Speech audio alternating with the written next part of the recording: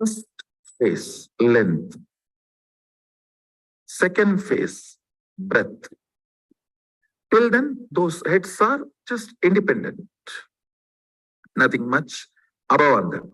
You see here, they put it like a tower. But actually, when Sadashiva Mahasadashiva introduces himself, he says after the third head starts on the third head starts the next dimension. Means 7, when it is put on 9, only on the third, the next starts. Am I right? All of you understanding? All of you are catching it? So the third is the depth. In the depth is what? Nada. The sound starts. That is above head. The head which is above the third head. I don't want to say fourth head. Because the fourth head is next head only is going to have the title fourth head. All of you are catching what I am saying? Above the third head, which is the side effect of 1, 2, 3, is sitting, which is sound, nada. Above the fourth head, 3 heads are sitting. Listen. Above the fourth head, which is Kala, sound, listen very carefully.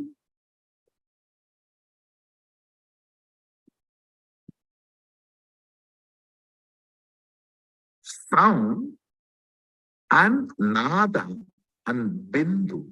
Bindu means longevity, life. Only when the time is introduced, longevity concept gets introduced. When the time is introduced, there is no life, longevity. How many of you are grasping? So the head sitting on the fourth, one is time, nada, bindu, above, which is this. See, the fourth, nada, bindu. That is life. Only the time dimension see, the depth dimension introduces sound in the cosmos. Time dimension introduces sound and life, longevity. Kala is kala kala. Kala is life and death. Am I able to make you all understand? The fifth head, listen. The fifth head is what is connected to the body. Body is the universe. All these heads are units, identity. Understand? Your identity is the unit of your consciousness. If your consciousness,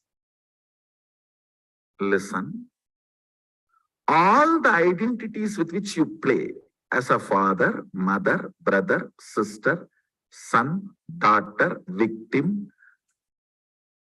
aggressive, all your identities put in that.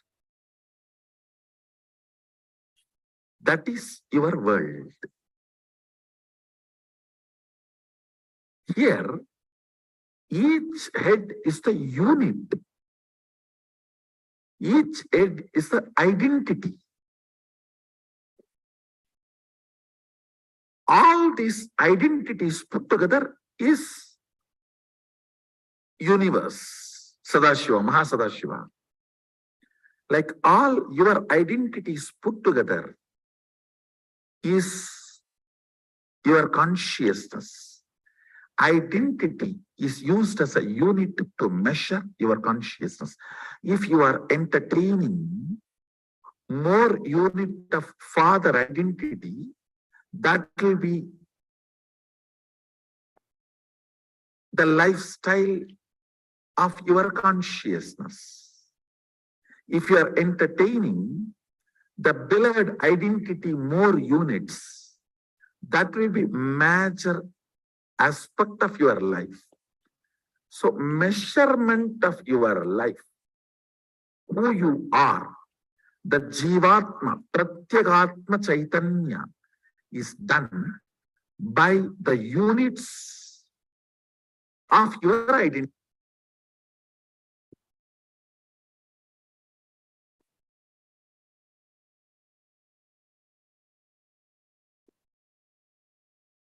Let's take a few moments to internalize the powerful cognition that Swamiji just delivered.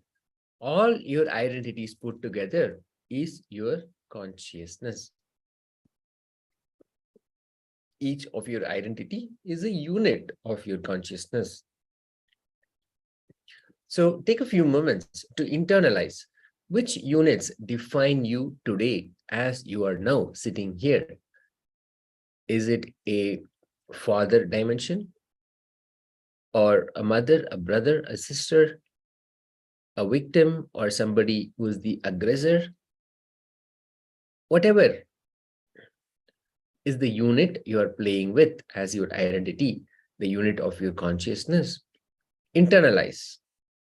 All of these identities put together is your consciousness. Each of these identities is a unit with which we play. We'll just take a few moments. Internalize. You can write it down for your own understanding.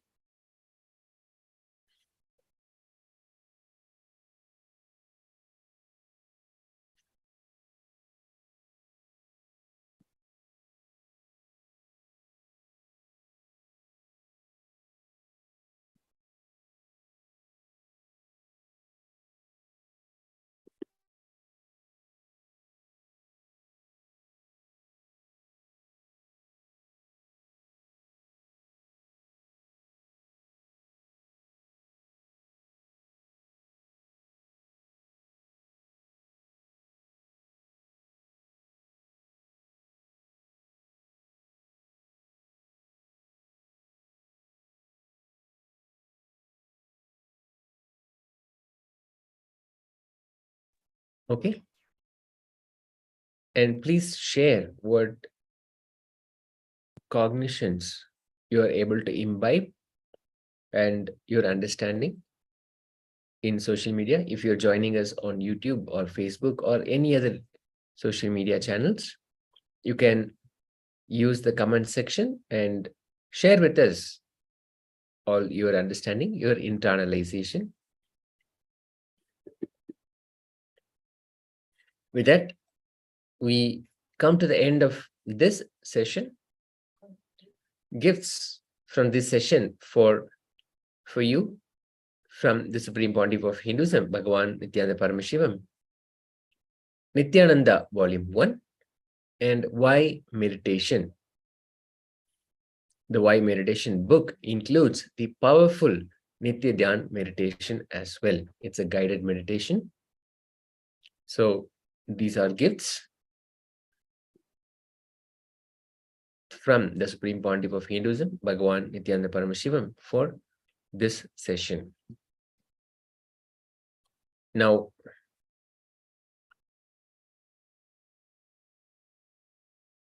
as we got the powerful cognitions from the 25 states, the 25 dimensions, or 11 dimensions of the universe, take a picture of yourself with Swamiji's picture and share in Facebook and Instagram. You can use the tagline, I am not just body and mind, I am consciousness. My consciousness experiencing 25 states.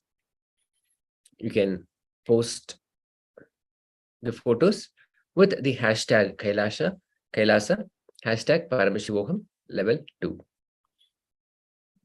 Just a moment. Let's take a moment to take a picture of yourself, and you can add this tagline, I am not just body and mind, I am consciousness. My consciousness experiencing 25 states. Let's just take a moment to post it.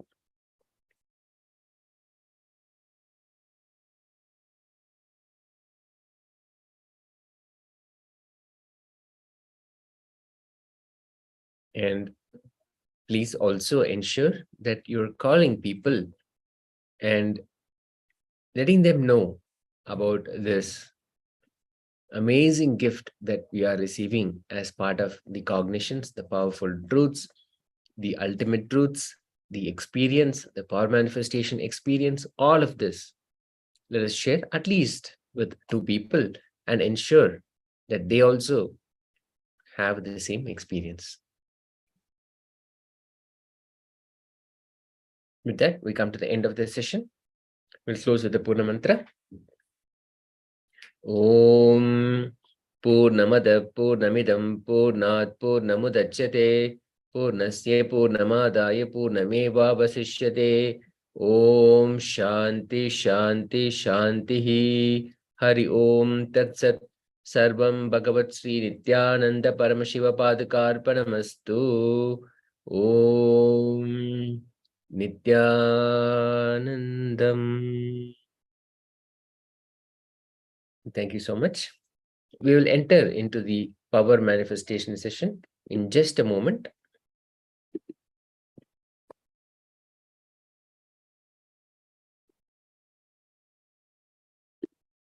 While this is happening, please ensure that you are sharing your powerful cognitions from this session and the previous session as well in social media.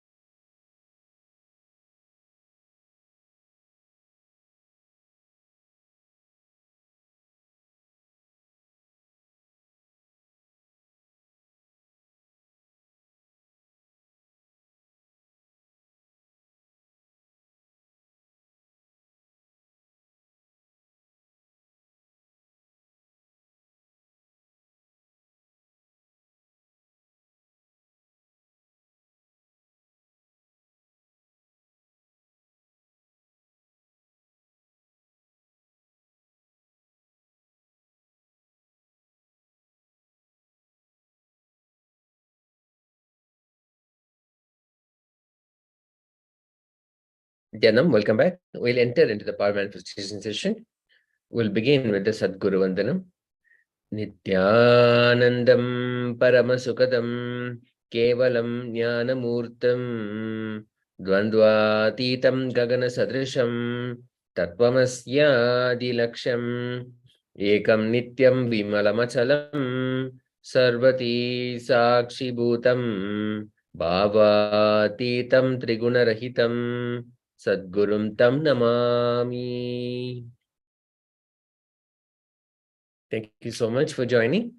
And in this power manifestation session, we're going to manifest powers of the third eye. And let us quickly recap the steps involved in manifesting power. All the powers of Paramashiva expressing through you. When you get established, when you enter into the space of oneness with Paramashiva, oneness with the Supreme Pontiff of Hinduism, Bhagavan Nithyananda Paramashivam, when you decide, invite, invoke the presence of Swamiji in your third eye region, and you sit in oneness and request for all the powers to express through you, through your third eye, simply power manifestation happens. Now, in this round, what we will do is we will recognize gestures, hand gestures, when we are blindfolded. So the steps involved are, first, ensure that you have a recording device, such as a phone, where you can take a video of your manifestation. This is for you to see how your manifestation is working. Then you will blindfold yourself, ensuring that you will not be able to see through the cloth. And then you will sit in oneness, inviting and invoking the presence of the Supreme Pontiff of Hinduism, Bhagavan Nithyananda Paramashivam, cognizing that Paramashiva has come down in the form of the Nijavatar, the Supreme Pontiff of Hinduism, Bhagavan Nithyananda Paramashivam, and he is expressing through your third eye. And simply ask for what is being shown on the screen. In just a moment, the Acharya will show it on the screen. When your eyes are blindfolded, when your eyes are folded, covered, ask for whatever is being shown on the screen to be revealed to you. And verbalize it so that it gets recorded on your phone. The video gets recorded. And then the Acharya will close the visual. At that time, you can take your blindfolds off and then write down what you saw. You can share with us on Facebook, YouTube, wherever you're joining us from. And then the Acharya will reveal the picture again. For this time, you can compare and see what was revealed to you and what is being shown on the screen. Okay, let us start. Let's please put on our blindfolds.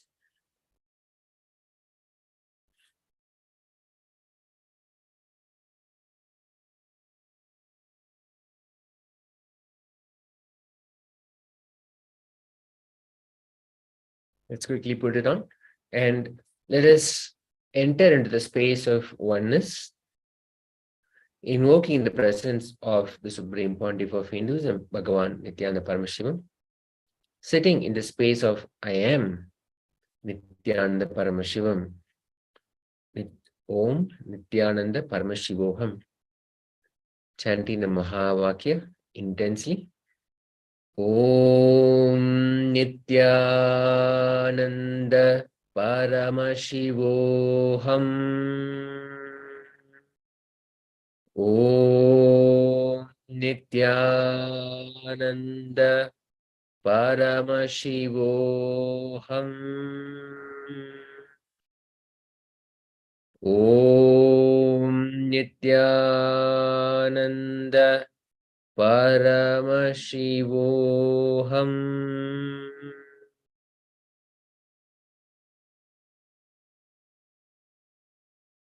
Now, please ensure your eyes are closed, blindfolded. Now, the Acharya will project the image. Request for that image to be shown to you, to be revealed to you through your third eye. And soon as the image appears, gets revealed to you, verbalize it, ensuring that your audio is getting recorded on your phone. This should take only a few seconds. Whatever gets revealed to you is directly from your third eye. The Supreme Pontiff of Hinduism, Bhagavan Nithyananda Paramashivam, expressing through your third eye. So whatever it is, do not filter, simply verbalize it. Now, you can take your blindfolds out and start writing it down. And you can also share it on YouTube or Facebook, wherever you're joining us from. Just take a few seconds and write it down, what the hand gesture was.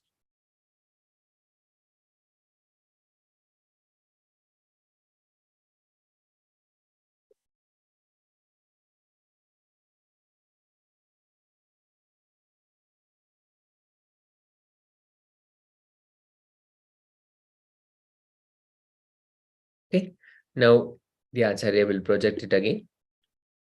So the hand gesture was a fist, all the four fingers clasped and then closed in, and the thumb resting on them. So the only thing the Acharya has projected it. Now again and again, we remind that the outcome, the real outcome, the prasada, we can say, from the power manifestation is that you enter into the space of oneness, and the Bhagavan, the Supreme Pontiff of Hinduism, Bhagavan Nithyananda Paramashivam, manifested in your third eye. Okay, so let's enter into the second manifestation. Now, this is about remote vision. Once again, blindfold yourself.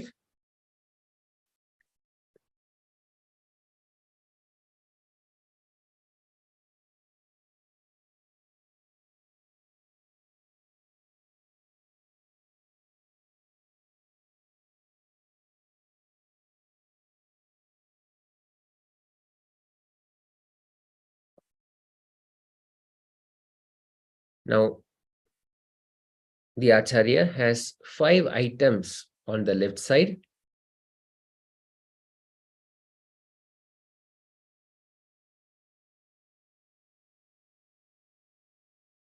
You can request in the same way, invoke the presence of Bhagavan Nithyananda Paramashivam in your third eye and request for the 5 items to be revealed to you.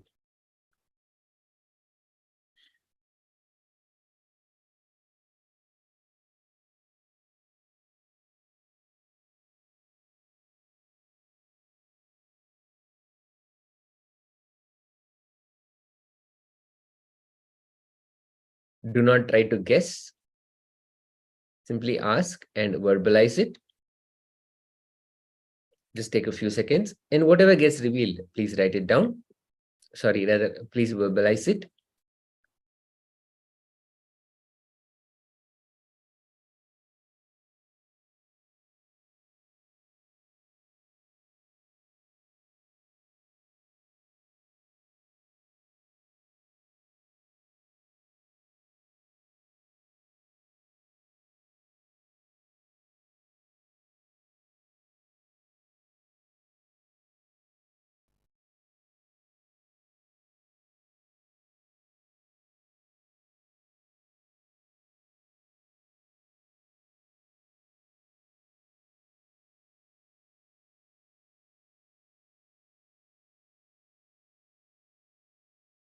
Okay, now you can open your blindfold and start to write down.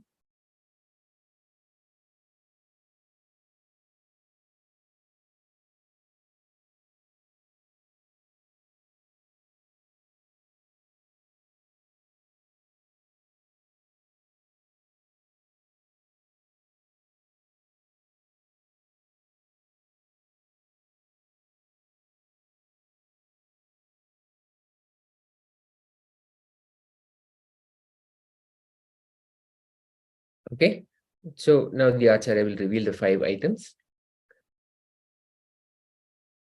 A cup,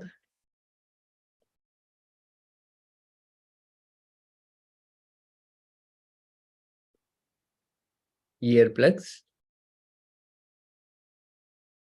a charger cable, a duffel bag, and a book. Now, just repeat. A cup, earplugs, a charger, a duffel bag, and a book. There are, of course, several other items as well, but these are the items that the Acharya has chosen. Now, please ensure that whatever got revealed and all these items that were just listed, see how they can be verified.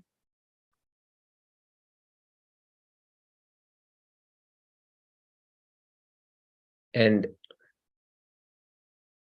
when you're done, post the video on social media, and you can also share with us how your experience has been with power manifestation on Facebook or YouTube in the comment section. Okay, so that brings us to the end of this power manifestation session. Once again, quick reminder to share how your manifestation experience was.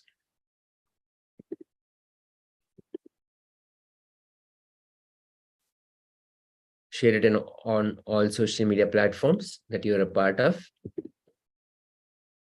Please ensure to use the hashtag KAILASA, hashtag Paramashivoham level 2.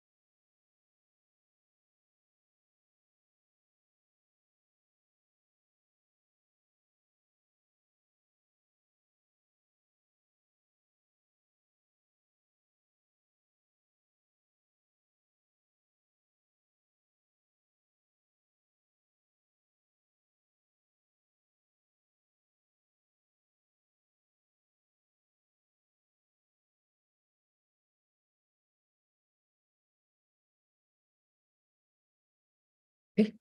Now we'll enter into the next session. Vertical time zones.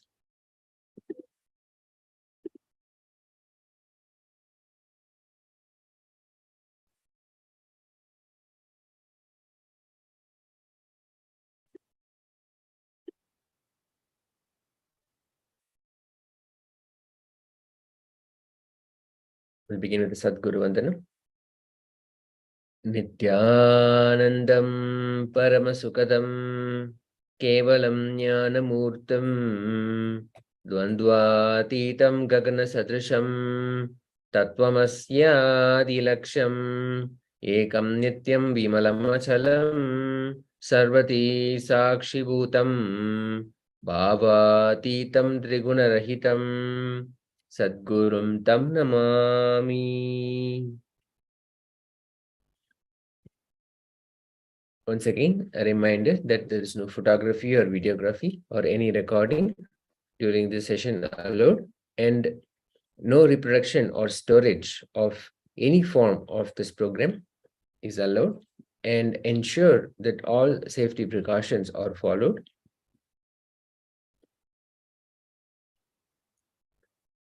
How we relate with time and time zones. Time is a component. It is a quantity of various measurements.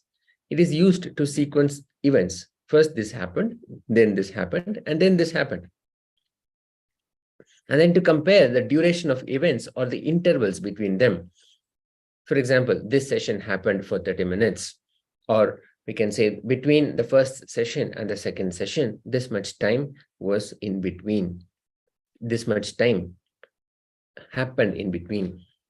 To quantify rates of change of quantities in material reality or in the conscious experience. The change of quantities in material reality, how the material stock changes, and also in the conscious experience. How we relate with time and time zones. Time zones, even though the unit is the same, there is a difference at the rate of time in different regions and in higher zones.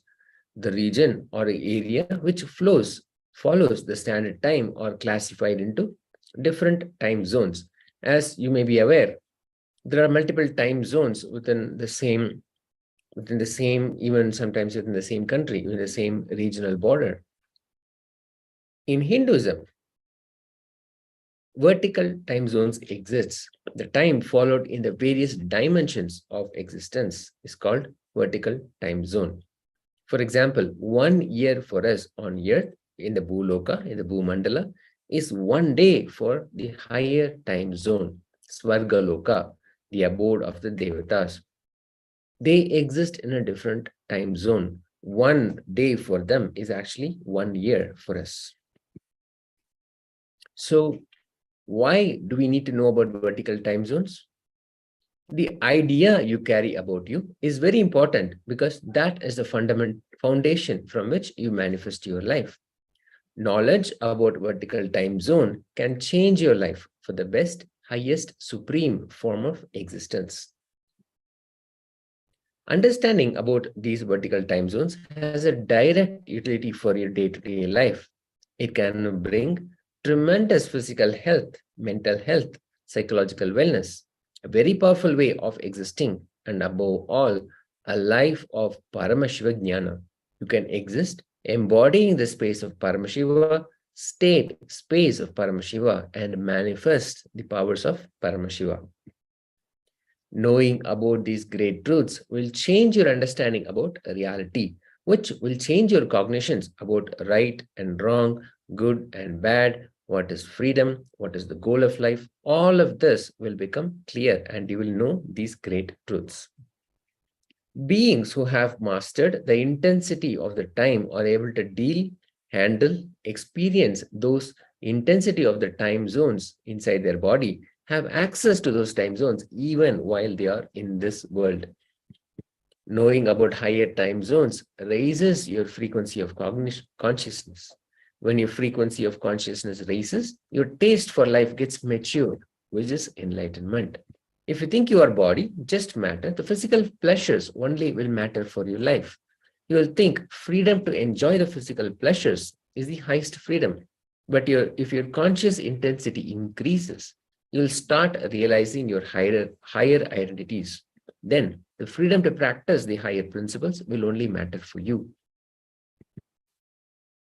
The Supreme Pontiff of Hinduism, Bhagavan Nithyananda Paramashivam, revealed the science of higher time zones on 13th October 2011. While expounding on Bhagavad Gita, he revealed about various lokas from higher time zones.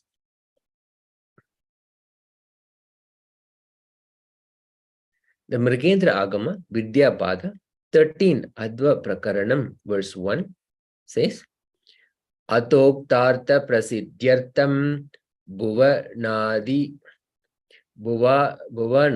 Vinirmame Sadharanabhyo Yonibhyaha Kala Dibhyo Maheshwaraha. In order to provide the necessary enjoyments, bodies and instruments for the bound souls so that they could be disentangled from the bonds of Maya, Karma, and Mala. Lord Ananteshwara creates many worlds at various levels from the Kala Tattva and Prakriti Tattva, known as the common causal sources. This is the fundamental understanding of how existence comes into being to provide liberation so that the individual souls, the bound souls, can be disentangled from bondage. Lord Ananteshwara creates these many worlds out of the Kala Tattva and Prakriti Tattva, the foundational, fundamental principles. Apta Pramana for this truth is the story of Revati and Balarama. Revati was the only daughter of Kakudmi. Feeling that no human could prove to be good enough to marry his lovely and talented daughter, Kakudmi took Revati with him to Brahmaloka, the abode of Brahma. When they arrived, Brahma was listening to a musical performance by the Gandharvas. So they waited patiently until the performance was finished. Then he bowed humbly, made his request, and presented his short list of candidates. Brahma laughed loudly and explained that time runs differently on different planes of existence, and that during the short time they had waited in Brahmaloka to see him, 27 Chatur Yugas had passed unearthed, and all the candidates had died long ago. Brahma added that he was now alone, as his friends, ministers, servants, wives, kinsmen, armies, and treasures had now vanished from earth, and he would soon bestow his daughter to a husband as Kali Yuga was near. He was overcome with astonishment and alarm at this news. However, Brahma comforted him and added that Vishnu, the preserver, was currently on earth in the forms of Krishna and Balarama, and he recommended Balarama as a worthy husband for Revati. Kakudmi and Revati then returned to earth, which they regarded as having left only a short while ago. They were shocked by the changes that had taken place. Not only had the landscape and environment changed, but over the intervening 27 Chatur Yugas in the cycles of human, spiritual, and cultural evolution, mankind was at a lower level of development than in their own time. The Bhagavata Purana describes that they found the race of men had become dwindled in stature, reduced in vigor, and enfeebled in intellect. Kakudmi and Revati found Balarama and proposed the marriage. Because she was from an earlier Yuga, Revati was far taller and larger than her husband to be, but Balarama tapped his plow, which is his characteristic weapon, on her head or shoulder, and she shrunk to the normal height of people in Balarama's age. The marriage was then celebrated. The variation in time is extra dimensions that move the universe in the time, and variation in sizes implies that the universe moves in space as well. Thus, extra dimensions are always a variation of disturbance in the smaller dimensions. 4 components of you. There is the matter, the physical reality, the mind, the internal process which happens in you about the physical reality, buddhi, the intelligence operating based on the cognitions you carry, which responds, decides, gives instructions, and how to react and how to respond to the mind and matter. And then there is the pure consciousness, Paramashiva. All these are the 4 components of you.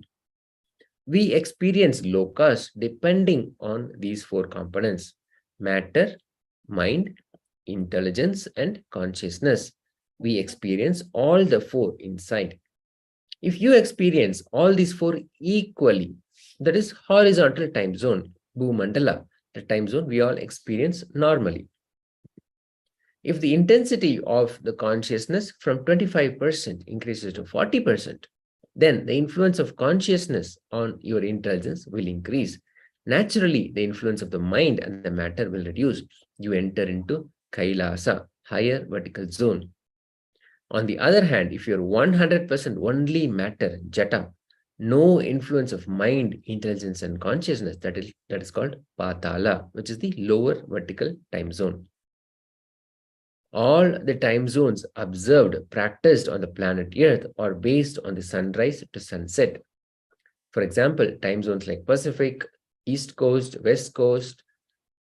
In India, of course, we have the Indian Standard Time. These horizontal time zones tend to follow the boundaries of countries and their subdivisions. The higher time zone lokas, Swarga. It is also known as Indra's abode, referring to the Lord of Heaven, Indra Loka.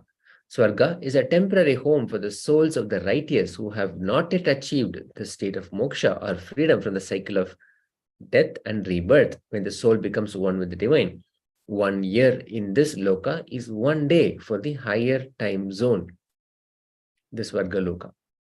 Bhuvar Loka is the first in this series above the earth. It occupies a space between earth and the sun. The Bhuloka, which is comprised of oceans, mountains, rivers, and land, extends as far as the rays of the sun and moon can reach. The lower time zone lokas are the Atala, ruled by Bala, the son of Maya, who possesses mystical powers. Vitala, ruled by the god Hara Bhava, a form of Shiva who dwells with attendant ganas, including ghosts and goblins, as the master of gold mines. Sutala Loka is a kingdom of the pious demon king Bali. Talatala Loka is the realm of the demon architect Maya, who is well versed in sorcery. All the action, thought current you do, which pushes you into the lower time zones, is called karma, papa.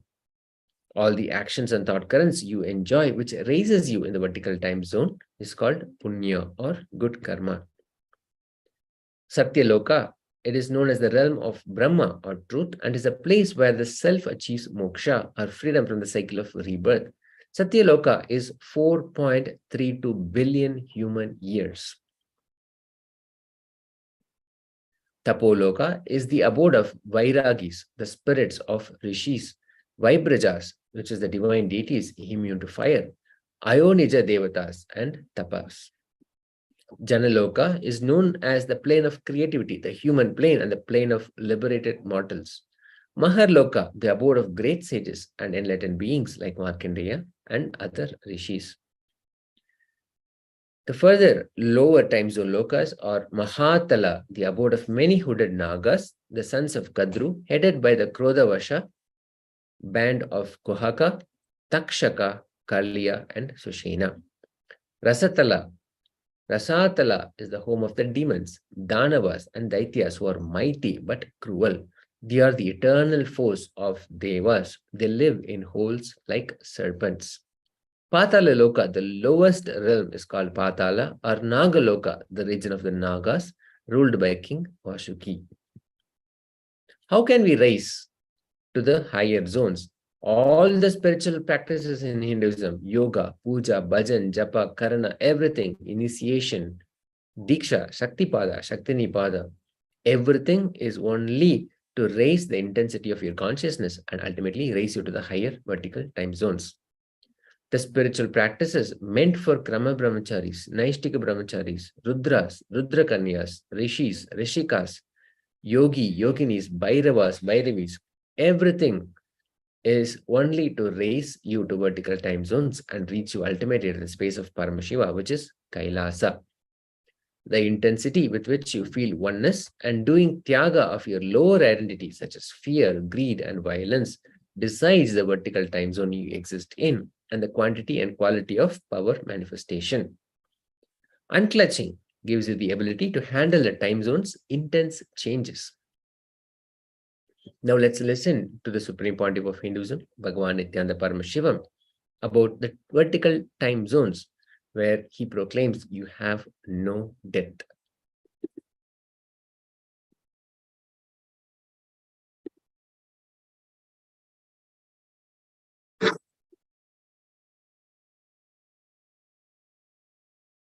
Introducing new word. Horizontal time zone, I already explained. All the time zones you have in planet Earth, East Coast time zone or West Coast time zone or Central time zone or Pacific time zone or Indian Standard Time, all these time zones are horizontal time zones. Same sun rises, sets, and different time zones in different places. And the equation between the matter, your mind and your intelligence and your consciousness is same in all these time zones. If you change the equation, you experience something called vertical time zones. And if you start experiencing vertical time zones, your equations between matter, mind, and intelligence and consciousness will start changing.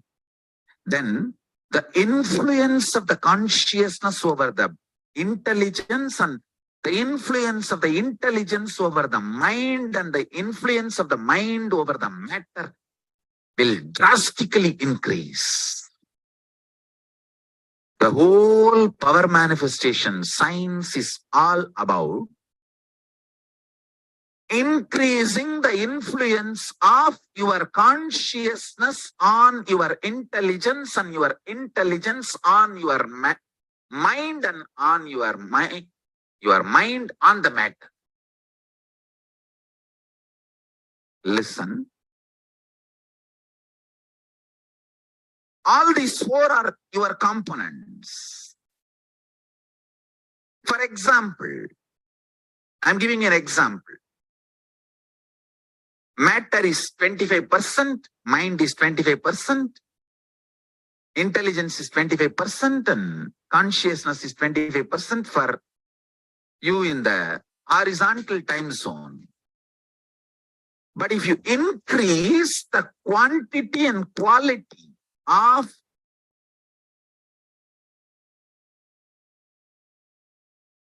if it becomes 30, the whole equation changes. It influences the intelligence. So intelligence also becomes 30.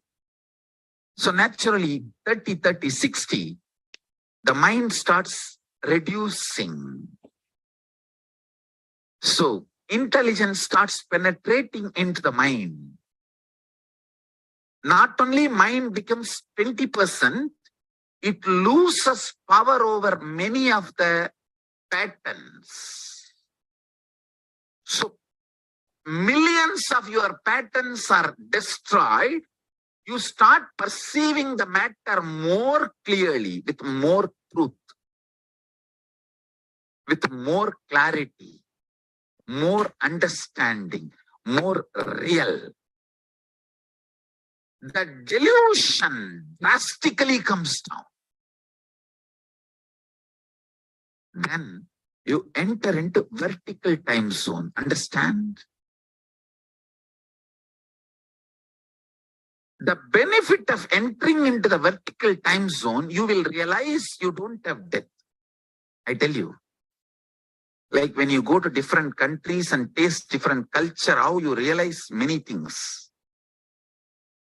How when you move to different cultures and countries, your cognitions mature, you grow.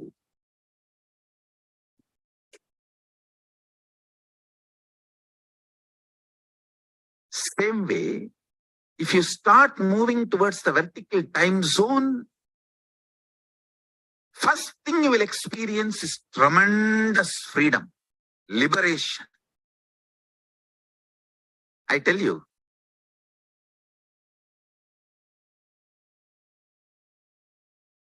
A liberated person will be most loving, compassionate, trustworthy. Make friends with him. Because he will never have suffocation inside. He will not do anything wrong to you. He may be raw. Most of the gurus, raw, they're not polished people, very straight, but they will do so much good to you.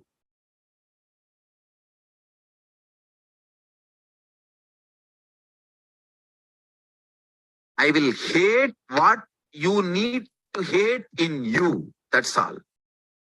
I will never hate you. I will hate what you need to hate in you to experience liberation and enlightenment, to manifest Paramashiva. I will never hate you, understand? If you experience vertical time zone,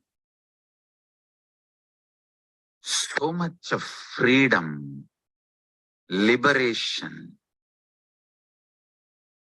you will realize this idea of multiple births and deaths is not idea, that is reality. People ask me, why do Hindus believe in so many gods? I said, no, we don't believe, we just know so many gods exist. People ask me, do you believe in rebirth? I said, hey, I don't believe, I just know that rebirth exists. When you know the realities of multiple gods and goddesses, multiple births and deaths, various states of consciousness, you become so rich. You make very matured decisions in your life. Understand, I tell you, I have seen people who don't have penny but make very mature decisions about life because they have a right knowledge. Same way I have seen billionaires make stupid decisions about life because they do not have right cognitions about life. Knowing multiple births and deaths, knowing the vertical time zone, knowing the truths of multiple gods and goddesses gives you the strength and energy to make mature decisions.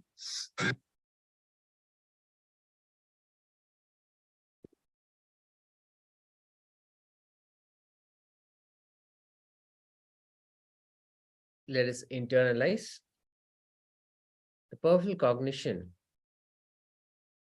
that will raise our existence to higher vertical time zones.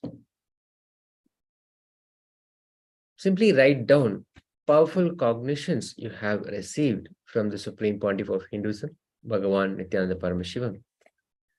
Internalize how you used these cognitions to take action and change your thought currents. There are so many powerful cognitions. In this session, we went through how the power manifestation can be explained in the form of the 4 components that Swamiji explained: consciousness, intelligence, mind, and matter. When more consciousness increases, influence of consciousness over intelligence, influence of intelligence over brain, mind, influence of mind over matter, when that raises, what happens is power manifestation. It is because of this, the influence as consciousness raises, as it influences other components, what happens is power manifestation. You will see that the quality of our lives drastically increases as we travel into higher dimensions, vertical time zones. so much of liberation happens. So pen down powerful cognitions that you have received and see how these cognitions have made an impact in your actions and your thought currents.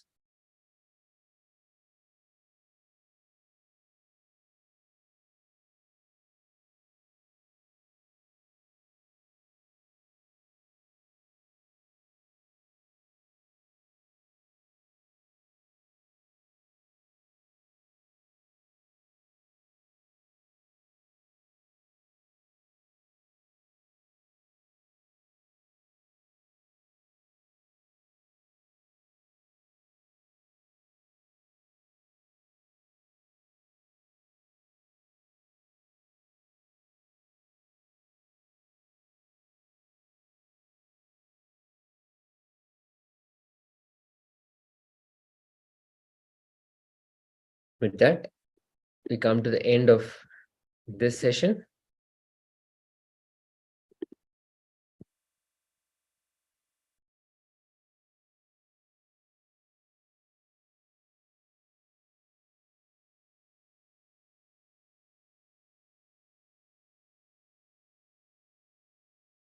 We will now enter into the power manifestation session.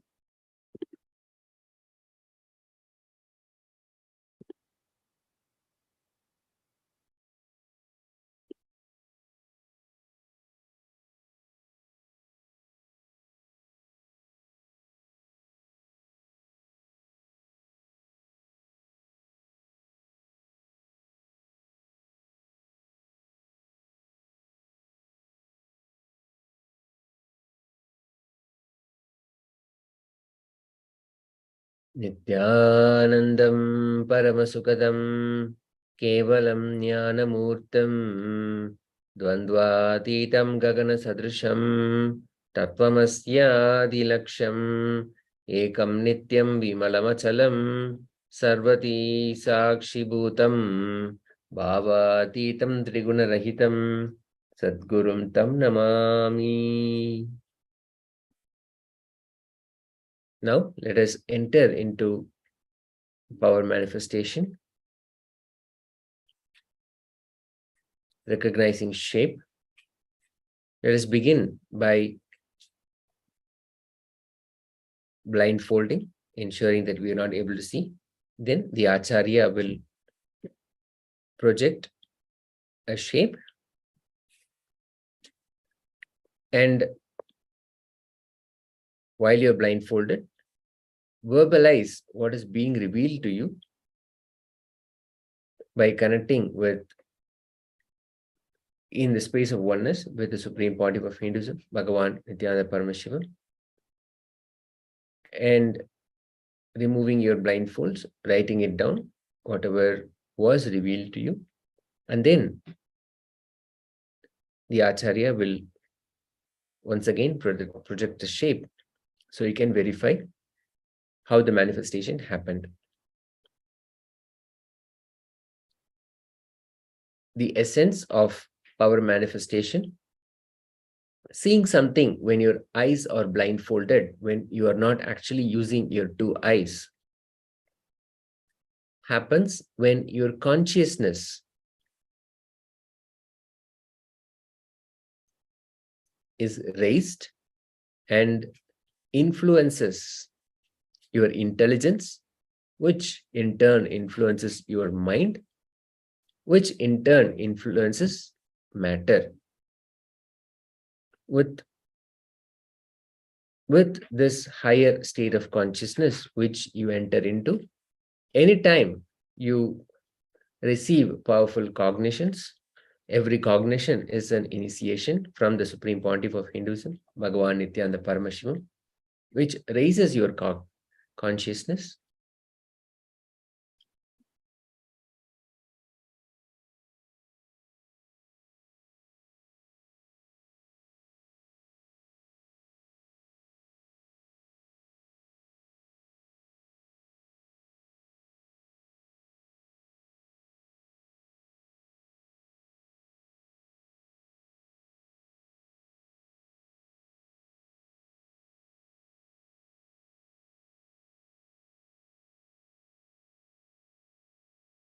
Okay, so now let us enter into the power manifestation. Intensely connecting in oneness, the chanting of the Mahavakya. Om Nithyananda Paramashivoham. Om Nithyananda Paramashivoham. Om Nithyananda Paramashivoham.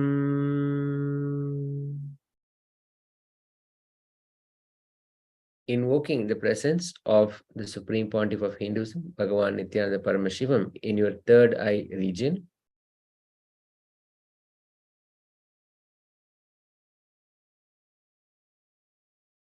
Requesting for the shape to be revealed to you.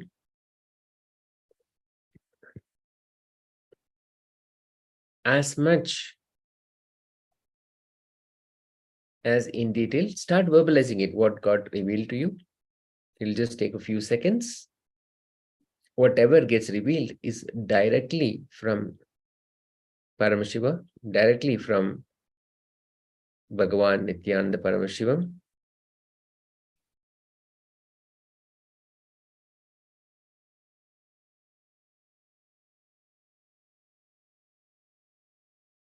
You can take your blindfolds off and write it down, what was revealed to you. If you're joining us on YouTube or Facebook, you put that in the comments, what got revealed to you.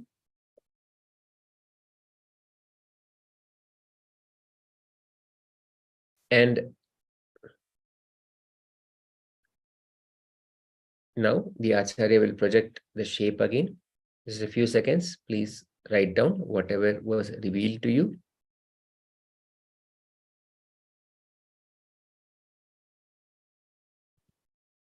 Now this was the shape. It's a blue circle. Once again, a reminder that it does not matter if you got this right. What matters is you have entered into the space of oneness and you experienced the presence of Paramashiva, the Supreme Consciousness, in the form of the Nija Avatar, manifesting through you.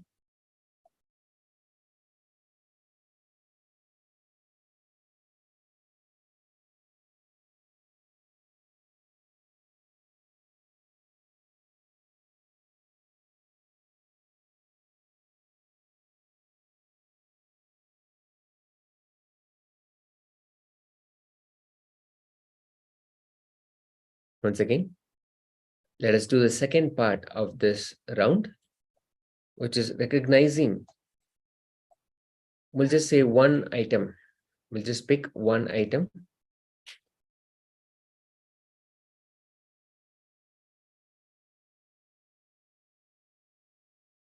That's on the right side.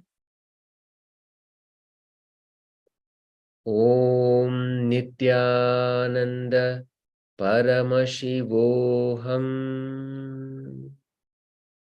Om Nithyananda Paramashivoham. Om Nithyananda Paramashivoham.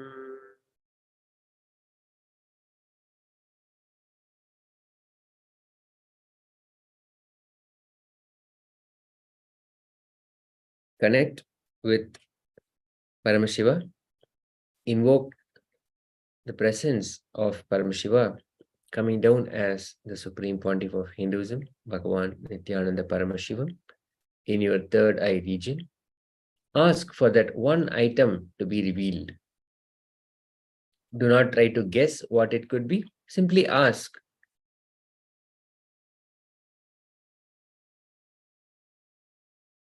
Ask Swamiji. for that object to be revealed. Verbalize it. So it gets recorded in your video.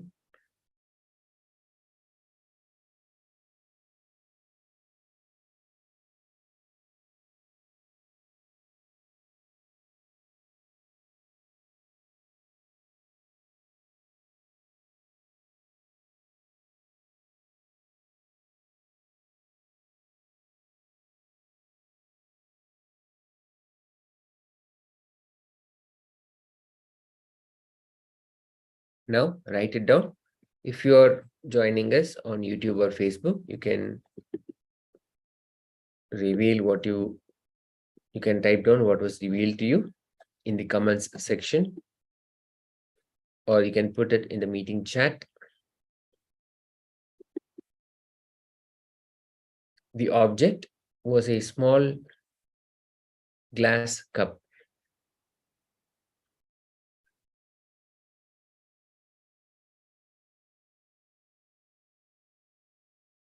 It only matters more that you enter the space of oneness than the accuracy. The accuracy happens by itself automatically.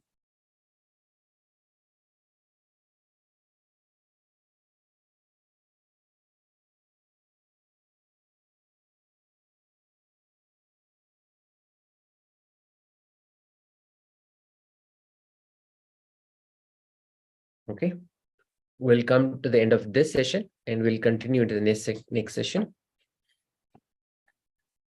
Om Purnamada Purnamidam Purnat Purnamudachyate Purnasya Purnamadaya Purnameva Vasishyate. Om Shanti Shanti Shanti. Hari Om Tat Sat. Sarvam Bhagavat Sri Nithyananda Paramashiva Padkarpanamastu. Om Nithyanandam. If you have any questions or if you have anything that you would like to share, you can post in the comment section. And as always, whatever happened during the power manifestation, what your experience was, were you able to connect? Were you able to experience? Did the manifestation happen in the way you expected? It did not happen the way you expected. Whatever that may be.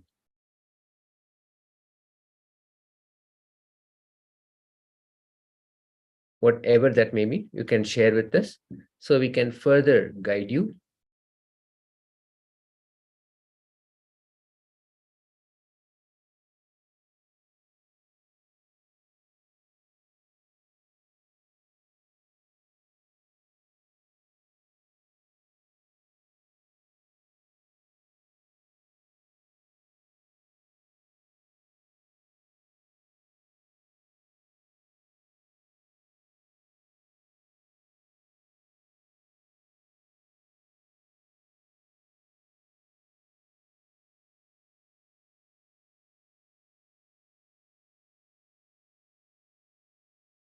Beautiful. We have a comment from Desmond. The first shape I saw was similar to the circle, but it had rounded corners. Great. That's beautiful. That is a beautiful experience.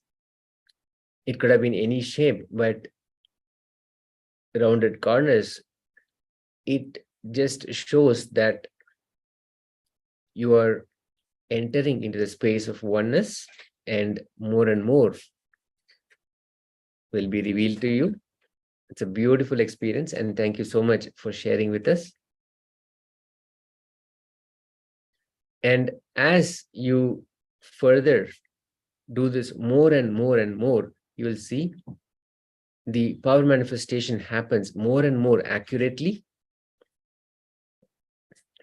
And Desmond is sharing, I saw a cylinder the second time. Great. Beautiful. The more manifestation you enter into, the powers are already within us. They're a part of us. reading something with our eyes closed, eyes blindfolded is a power that is already expressing through us. Only we have been initiated by Swamiji for expressing these powers, manifesting these powers. Only we just have to do this more and more so that we will be able to accurately and consistently manifest powers. Thank you so much for sharing that experience with us. We'll now enter into the next session in just a moment.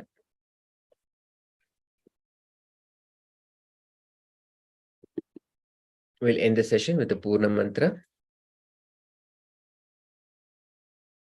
Om Purnamada Purnamidam Purnat Purnamudachyate Purnasya Purnamadaya Purnameva Vasishyate. Om Shanti Shanti Shanti. Hari Om Tat Sat. Sarvam Bhagavat Sri Nithyananda Paramashiva Padukarpanamastu.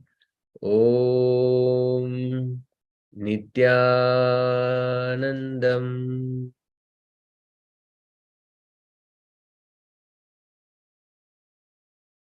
Thank you so much. We'll continue into the next session in just a moment.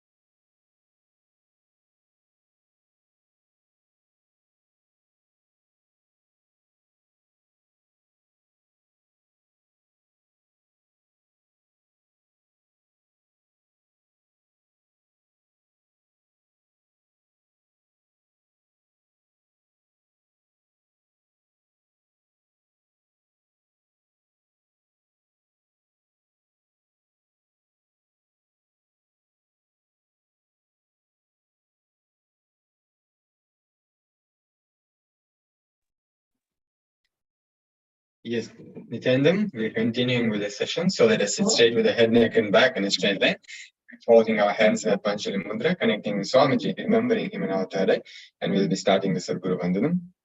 Nityanandam Paramasukhadam Kevalam Jnanamurtim Dvandvatitam Gagana Sadrusham Tattvamasya Ekam Nityam Vimalamachalam Sarvadi Sakshi Bhutam Bhavatitam Trigunarahitam Sadgurundam Namami.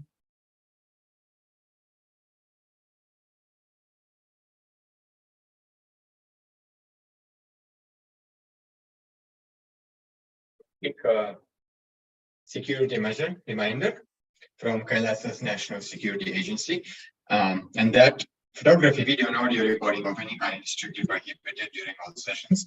Please be on mute.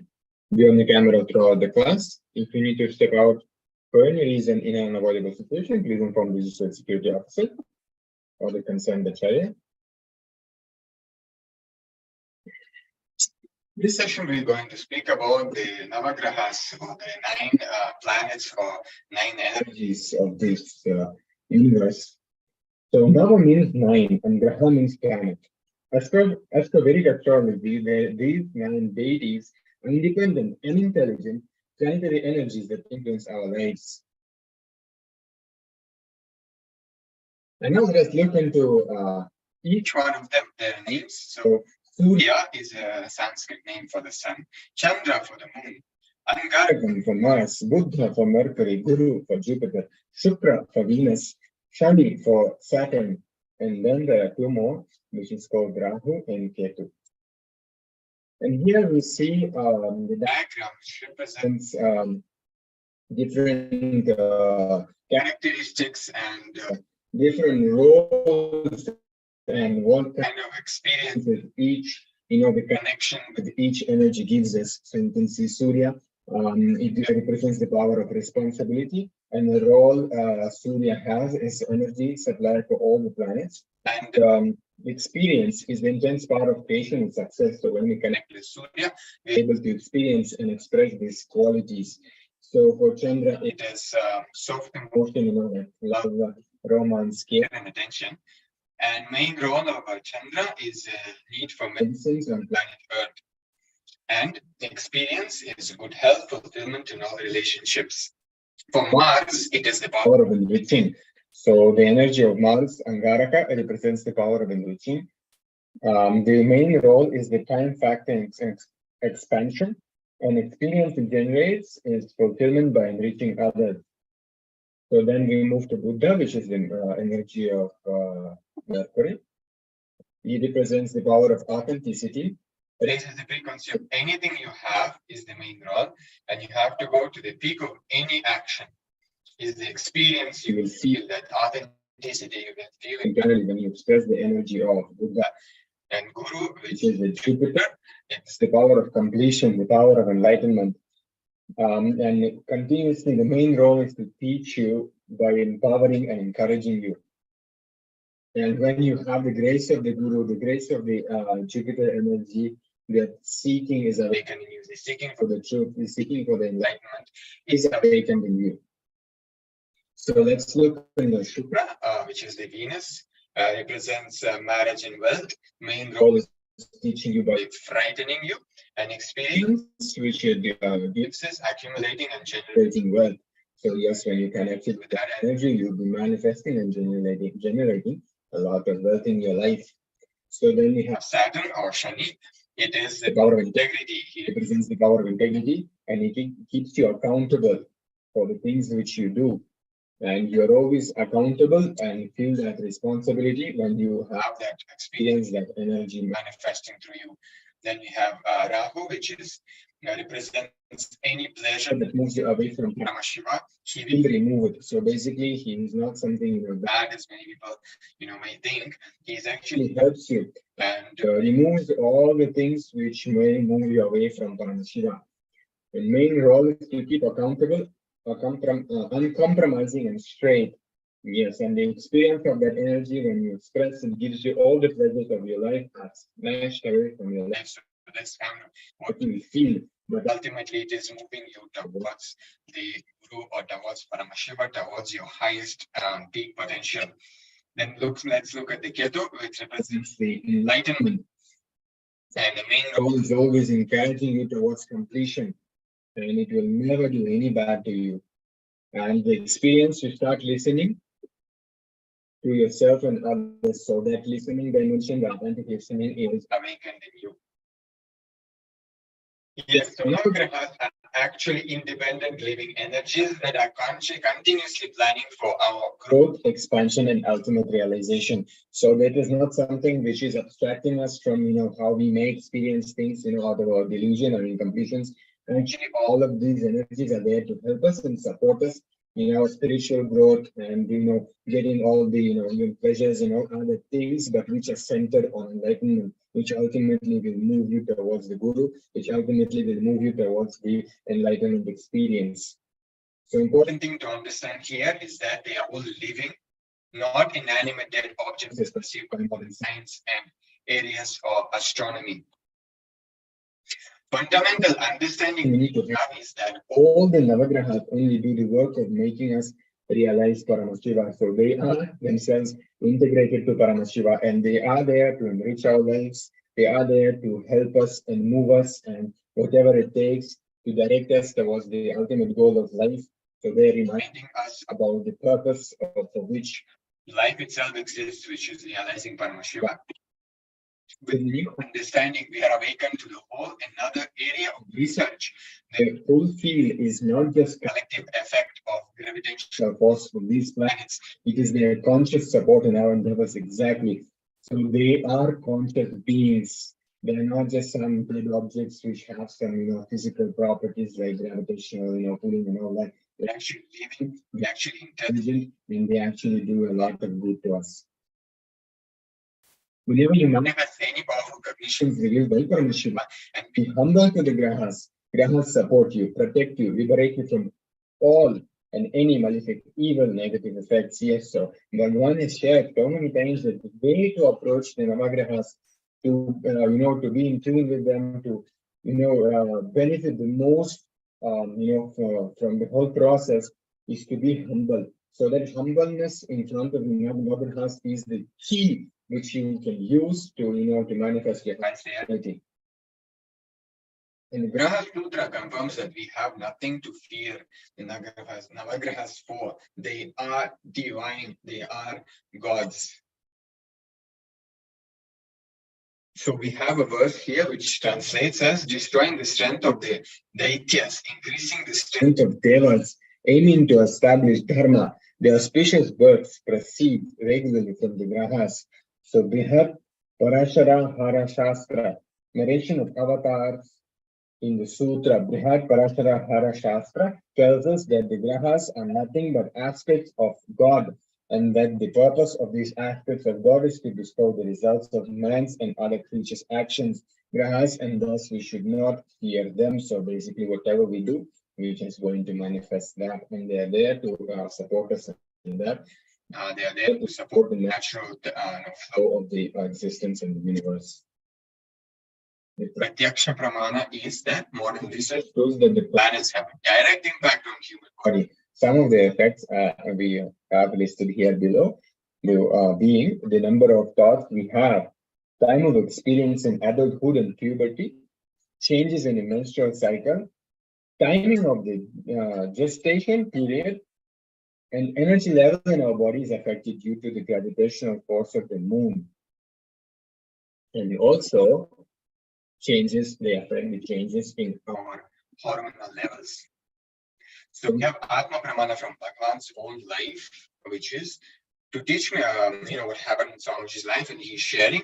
To teach me astrology, Arunagiri Yogeshwara, who is Swamiji's guru, who is Paramashiva himself, who happened in his life when Swamiji was at the age of 11.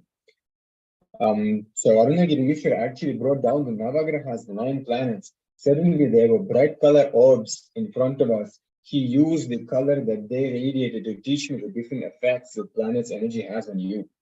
When the red color of Jupiter mixes with the green color of the moon, there is a certain effect like this, the different combinations of each planet made up the astrology science. When I realized they were the actual planets, I asked, Sami, if Surya is here when people look up, what will happen? He just said, until you learn, I will make sure nobody looks up. Now you look here. So beautifully how,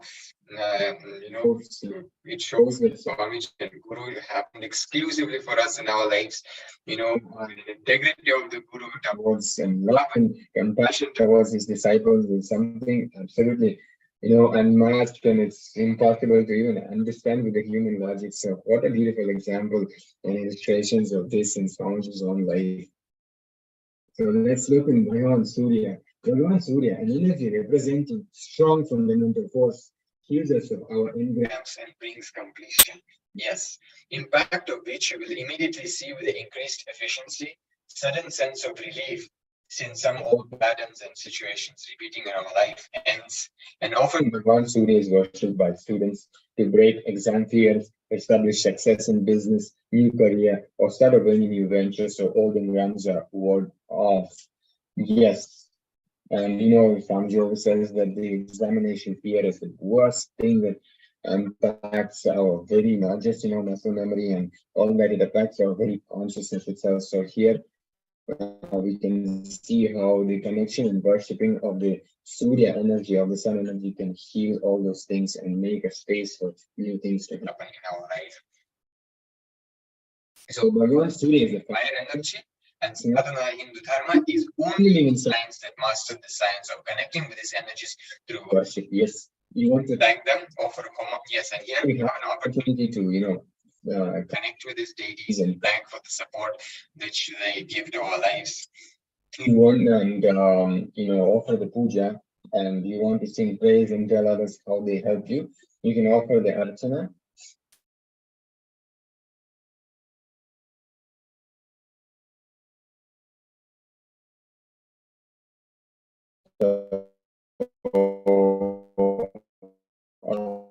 You can have the Paramashivoham with Kriya. Offer your gratitude towards the Parashakti in the Supreme Court of Hinduism, Bhagavan Nithyananda Paramashivam. So you can go ahead and pick any seva of your choice and offer your gratitude and experience those breakthroughs and wherever you are in all possible levels, you can go ahead and register yourself. So with this, we come to an end of this session. We will be continuing with power manifestation. So stay tuned for the power manifestation session.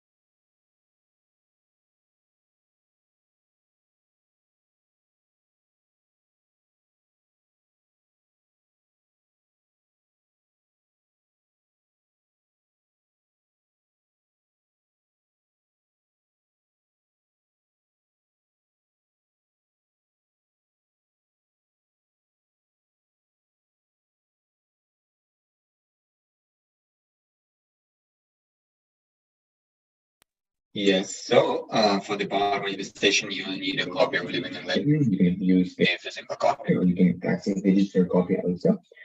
Then you need pen and paper, and you may use a Puspashila if you have, and the camera with a pencil to record your power manifestation experience.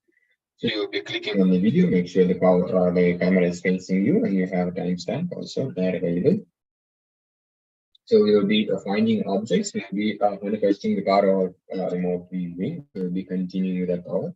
So the Shastra Pramana of this power is Vyomakam Swam Atmanam Dhyaye Dhigbiranavritam Nirashraya Chitti Shaktihi Swarupam Dharshayet Tada which translates as concentrate and cognizance with rest of awareness on oneself in the form of a vast etheric space or sky known as Vyomakaram, which is limitless in any direction whatsoever. Thus, the Shakti, the power of consciousness freed from all support, reveals and manifests herself as the form of one's essential nature of self. So prepare your living enlightenment book. You'll be opening the living enlightenment book on any page where it opens prior connecting to astrology and requesting it to reveal the powerful cognition to manifest this power. So you'll be reading that powerful cognition, which is specifically customized just for you to manifest this power. And you'll be meditating on that powerful cognition to manifest the power.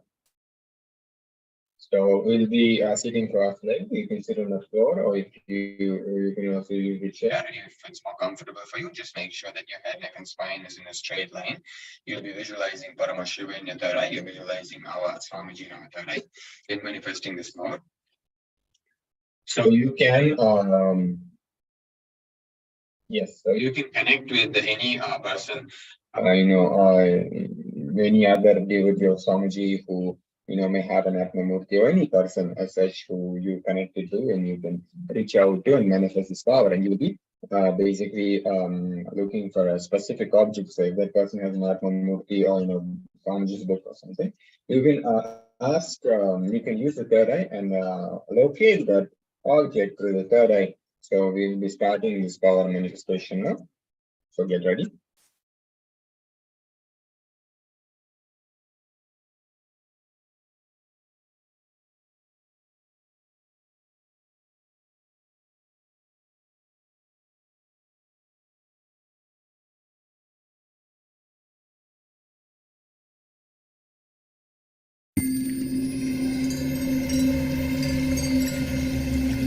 I welcome you all with my love and respect.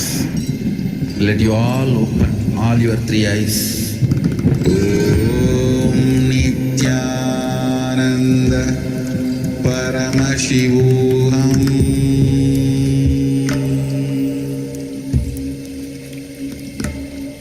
Om Nithyananda Paramashivoham.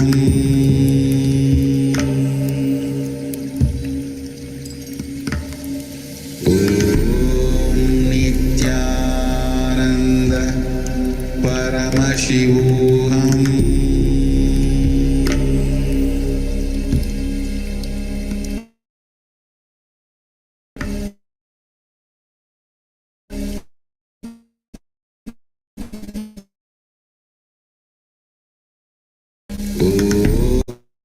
Nithyananda Paramashivoham.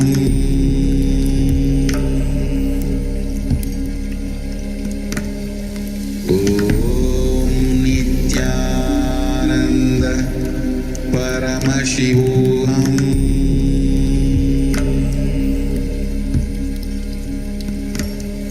Om Nithyananda Paramashivoham.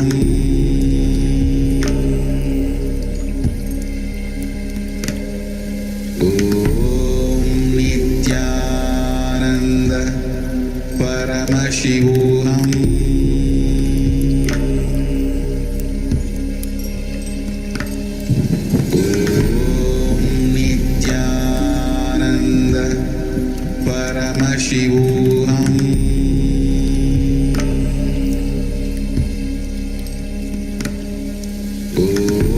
Om Nithyananda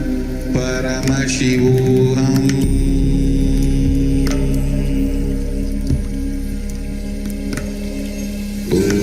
Om Nithyananda Paramashivoham.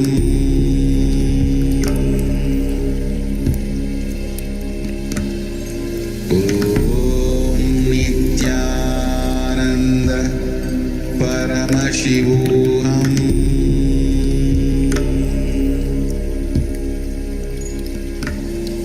Om Nithyananda Paramashivoham.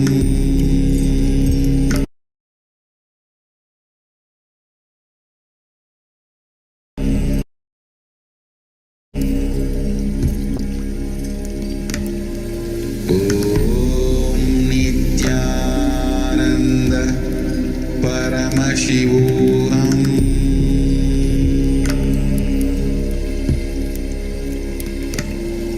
Om Nithyananda Paramashivoham.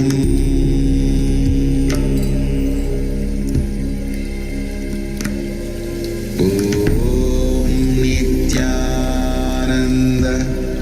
Paramashivoham.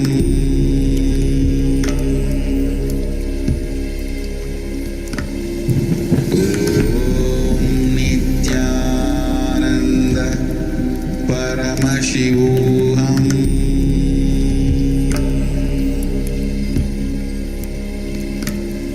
Om Nithyananda Paramashivoham.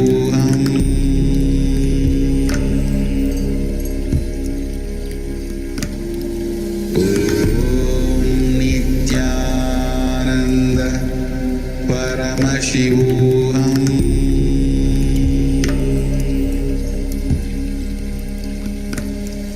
Om Nithyananda Paramashivoham.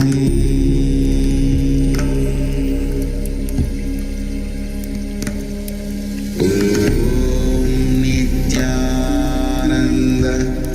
Paramashivoham.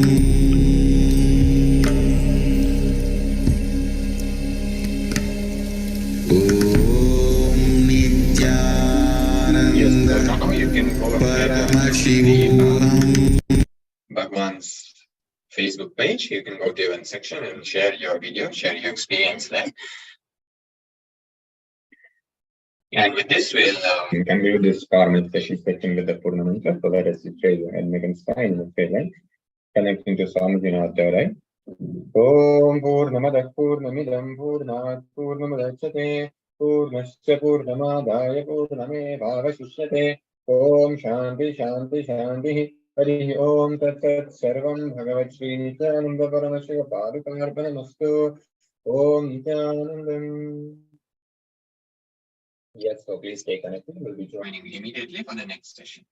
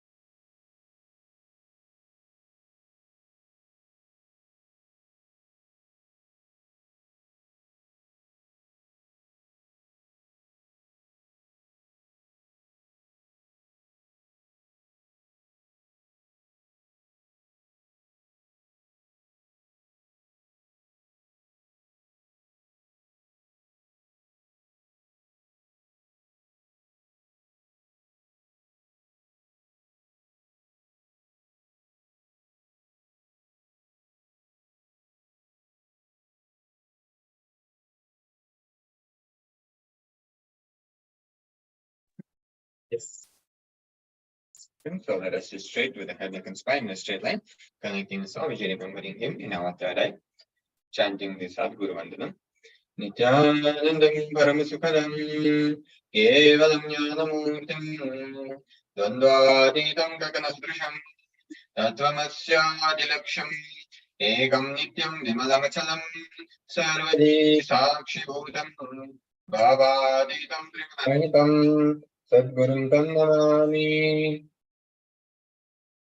Yes, a quick security measure before I start the session is that the photography, video, and audio recording is strictly prohibited during all sessions. Please be on mute. If you need to step out anywhere for any unavoidable reason, please inform the concerned acharya or the digital security officer. Yes, so this session is on Akasha, the fifth dimension of the universe. Now let us look into what is Akasha. And Bhagavan is beautifully defining here that Akasha is where length, breadth, depth, time, all these are dancing and vibrating. That is the aspect called space. The space inside you, where your life is pulsating, is Taharakasha. Then the space in which you are breathing is called Katakasha, and the whole space is Mahakasha. If two objects are stuck, sound is created. If a thought is stuck on the space, reality is generated. So here Swamiji is teaching us the science of manifesting your reality. So when we attach a certain thought that we want to manifest to the space, that just simply becomes the reality. The Damaru of Mahadeva dancing in the space of Chidambara generates the cosmos. The language you use inside the Damaru of Mahadeva, whatever is generated here becomes reality. Yes, so here Supreme Pontiff is emphasizing that whatever we generate and attach to a space, it is bound to become reality. If you are using the words like, so yeah, it can be, like, see, Swamiji also says that space doesn't differentiate, right? If you attach all the bad thoughts, all the negative thoughts to your space, naturally you'll manifest, and that's what's happening for most of the people on the planet. And but there is a good news that you can, knowing the science, you can manifest what you want just by attaching the right thoughts to the space, and then you will be manifesting that whatever you want. So and here Swamiji is giving us the example that when we use the word like, I cannot tolerate this, I can't digest this. But if you guide and use, you are creating the same reality for you. When we add the appropriate words and hit the space to which the feeling is generated, out of which the experience is generated. The words you reverberate inside decides the quality of your state. The words you generate in your breathing space decides quality of the space in life. The words you generate in the cosmos decides your very existence, which is mantras.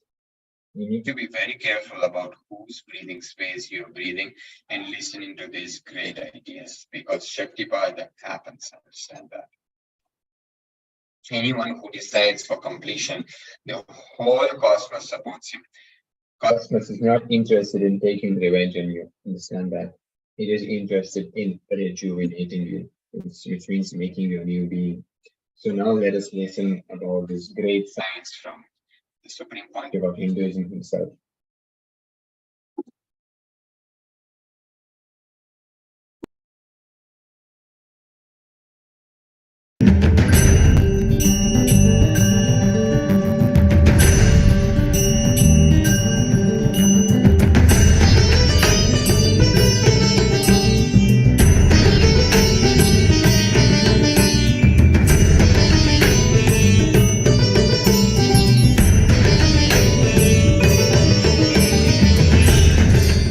Space, Kasha. Let me use exactly the word Mahadeva uses. Akasha is modern Sanskrit word. In original agama, the word Kasha only is there. There is a possibility in that palm leaf. Sometimes this corner of the palm leaf gets broken. So, anyhow, whatever available, even the palm leaf breaking is his action only. So what he left it for us to understand, from that the word Kasha only is there. So let's use that, that's all. Space, simple understanding, where length, breadth, depth, time, all these are dancing, vibrating, That is the aspect called space. It's a very simple understanding, but now I'm going to give you how understanding space is going to have some use for you. See, ultimately our goal is to rest in the highest existence and highest consciousness, what we call as Mahasadashiva. Resting in that state, operating in that space, manifesting the powers of that space. For that understanding space, whatever we need to understand, I am going to give you those understandings. All of you are clear? Actually, if I have to speak on space, 2,000-3,000 verses Mahadeva is giving in various agamas on kasha, on space. Even this cloth is called kashaya because only a fellow who is established in that space can wear this cloth. That's why the cloth is called kashaya. Whoever is constantly in the space of akasa, only they can wear this cloth, this color.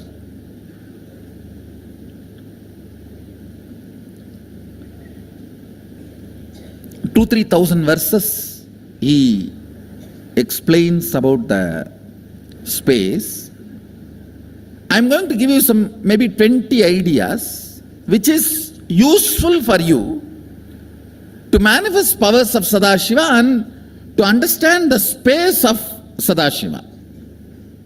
See these simple words: feeling suffocated, irritated, I'm not okay with all these simple words. Only by uttering them again and again, you create that feeling. How many of you understand this? Usage of those words avoided, that experience is also avoided. How many of you understand that? So, can you take 2-3 minutes and pen down, listen carefully. Usage of words in your space, becoming experience, few incident. First time when you started using the word depression, various explanation.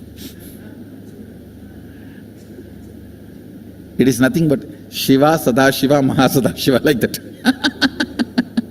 Depression.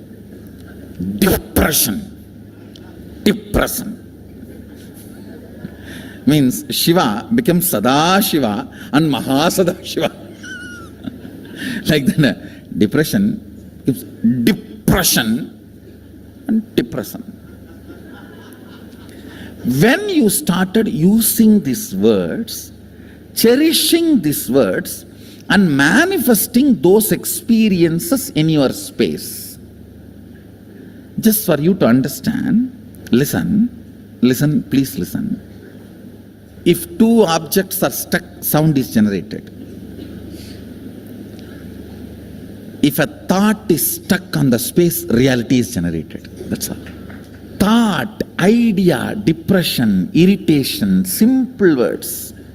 How you teach to these teenager kids, how they pick up between when you guys are fighting, I cannot tolerate this, I can't digest this, hell with it, better to die than living like this. All these words,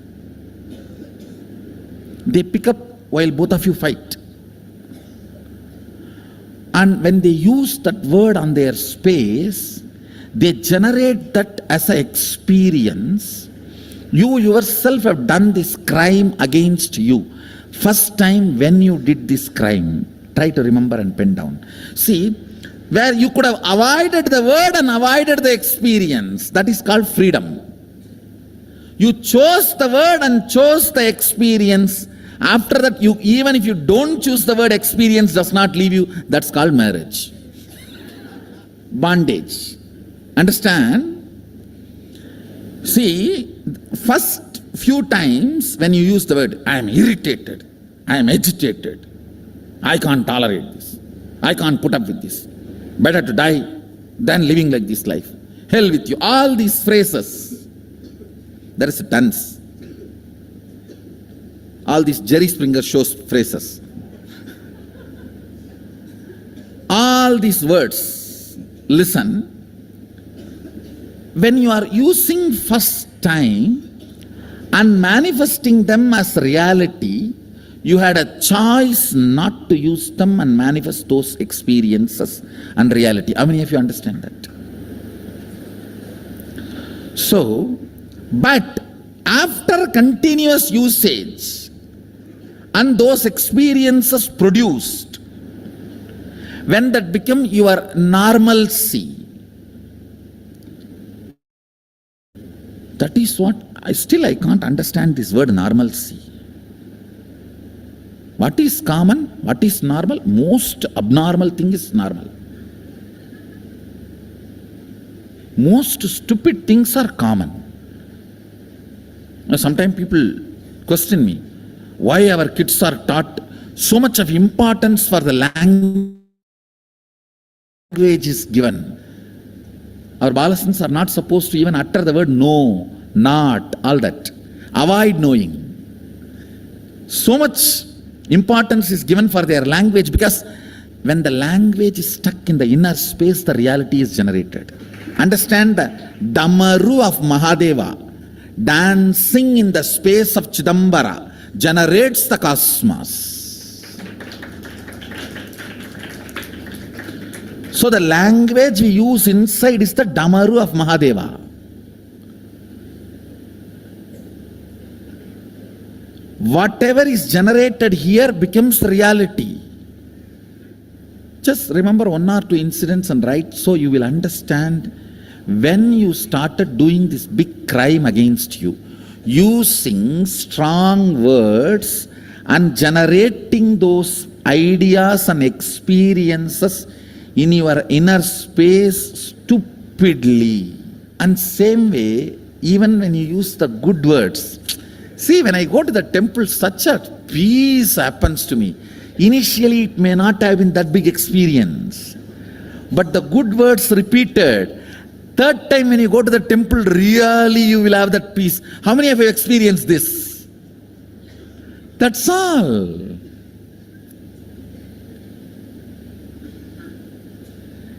Generated good words or generated bad words, when they hit the space, they become real. Whatever makes the word into real is space. Akasa, kasa. You are an adult. You can choose your words. Don't come and give me a big letter. Oh, still I have some doubts about you. Then die. Who cares?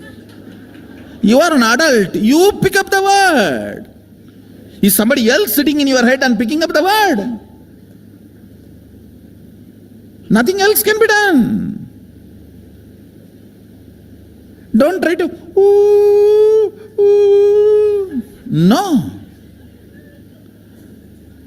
Still I am feeling very negative about spirituality. Then what can be done? You are an adult. You decide which thought current you decide to cherish as your part. I can teach only to adults. My kids may not be adults, but they are matured. Understand, their very connection with me makes them matured. Try to write both experiences so you understand how initially the word you generate in your space manifests reality. Then I will teach you about, make you understand about the space. End of the day, it is not teaching. I am just making you understand the spare parts you have. What I am giving you is owner's manual. I am not giving you any disciplinary. I am just telling you how to ride the bike. You go in 200 miles or 600 miles speed, I don't care. I am okay whether you do a race, a bike race, or you go for a pleasure ride. That is up to you. I am giving you owner's manual. These are the spare parts you have, and these are the effects and side effects you will have. And I want to tell you guys, this Rudraksha holds the space. This Rudraksha, see, just like battery has a capacity to hold the neutron, electron, that proton, that all the electricity activity, Rudraksha has a capacity to hold somebody's space. All the Rudraksha you are wearing is holding Mahadeva's space. It is energized and brought to you. So Mahadeva's space is put in that. Karukkidai Nigandu is done. Then it reaches you. You can even that word, record that word Karukkidai Nigandu, means impregnating with a thought current or experience. It is not even impregnating. The Karukkidai means making you deliver. It's end to end actually. Not just impregnating, then you may get aborted, who knows? So Karukkidai means successfully making you deliver this thought current as your experience. Karukkidai Nigandu. The word is from Prakrit. I think one of my important contribution is going to be reviving all these sweet words from agamas and making them all day-to-day used words.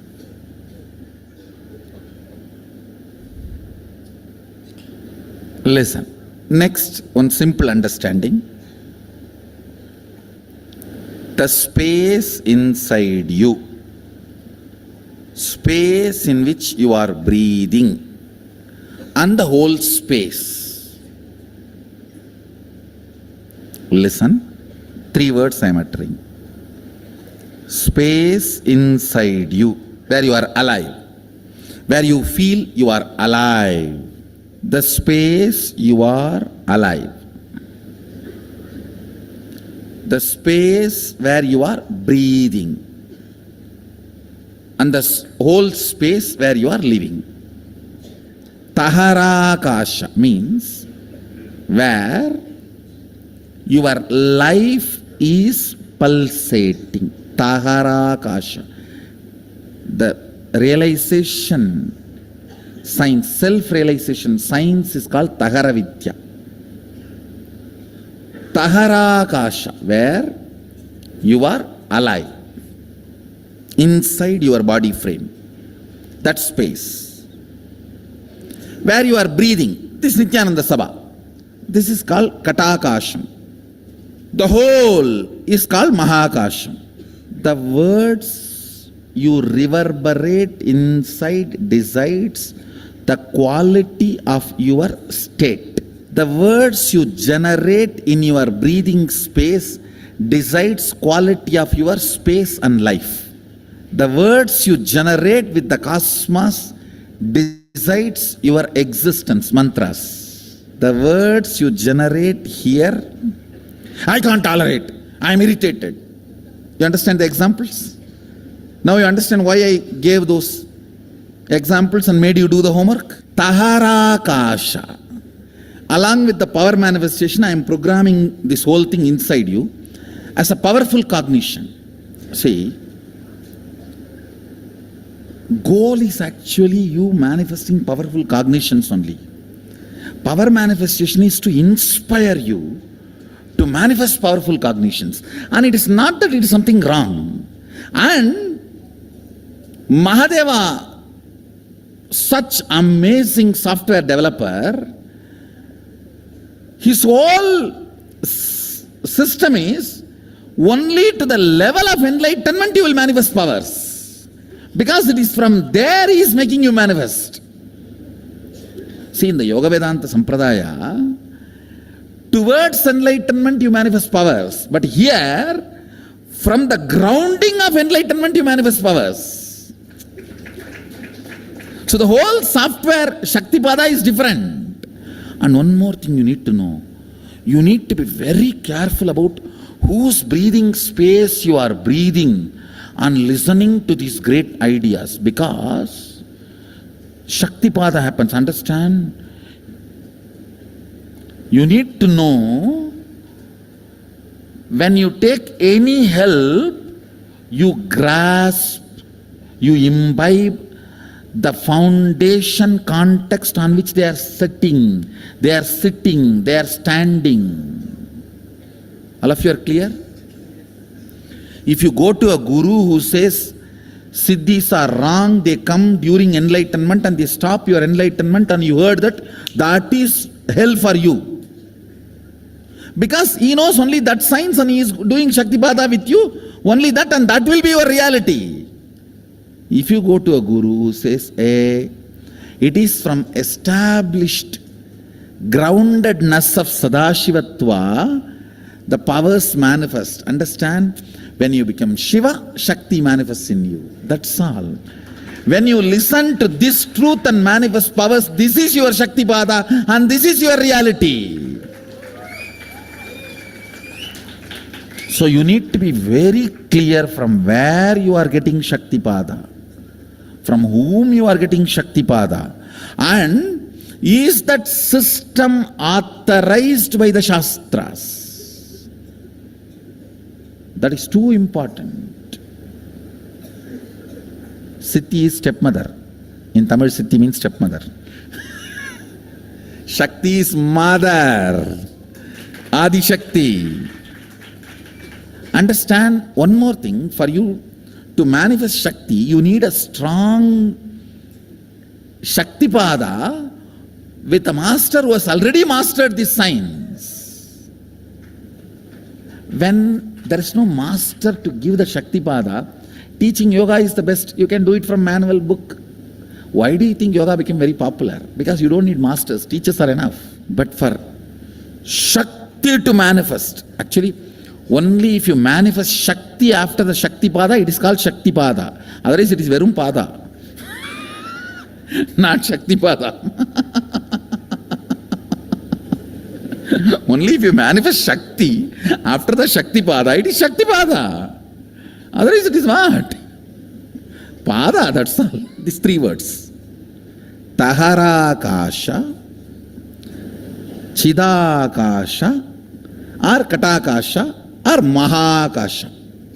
This has two words, Chitakasha and Katakasha, both. Why I am using both words, If you don't manifest what you want as a reality in your space, it is called Katakasha. If you manifest your life as you want, it is called Chitakasha. The state, space where you live. The state, space where you operate. As of now, all of you are operating in this Nithyananda Sabha. Am I right?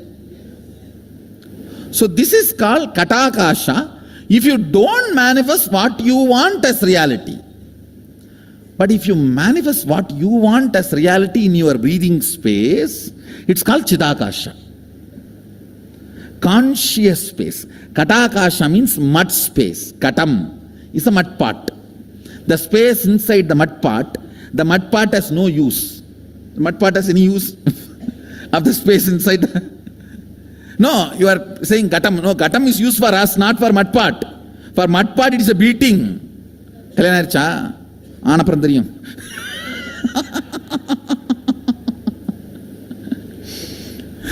No, he is trying to show, no, there is a use, Gatam.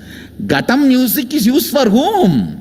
For us who generates, not for the Gatam. In your space, listen, your state is Taharakasha, where you exist, Taharavidya. Taharavidya means the knowledge of enlightenment science. Now whatever I am talking to you, all this can be classified as Taharavidya. Precisely if I have to translate that word, grounded in existence. Tahara, grounding you in your soul, Atman, enlightenment, is called Taharavidya. Where you are grounded is called Taharakasha. The space of your life, alive. Your state. The words you generate there and hit you decides the state you are in. Feeling experienced, expanded, joyful, or suffocation. All is within this. How many of you are understanding?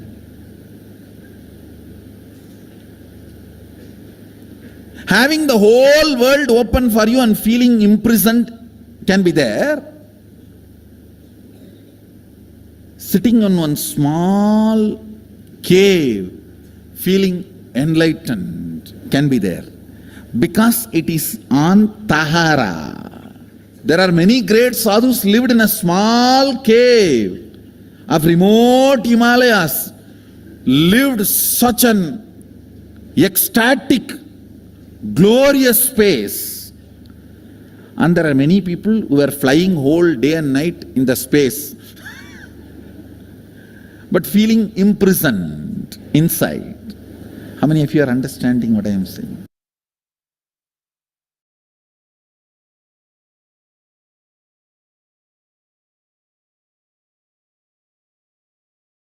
Yes, so with this, we come an end of this segment. So we'll be getting ready for manifestation of the powers. So please stay connected. We'll be starting immediately.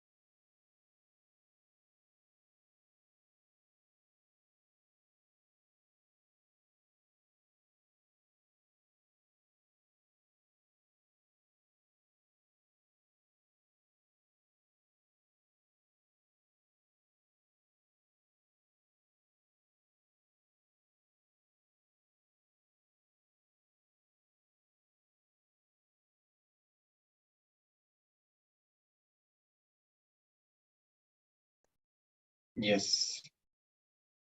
So we'll be manifesting the power of blindfold reading. So we'll be recognizing the picture while blindfolded. So you can wear the eye band. So before that, you can open the copy of Living Enlightening book. You can use the digital version also. You'll be connecting with Swamiji and opening the book at any page, or if you're using the digital version, you'll just be closing your eyes, connecting with Swamiji, and just scrolling to a specific place where you feel like, stopping. And there, naturally, by the very intelligence of the book, you will be guided to the correct, powerful cognition, which you can use for the optimal and the best experience of the power manifestation. So You can start doing that. So let's make sure that your head, neck, and spine in a straight line. So you can start doing that. So we'll give you a few minutes.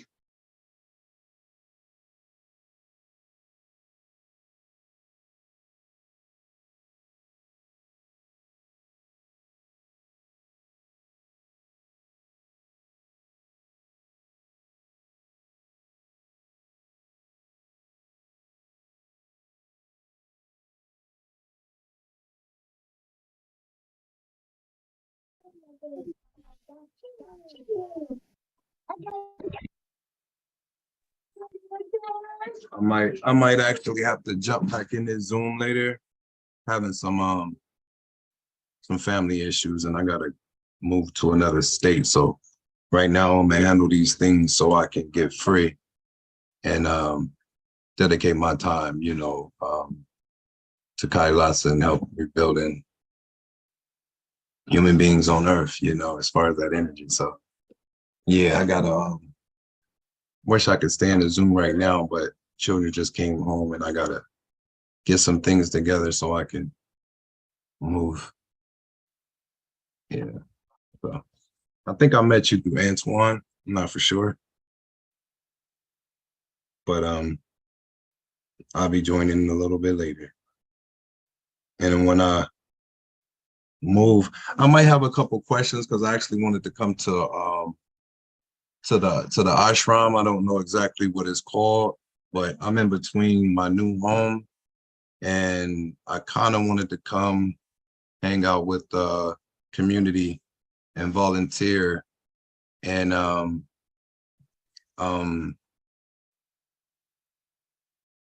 get some help with the with evolving my consciousness and learning some things that I need to know. So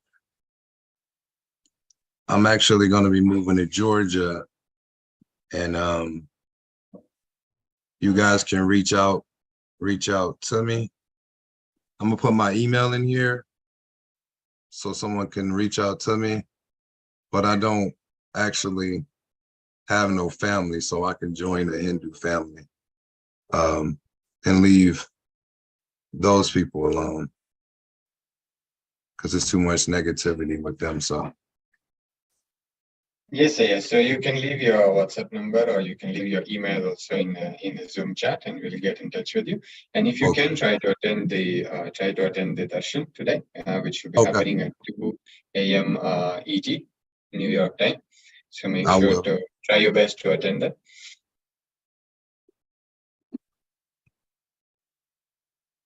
Yep.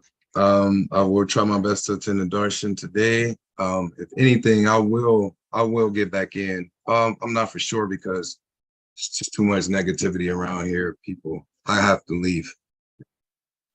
So I don't know exactly if I can, but I will try to get into the darshan today. Yes. And I will see you guys later. Yeah. Yes.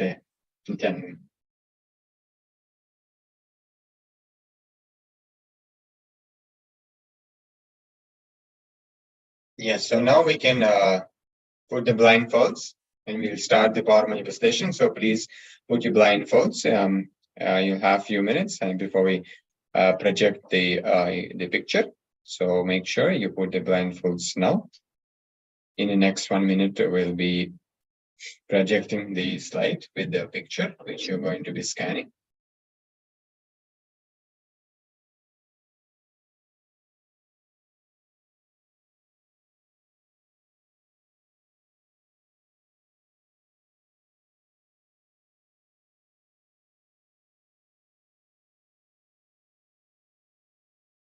Yes, so we are projecting the slide with the picture now.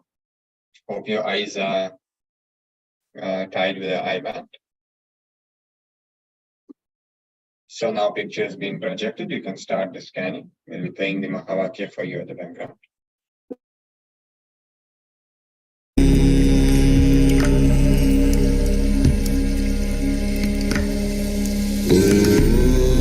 Nithyananda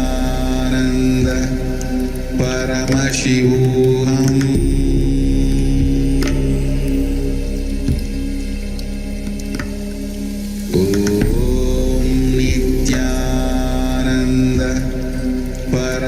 Paramashivoham.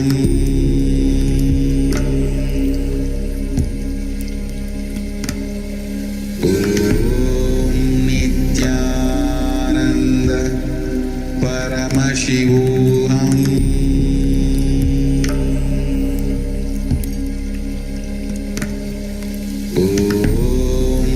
Nithyananda Paramashivoham.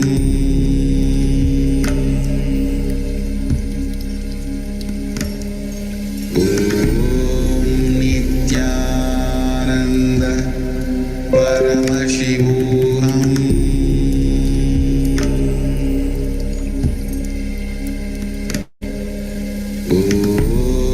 Nithyananda Paramashivoham. Nithyananda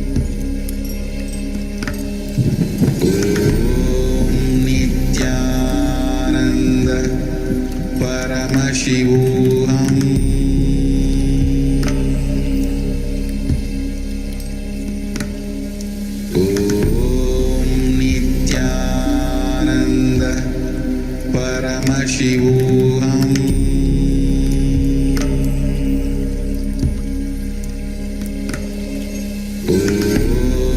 Nithyananda Paramashivoham. Nithyananda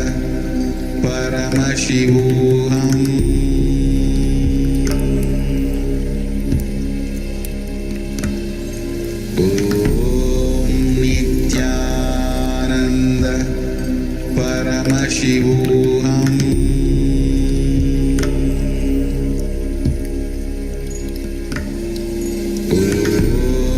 Nithyananda Paramashivoham.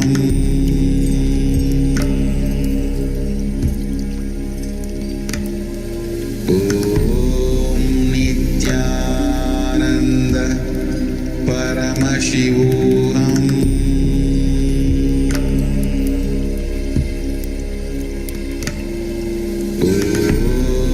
Nithyananda Paramashivoham.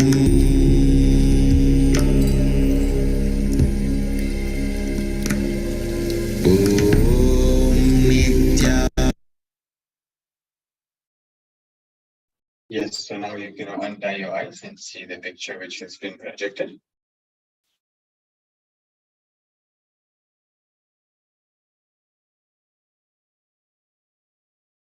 And you can let us know how was your power manifestation, how much did you get it right, and how was your whole experience, connecting Swamiji in oneness to the third eye. So you can let us know in the comment section through whichever social media you're attending this session from. If you're attending from Zoom, you can also let us know in the chat.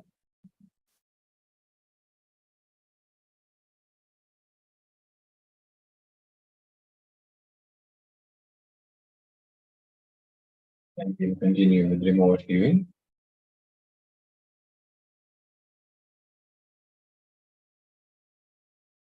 So you'll be connecting with any person that you can connect with or you want to connect with, and you'll be scanning their native place. You can explain to them about the power manifestation and request them to assist you for this power manifestation. And you can describe their house, scan their house, and describe it to them. Use the the power manifestation guidelines which were shared to you just before this, just in the beginning of this session. So you can start manifesting. Once that is done, you can also let us know. We will be starting the power manifestation now. So please do that.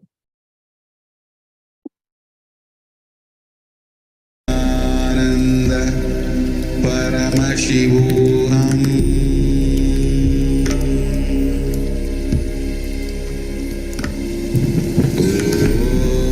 Nithyananda Paramashivoham.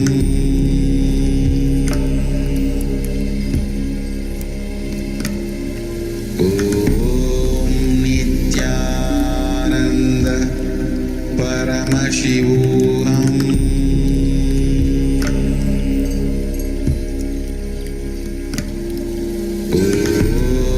Nithyananda Paramashivoham.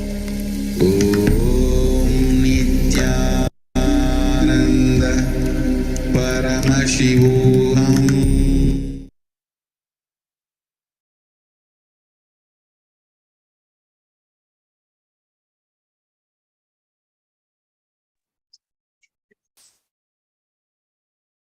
So with this, we come to an end of this power manifestation section.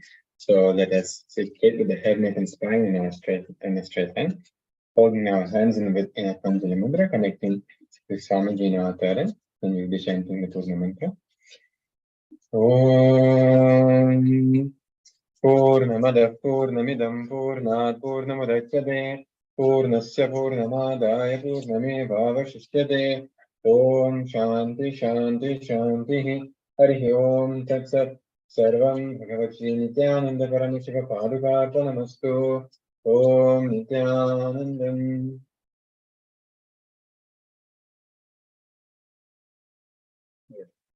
Stay connected for the further sessions. We will be resuming immediately.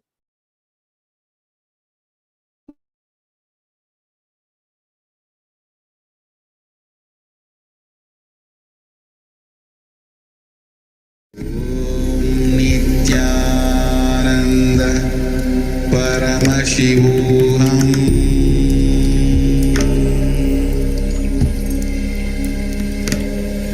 Om Nithyananda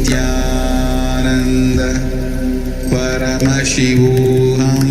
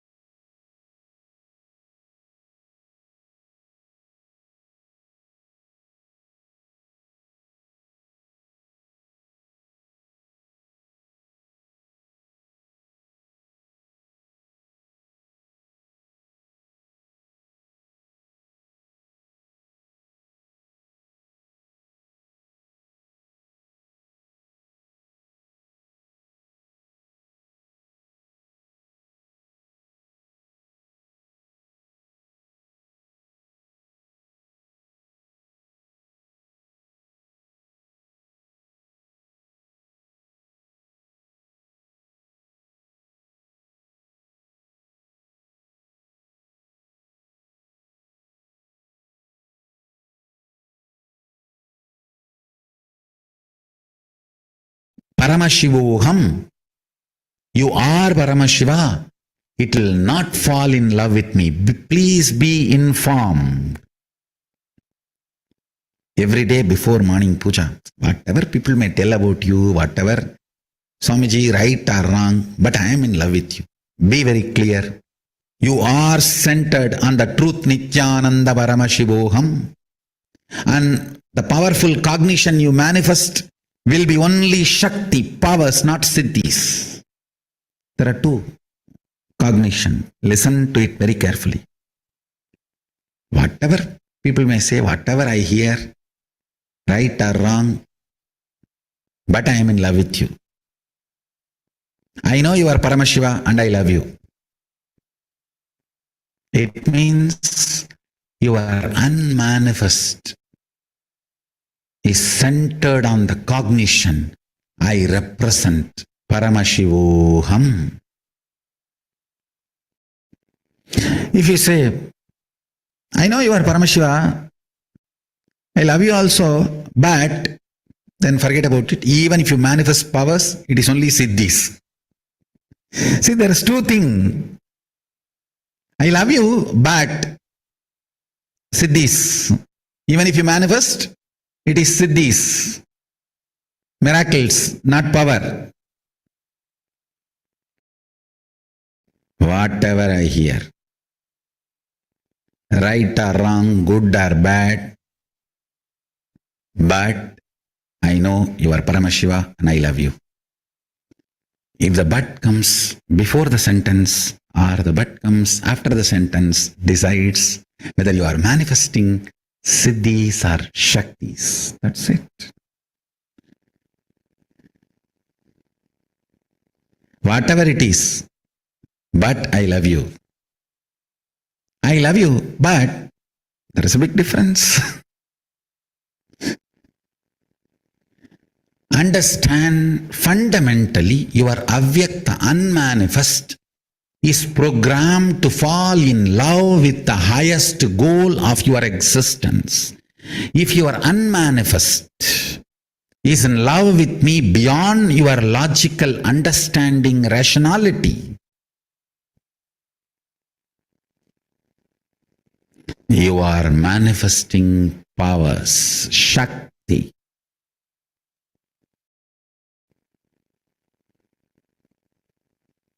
There's no doubt.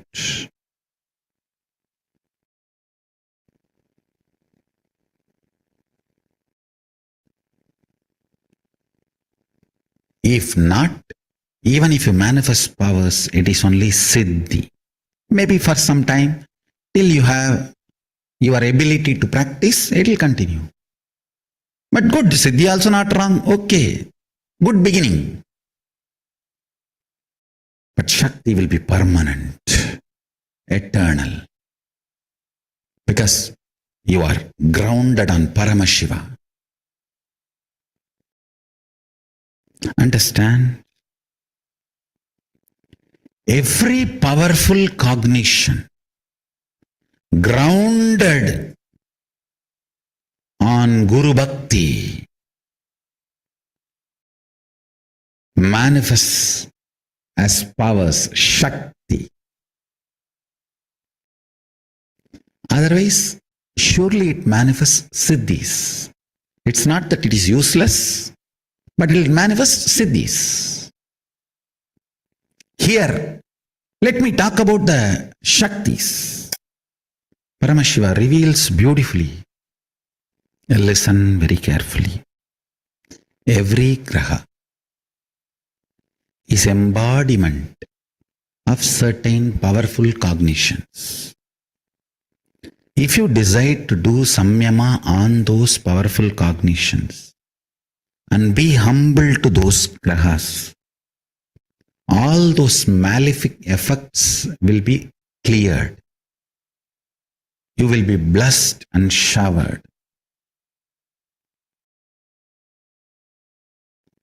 Navagraha dosha nivarana puja or Navagraha shanti homa or Navagraha pujas are all just to make you understand those powerful cognitions and make you practice humbleness.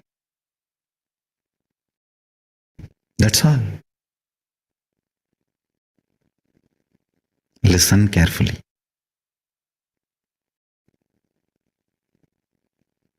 I'll reveal more and more whatever Mahadeva has revealed, Paramashiva has revealed to me. Now let me come back to this story. He showed all the grahas and taught me the whole thing. Then after everything was done, he just moved the hand. I don't know whether he brought me back to this planet Earth or he sent the grahas back to their place. Everything was normal. And it was too much, I tell you. I was in awe. Anyhow, the whole knowledge transmission was done. Then I asked him, Swamiji, did you take me there and showed the planets, or did you bring the planets and showed me here? He laughed and said, hey, I brought them here. See, I saw 9 stones on the floor. He was laughing. He was trying to tell me that, hey, through these stones only I taught you, I brought them here. I said, then what was happening there? If the grass are not there, what would have happened to the world, planet Earth? If somebody looks up, if the sun is not there, what will happen? He laughed and said, I froze the time. Nobody was allowed to look up. Please understand. I am telling as it happened. That's why I told him, please, you reveal, you utter the right words. I wanted the whole thing to be integrated. In integrity, with integrity. Let complete integrity be maintained with Paramashiva.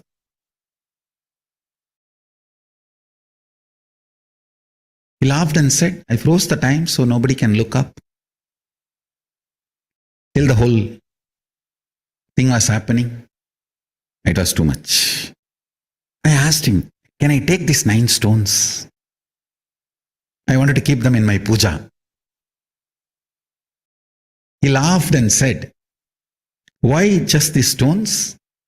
I'll install them. I'll put them in a land which will be later on, can be beautiful temple. He just blinked his eyes. Both of us were sitting in a place where now the banyan tree is planted in Tiruvannamalai Adinam. That is precise spot. That was the spot. He put all the 9 stones and we both were suddenly sitting there. We just disappeared from the temple and appeared here. And he pushed all the 9 stones on the ground and said, this place will radiate the powers of Navagrahas. Later on, you will understand why I did this here. Of course, maybe after decades, many years, we got that property. Now the ashram is there.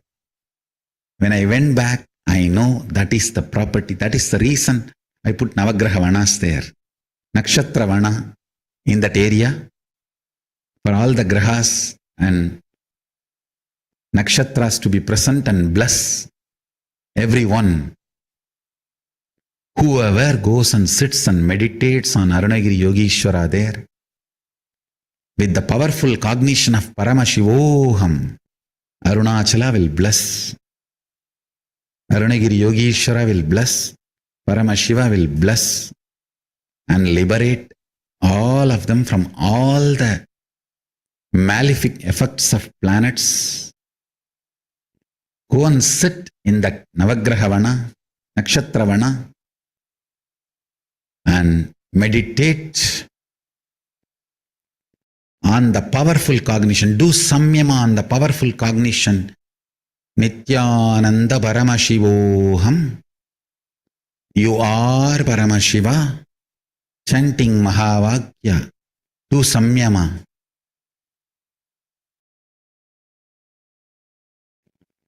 And be humble to Navagrahas. Be humble to Navagrahas. You will be blessed, liberated. No malefic effects will touch you. You will be free from all malefic effects and you will be only blessed and supported, and blessings will be showered on you.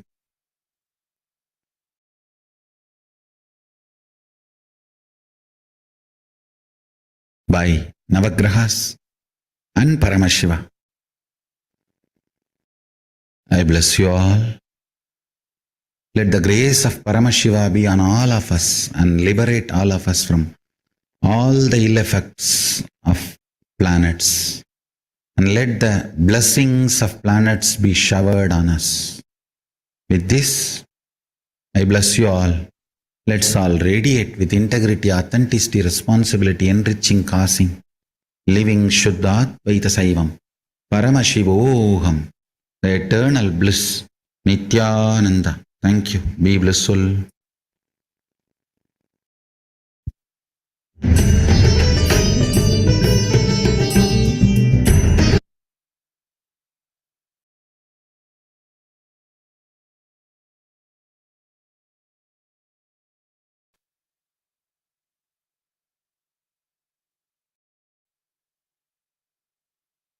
Madhyamam Asmadacharya Paryantam Vande Guru Paramparam.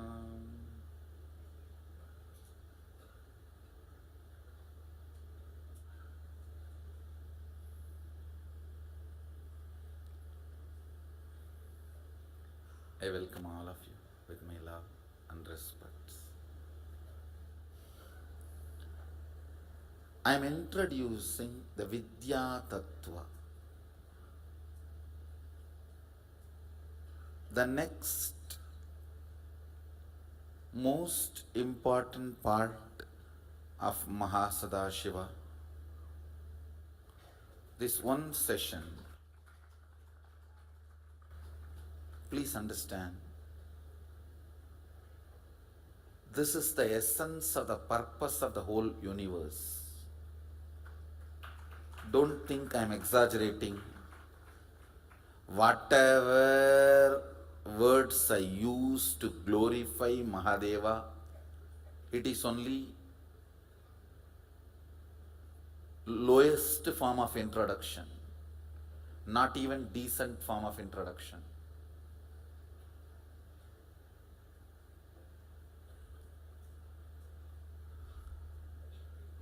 I am not going to talk in this very stupid way of, oh, all glory goes to God and all that language. No. All glory is God. What goes to God?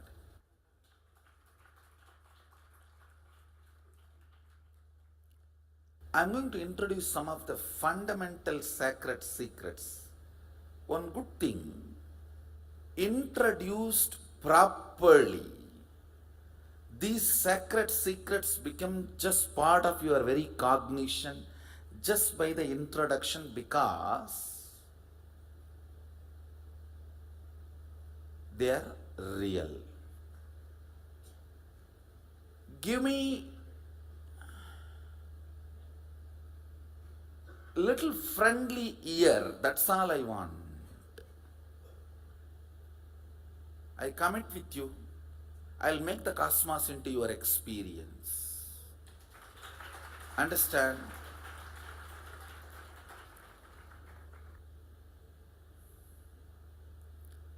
I'm going to introduce cosmology, Vidya Tattva.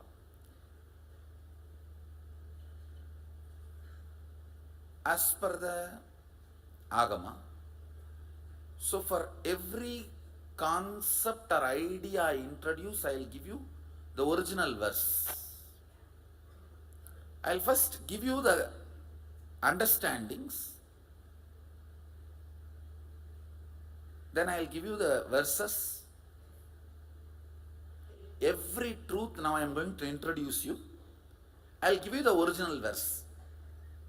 Just I do not want to interrupt a kind of a continuous understanding. I'll give in the end. There is no other tradition like Hinduism gives so much of freedom to revive, rejuvenate, reinterpret. Because it gives so much freedom, we have no right to distort, abuse, hijack. Understand? I am repeating. Because your mother gives you so much love, freedom, trust, you should not harm her. Because she never expects harming from you. Hinduism gives so much of freedom to reinterpret, reinvent, rejuvenate yourself. So you should not hijack, abuse, misinterpret, manipulate. Nothing else is required. If all the Hindu gurus come back to the original Shastra, planet Earth is saved. Nothing else is required. We have more number of gurus, infrastructure,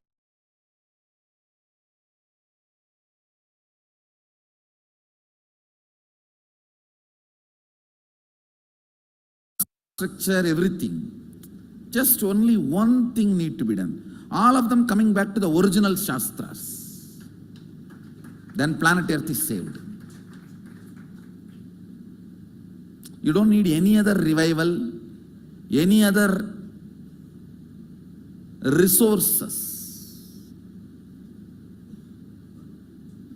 to make the planet Earth enlightened. The whole earth can become enlightened if just all the Hindu gurus decide, the Indian gurus decide to get back to the original verses, original Shastras. Because Shastras don't have expiry date, they are still alive. There is no expiry date. You just need to take them and practice them. Simply there. The result is there and manifestation is there, and they give you so much of strength and confidence, you just get more and more involved. Every day we are only getting more and more integrated to the original Shastras. Fundamentally few understanding. Please listen. You are made of the same material in which Sadashiva is made. In Sanskrit, the word dhatu is used. You cannot literally translate that word. The word has no equivalent English word, so I am creating my own word, Sadashiva wax. I am just trying to map that word dhatu into English. There is no equivalent word. Lot of agama words have no equivalent word in English because the concepts are too big.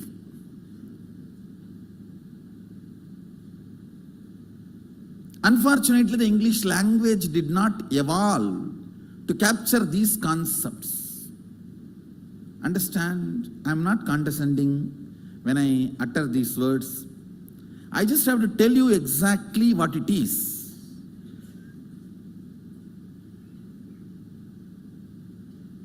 So upfront I want to tell you I am not condescending, and I neither have a superiority complex nor have an inferiority complex. I I'm neither arrogant nor humble. I'm not humble. See the way I'm sitting, the throne. I'm not humble. And same way I'm not arrogant. I'm not interested in being arrogant. What is there for me to show you? I'm very straight. So please give me a little friendly ears so all these great truths I can transmit it to you in a very straight way.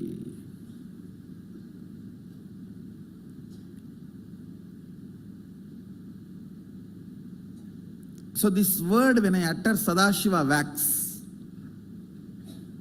you get a certain idea. Oh, it's a kind of a wax material in which Sadashiva is made. I am also made in the same way, same material. So this understanding, this thought current is captured in that one word, dhatu.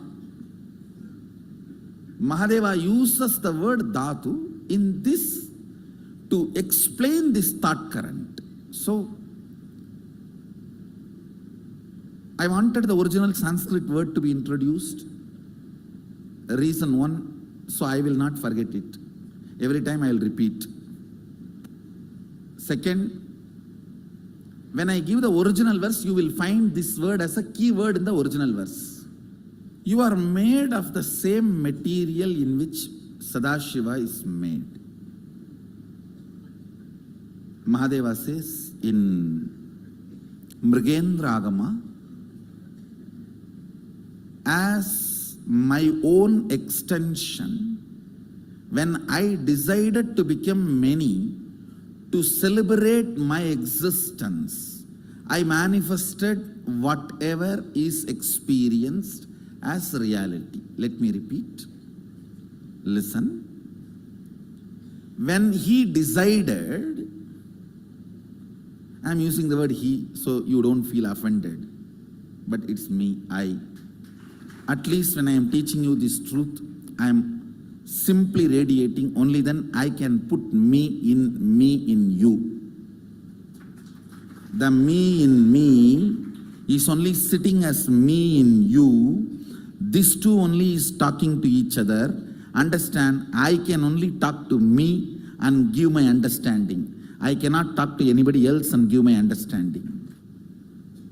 So the me resides in this as me, is residing in all of that as me, so that me, through this me, talking to me.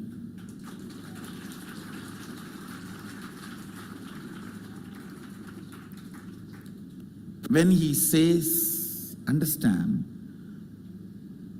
when I say I am him, if you don't offended, only then you will have the confidence to say you are he. You feeling offended when I say I am him is nothing but your guilt and deep SDHD that you are not him. Listen.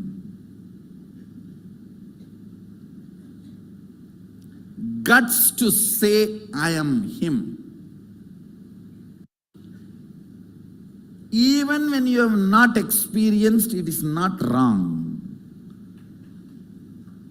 Sometimes people come and tell, how can I say I am Sadashiva? Is it not lie? Oh, as if you don't tell any lies.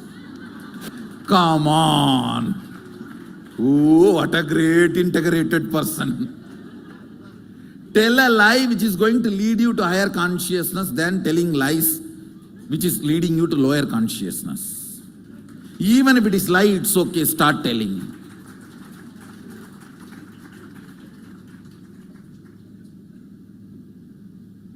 Tell a lie which breaks your SDHD. You are telling lies which is strengthening your SDHD. And now I am telling you, please understand, Mahadeva is very clear.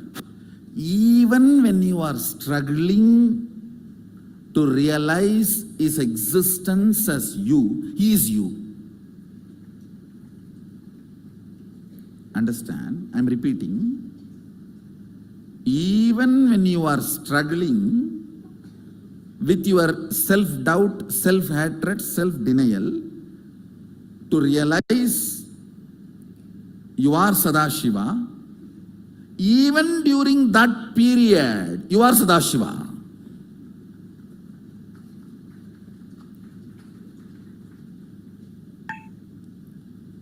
So you do not need to feel shy to tell yourself and others you are made out of the same material wax Sadashiva is made. Listen carefully.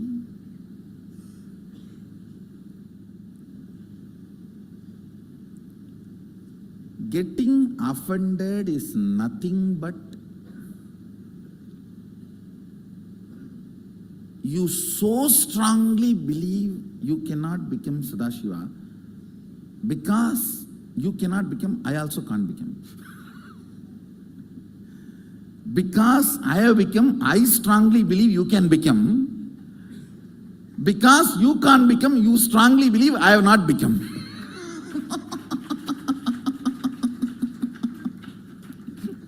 And this is what is the whole fight going on.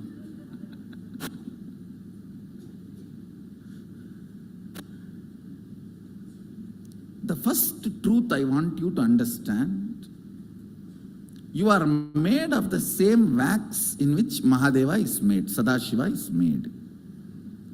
Second,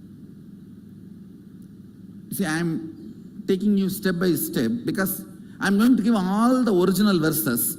So you will find whatever now I am telling, like a verse 1, verse 2, verse 3, like he is giving a very beautiful, like how to teach a beginner.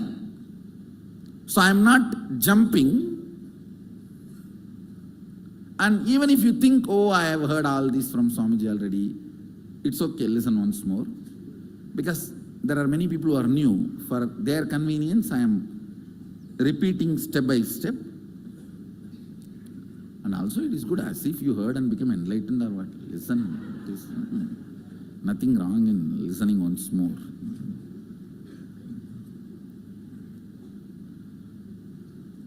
So till you become enlightened, listen again and again and again. That's all. So second, listen, Mahadeva says, I become many to celebrate my existence.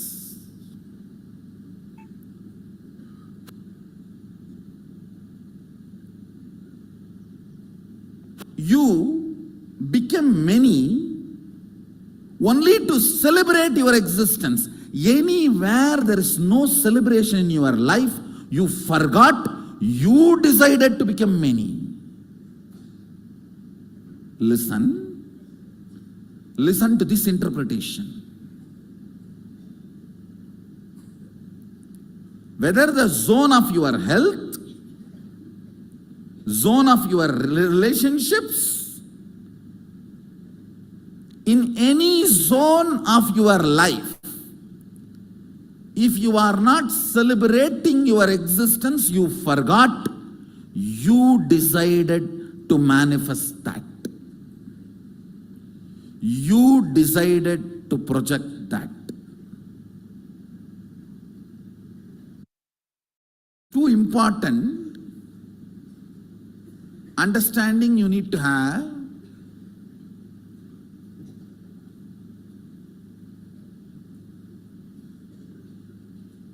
Wherever you are not celebrating your existence, whether your health, your relationships, your wealth, your relationship with humanity, your relationship with life, your relationship with nature, your relationship with existence, your relationship with cosmos, anything you forgot, you decided to become that. You decided to manifest. If you know you are manifesting. It is celebration. If it is not celebration, you are manipulating your own manifestation. Next verse, Mahadeva is introducing why he is talking about cosmology. Please listen carefully. If you don't know cosmology, after your death, even if all the 11 dimensions are there, you will not recognize them. Now, do you understand why I am introducing cosmology to all of you? Please understand. If you cognize there is only one birth, there is only one plane, and there is no next birth, there is no other higher planes. If you function only on that cognition, after death, when all the dimensions of the universe opens, you will be overwhelmed. You will not recognize any of them. You will be stuck to your dead body. That is why the religions which teach only one life ask the body to be preserved. Please understand. Here I wanted to clarify, I am not going to criticize or put any religion down, but I am going to tell you the truth as it is. And also I want to tell you, whatever now I am saying as Shastra Pramana, I tell you with all my integrity, Mahadeva has given this as an experience to me. And not only he has authorized me, he has empowered me to give this as experience to all of you. So I am very clear about what I am talking. I am responsible for what I am talking.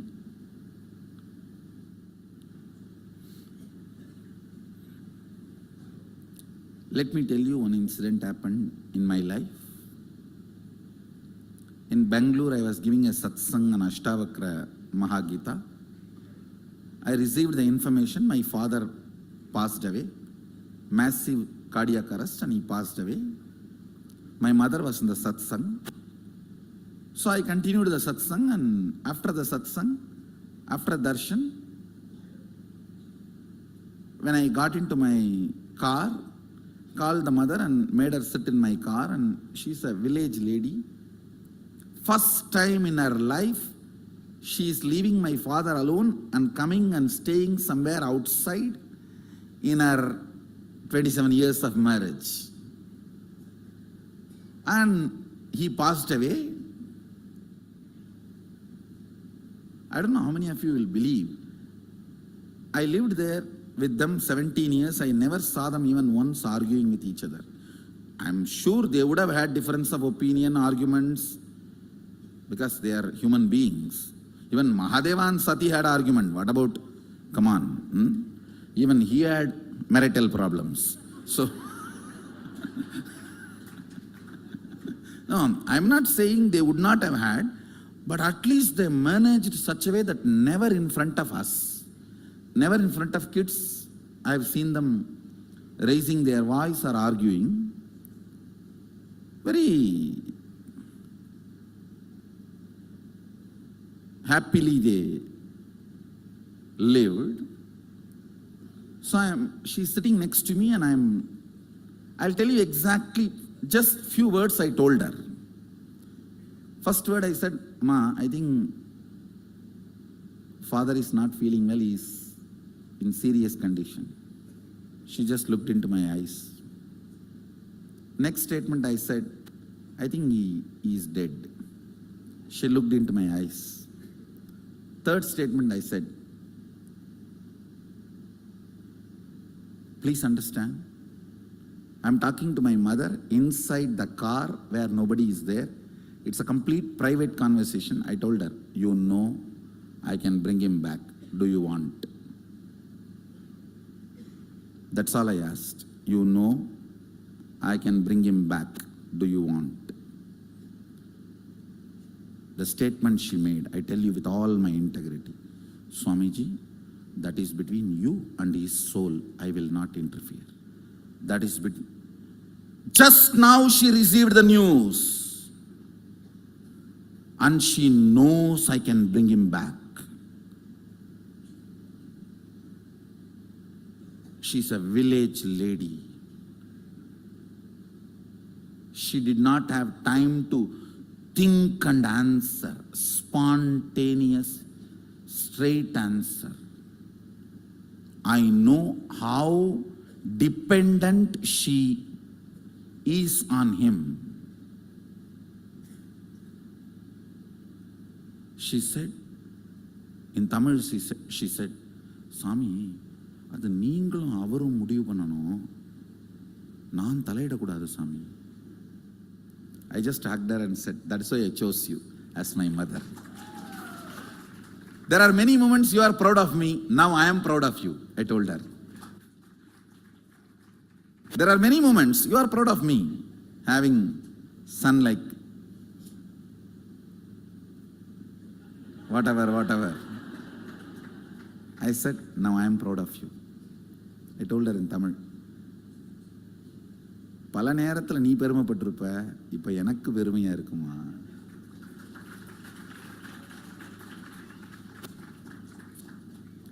Understand with mother. In the moment where my father is dead, you can't expect me to lie or give a false hope.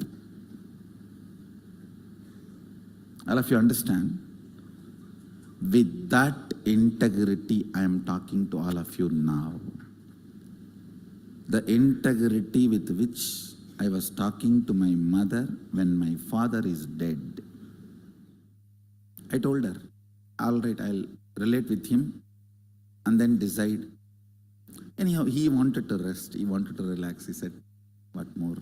Just, he wanted to rest, so I liberated him, and that's different. Understand, I cannot and I don't need to lie to my mother when my father is dead. And I have a very intimate relationship with my mother. With that intense integrity, I am introducing this cosmology to you, and I give you two commitments. One, all these dimensions are in my control. When I say I really mean, I'll give you understandings about these dimensions. This is the first commitment. When I say understanding, not just intellectual, experiential. This is my first commitment. Second, I'll empower you to play with these dimensions while you are in the body or after you leave the body. This too is my commitment. All I want from you is just sit and internalize the truths I am sharing with you, because introduction is very important to relate with this higher dimensions.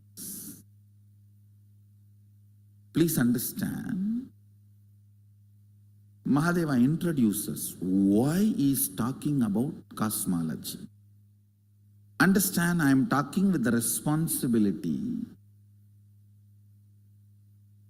See, for example, you are asking me how to go to Bangalore.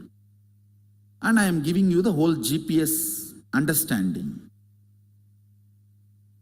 I am responsible for what I am talking, because the moment you go out, you are going to follow what I am saying.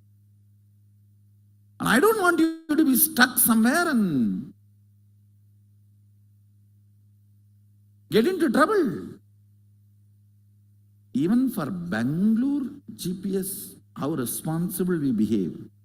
Don't you think the Cosmos GPS, I will not be that responsible with you? Understand.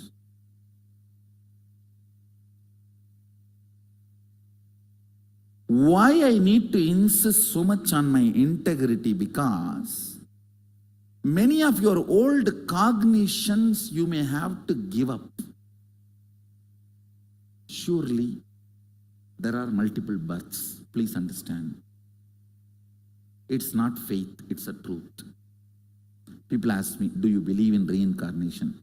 I say, no, I don't believe. I just know reincarnation is the truth.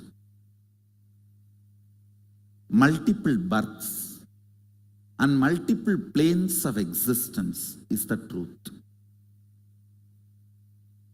Please don't be offended. God did not wake up one day 4,000 years before and He did not create all this. No, I'm not criticizing. Don't you see, it's a very silly conversation. See, I'm not talking in a religious stage where debate and all this is going on, or where the religious supremacy is declared. No. I am talking to all of you, giving you the GPS for your life and death. So I am talking with responsibility. Don't brush me aside thinking that I am one religious leader talking high about his religion. No. Please listen. I am not declaring here supremacy of Hinduism. No. I am introducing you the science. I am talking like a scientist, not declaring any supremacy.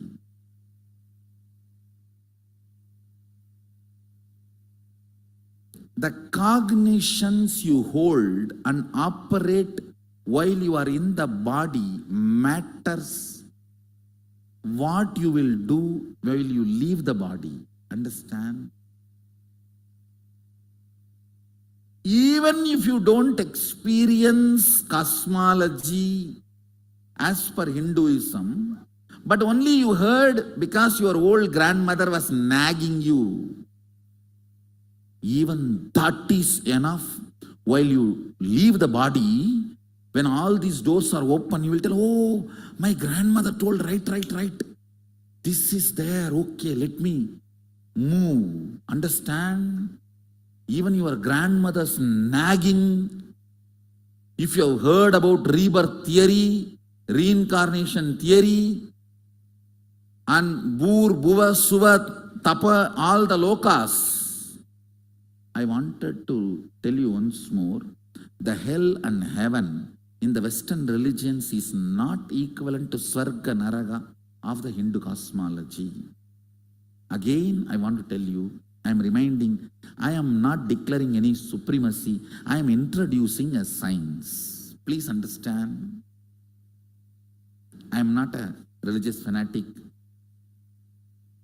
I am not declaring any supremacy.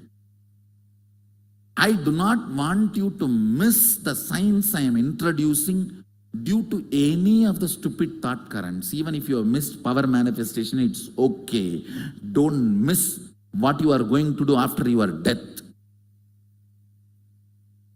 Your cognitions now, please understand, your cognitions now matters what you are going to decide after you leave your body.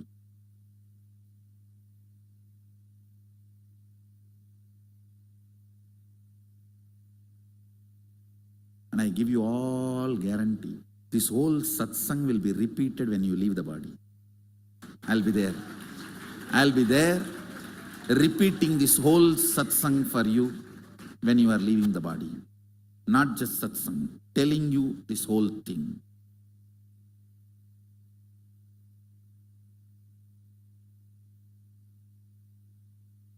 What you cognize about you, universe, and Mahadeva, Sadashiva matters, because you are going to decide when you leave your body the ideas you have about these three, many major decisions of what to do further.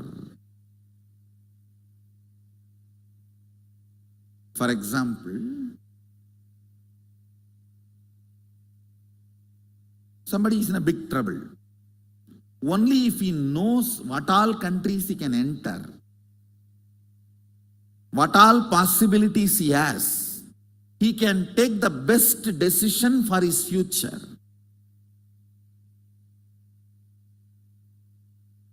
Understand what I am saying? If somebody is banned in one country, he cannot enter that country anymore. He needs to know all the choices available for him to design his life further.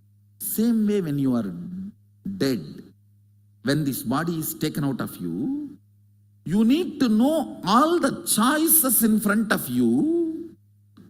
Only then you will make the best decision. I tell you, teaching human beings there is only one life is the greatest sin, because all the higher possibilities are locked for that man. So understand, this is the same thing you will do if you don't have cognition about the cosmos when you leave the body. What I am doing now to you guys is the ultimate life insurance. Everything else is death insurance.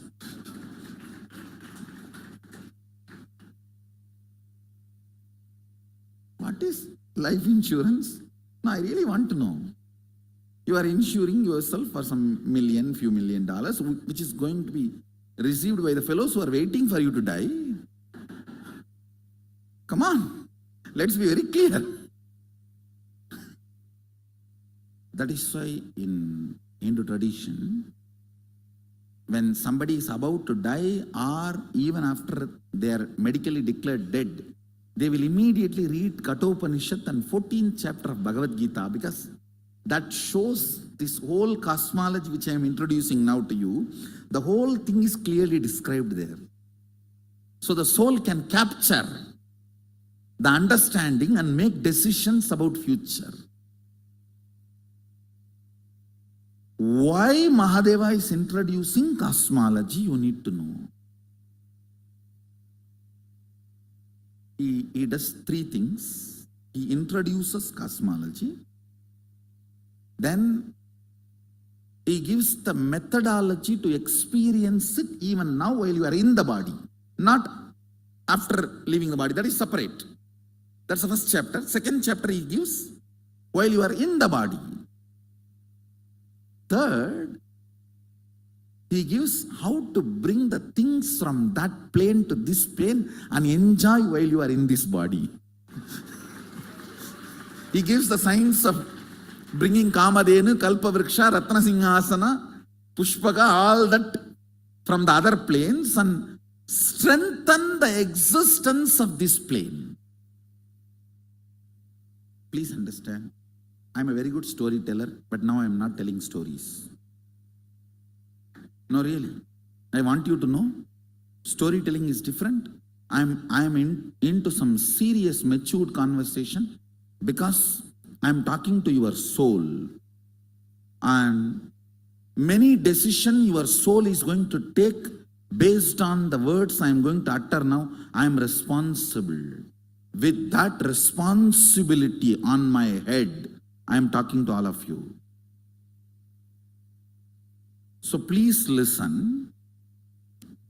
But you will not have much complication in internalizing. But if you are new to this tradition, especially cultural shock, I think most of these Indians have cultural shock. I am telling you. No, really. Don't if you are from other countries, don't think, oh, these Indians are fortunate, they know everything. No, relax. Relax. Which is not true. One benefit you will have if you are from Indian Hindu family, you would not have heard any other ideas. So it will be little easy for you. Okay, yes, I think must be, because this is the way my grandfather will scream at me. No, this is the way all the grandmothers, grannies will scream at the grandsons.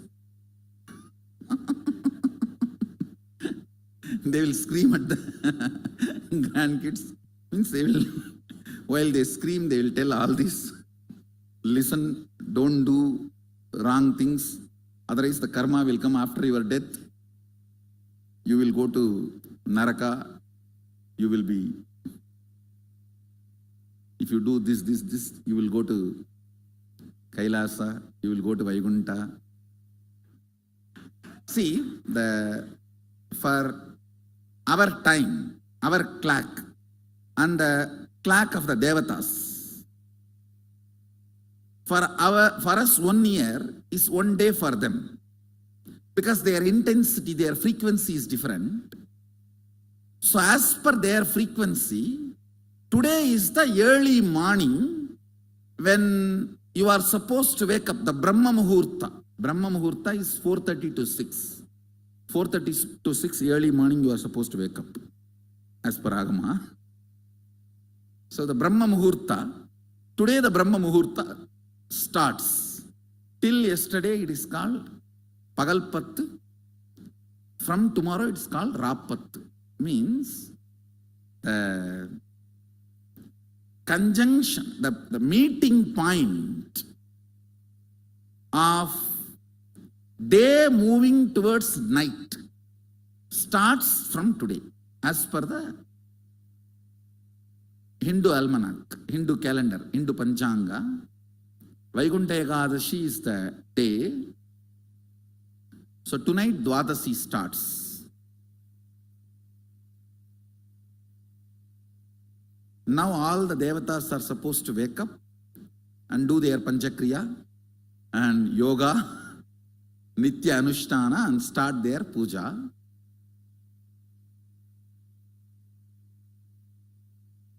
As a gift, bonus, Vishnu opens all the 11 dimensions and blesses the universe. Anybody has a free entry today. This few days, all the 11 dimensions are opened and made available for all the beings to come and enjoy. Like they give you free tour and free entry. And I want you to know all these are not jokes. It's true. It is really true. The next truth. Listen very carefully. The next truth.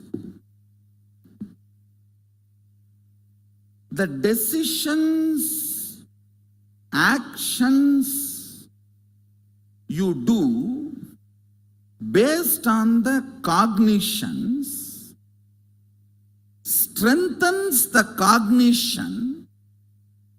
Listen carefully. Now please listen. Listen. I'll give you an example. You cognize because I am telling, or your grandmother told, there are multiple births. And you make the decisions based on that cognition. It can be good or bad. It can be good, oh, because there are so many births, let me not do anything wrong. So I will not suffer next birth. Let me do good. I will be happy next birth. That is a good decision. You can even do bad decision. Oh, there are so many births. Why to do anything? Let me just loiter around and I will come back and do anything next time. What is the urgency? We have enough time.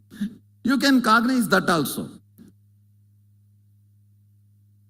Whether good or bad does not matter, but the number of decisions you take and actions you do based on the cognition strengthens the cognition. Listen.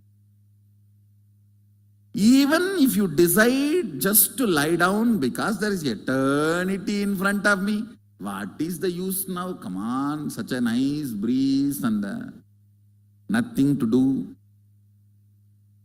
You may not have many things in this world now if you decide not to do anything from this cognition of multiple janmas are there, but the cognition gets strengthened. Listen to this idea. I am repeating. Good or bad does not matter. Good or bad you decide based on the result on this birth. Good or bad does not matter. Number of decisions and actions you do based on the cognitions strengthens the cognition's existence in you. The cognition gets more and more grounded in you. I'll give you one by one understanding, one by one. So it just becomes part of your cognition. And now when I read agama, I'm wondering what an amazing teacher Mahadeva. Every step beautifully, it is like sipping a cup of coffee only. He doesn't tire our logic at all. He takes us so beautifully and suddenly gives that opening. So I'm following exactly as is and translating it. The part I am teaching you all now is the Vidyapada of Kamika Agama. The chapter name is Mrihendra Agama, and I'll give you the verses. End of the session, you can read and understand whatever I am talking to you. Cosmos is introduced by the fellow who created it. He himself is telling what he created. So this is the most authentic version. Especially when it comes to knowing about universe and all, don't learn from silly conversation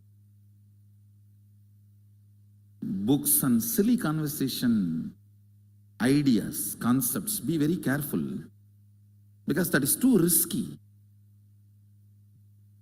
Whether you practice yoga or your understandings about the cosmos, life, always find the original Shastra Pramana.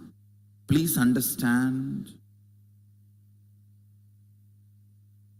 My first priority is keeping the authenticity of the Shastras. Even power manifestation is second priority only. Understand? Shastra works. Not whatever works is Shastra. No. Understand? Not whatever works is Shastra, Shastra works, is my statement.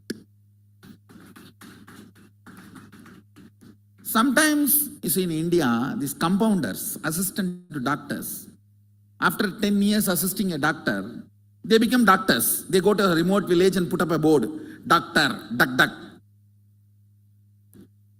And they learn by practice. Oh, headache, white tablet. Stomach pain, black tablet. Leg pain, green tablet. Yes, it will work as long as the pharmaceutical companies don't change the color. Understand? Even if it is little difficult, learn from the proper methodology time-tested, foolproof, well-established, original, authentic source. So I'm repeating, whatever works is not Shastra, Shastra works is my statement. Sometimes we tend to, oh, if it works, it's Shastra. No. No. That's compounder. It'll work sometime, but not for all, not for everything. Atma Pramanas, unless they are acid washed with the Shastra Pramanas, should not be taught to everyone. Many times Atma Pramanas are only for us. Only if it is acid washed with the Shastra Pramana, it is for all of you, for everyone. Mad Guru, only after acid wash of Shastra Pramana can become Jagat Guru. Not before. Let me go to the next understanding. Please listen. Cosmos, because it is unknown to you, if it is introduced in a very friendly ambience, listen, you digest the whole thing as experience. Listen. Mahadeva says very clearly, if I teach you something based on which you need to make decisions immediately, which is going to change your life, because you don't want to change your life, you will question the very teaching.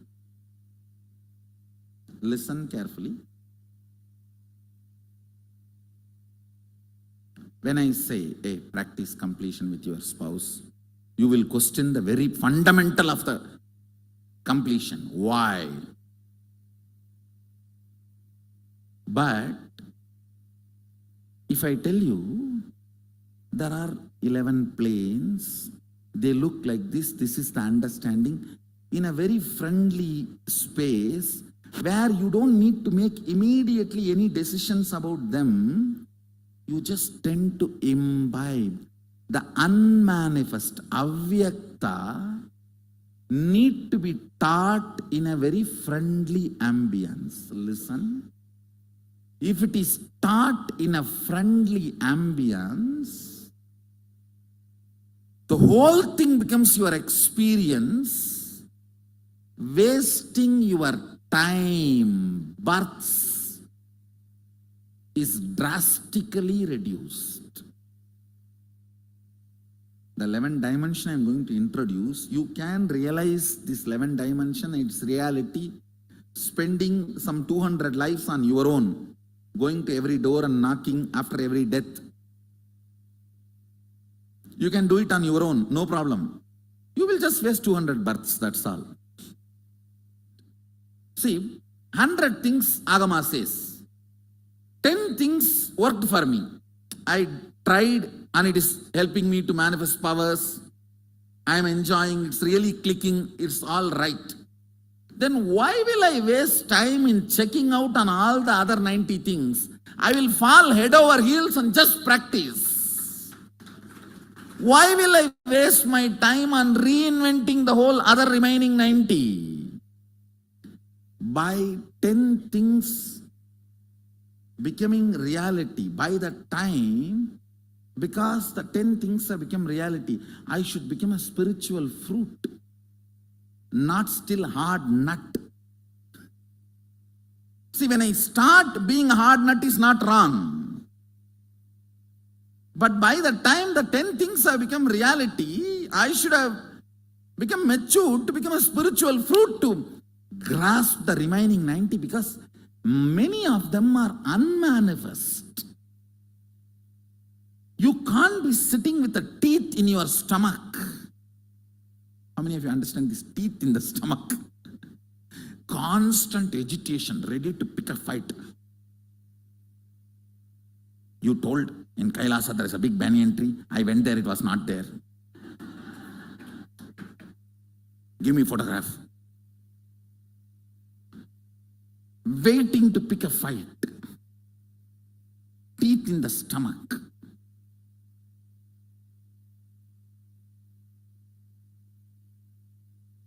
Understand?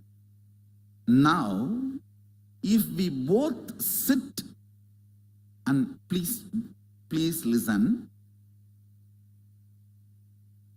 I was telling you each chapter, the first Sattva Tattva, we worked, then Atma Tattva, now the Vidya Tattva, then it is going to become Shiva Tattva. Listen.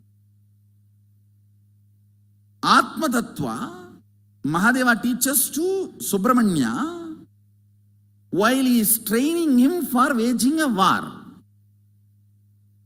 This Vidya Tattva, which I am going to talk now, he is teaching to Devi when she is sitting on his lap. Understand? Exactly the same way in our temple, Devi is sitting on Mahadeva's lap. This need to be taught with a very intimate trust.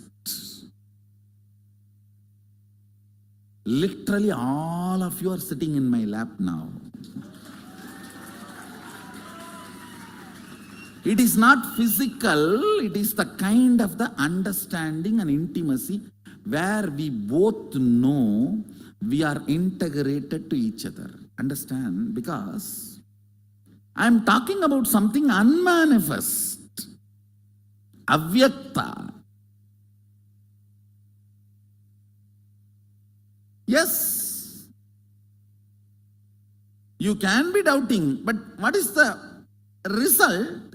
Waste of your time. How many of you are understanding? That is the reason I am picking up this chapter after giving you enough experience of power manifestation.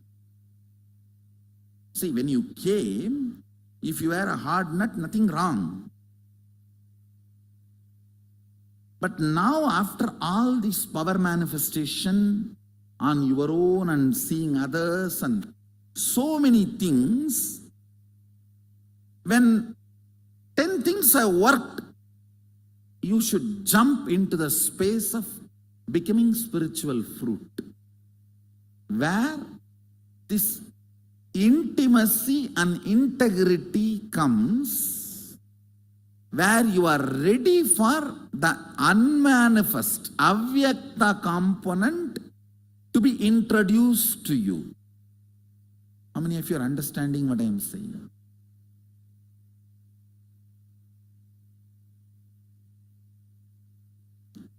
See, some concepts in the initial level where you need to check out should be presented like that with that kind of a logic. But now the truths I am going to explain to you has to be conveyed in the language of Sami, Unnada.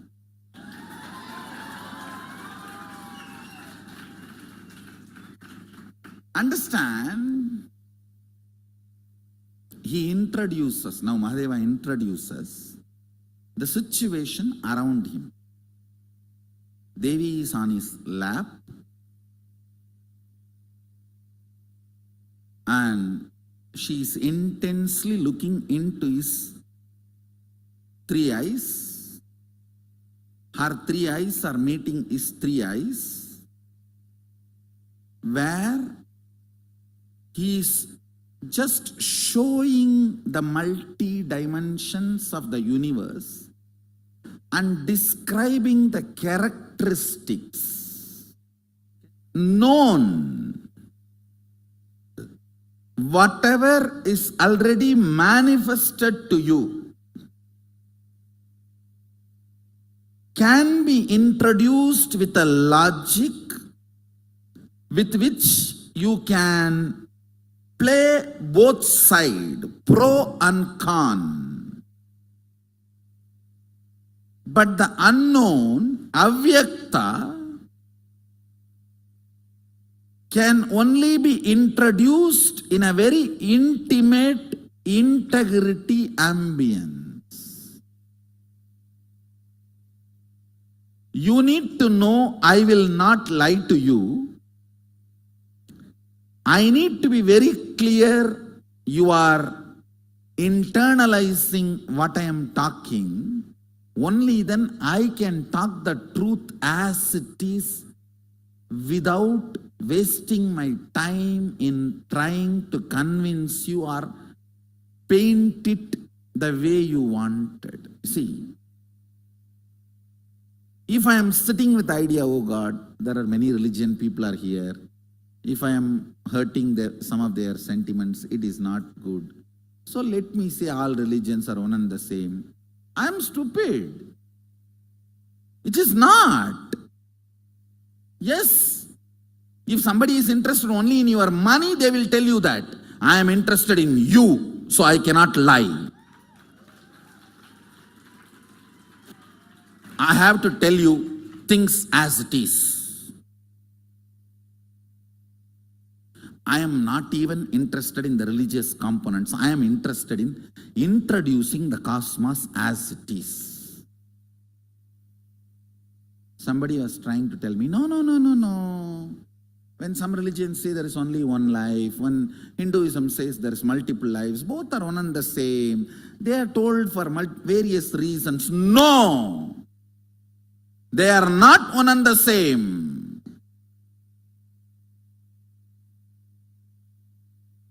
For any reason, the cognition you are given, decisions you make based on those cognitions while you are operating your body matters. The decisions you are going to take after you leave your body. Please listen. How you are going to make friends in your elementary school and high school matters, because that is the way you are going to make friends in your college or after you get into a job. The cognition with which you are operating matters. Every day morning when you wake up, when you decide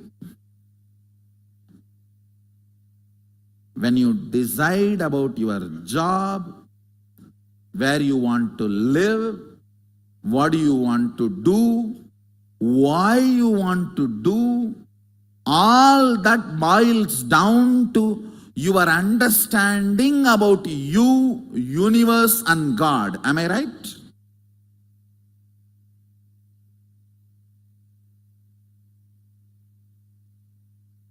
Whether you make good decision, bad decision, I don't know about that.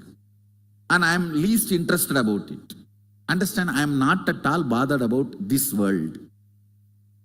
Politicians have already screwed it. It is no more livable. Let me be very clear. I am not at all interested in this world.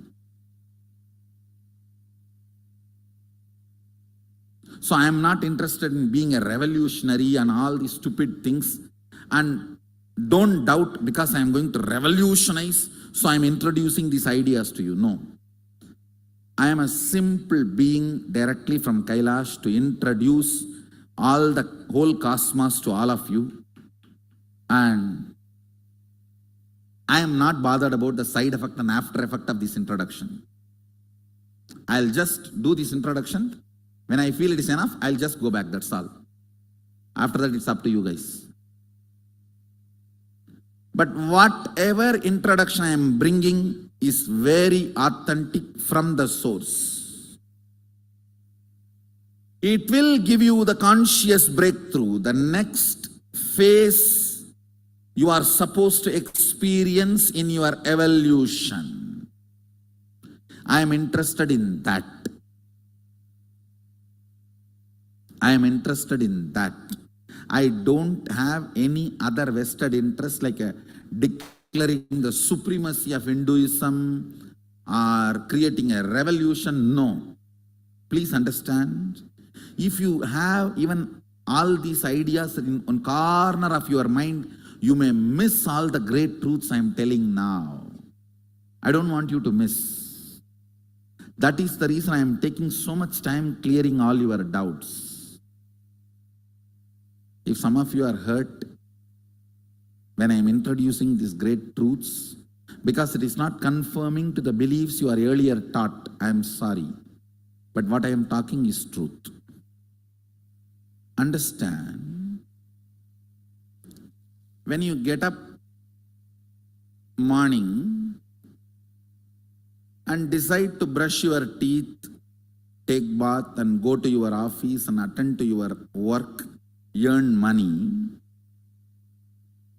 you can decide, because you have multiple births and you are free.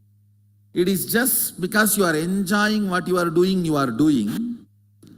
Or you can decide, no, I have only one birth. I just have to squeeze maximum from this planet Earth and bring it under my control and do everything I can within this 100 or 100, whatever time I am going to live. Anything can be the reason why you are doing what you are doing. Whatever is the reason why you are doing what you are doing is going to be more and more strengthened in you by more of the decision and actions of you. How many of you understand this? So, I am not bothered about why you are deciding or doing. I am bothered about what is pushing you,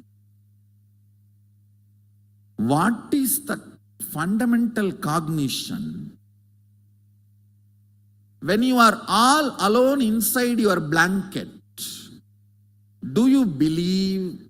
Yes. Do you cognize? Yes, multiple births is one of the important possibility I have, and I think my decisions in life is going to be based on that. Or you feel, no, who knows? People are telling so many things now in front of me. This only is there. Let me just decide based on this. What is cherished in your heart matters while you leave your body. How many of you are understanding this? Not what you tell others as what you believe, but what you cherish in your heart as what you believe.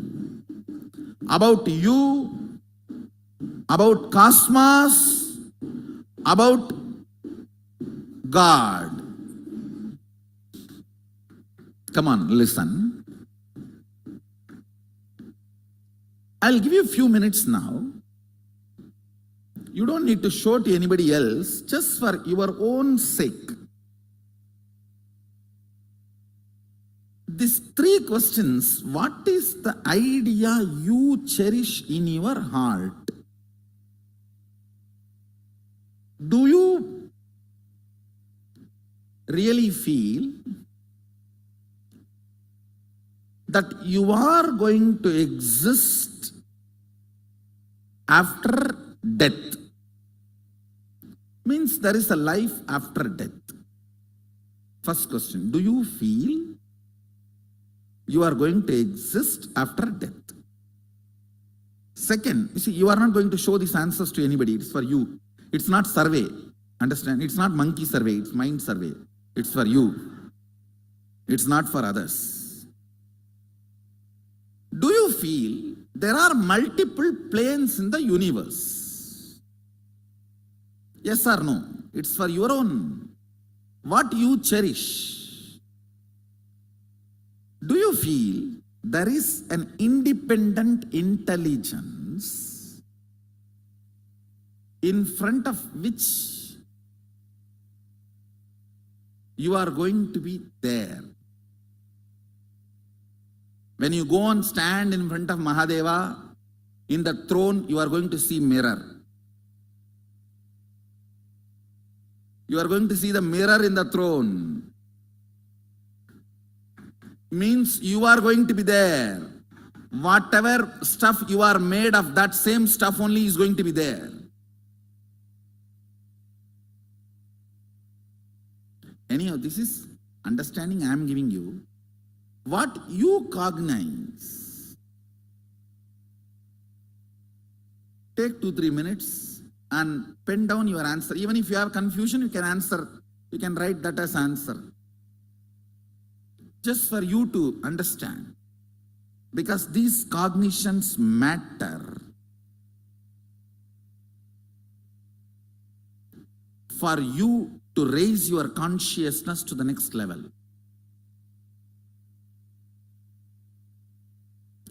This all matters not only your journey after death, even your journey while you are alive. It's for you to contemplate and think for a few minutes. Because many times, just because you never thought about them, they remain as a blind spot. See, you have a huge property in your hometown and never you have been informed about that and you never saw your document and not using it because you did not know is the huge blind spot. Same way, sometimes many of these great understandings and experiences, because they remain as a blind spot, you never contemplate or look in. You don't use them in your life. Just like how I was talking to my mother, too intimate, completely naked. It is straight truth. Later on I asked my mother, at that moment did you cognize I have the power to bring him back? She said, why? What is this, Swamiji? Why not? I know for sure, if I asked, you would have brought him back immediately. But I decided he is a soul and you are the authority and it should be between both of you. I am nobody to interfere in that.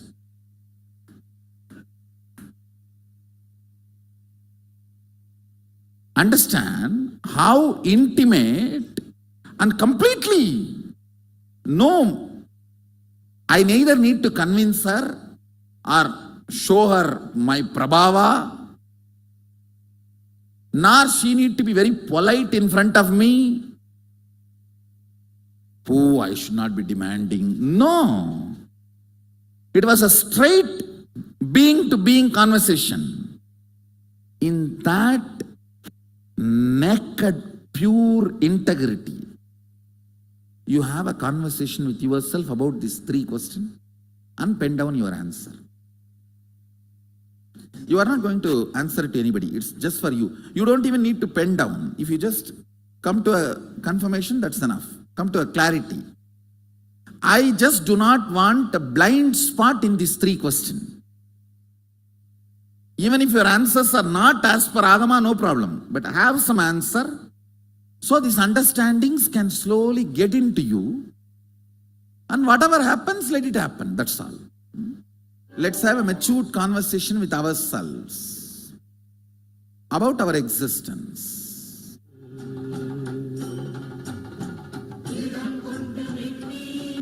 Listen, almost all the important ideas I need to convey as an introduction to Vidyapada, I have conveyed. This last one idea, please listen. Because it is all about unmanifest. Listen, please listen. Listen. Because it is all about the unmanifest. Unmanifest means not directly perceived by your senses. But don't think it does not exist. If the software with which you are operating, if that software is upgraded, see, it's like if you upgrade your software in your iPad, in your tablet, the camera definition can be increased. It can be HD camera. The quality can be raised, or the information you capture can be processed in much higher level, in higher frequency. Capturing, processing, everything can be done in next level if the software is upgraded. Same way, unmanifest does not mean it does not exist. Atheists are those who claim unmanifest does not exist. Communists are those who are frightened about the unmanifest. Understand? Seeker are those who are curious about unmanifest.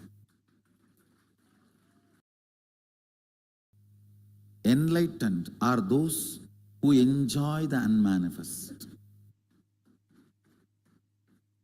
My disciples are those who own the unmanifest.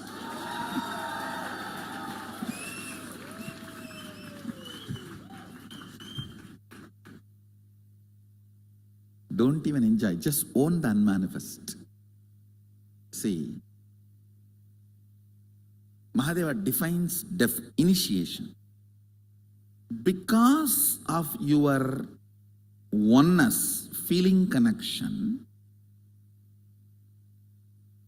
just imbibing, downloading the cognitions of your Guru as your own, without wasting time in reinventing, is initiation.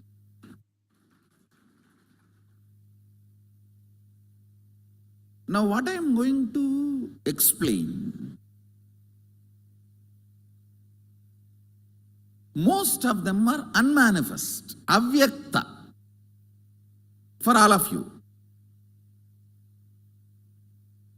But I am going to upgrade your software, means the material out of which you function.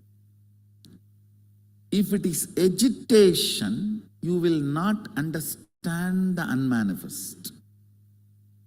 If it is restful awareness, your connection with unmanifest will become so strong.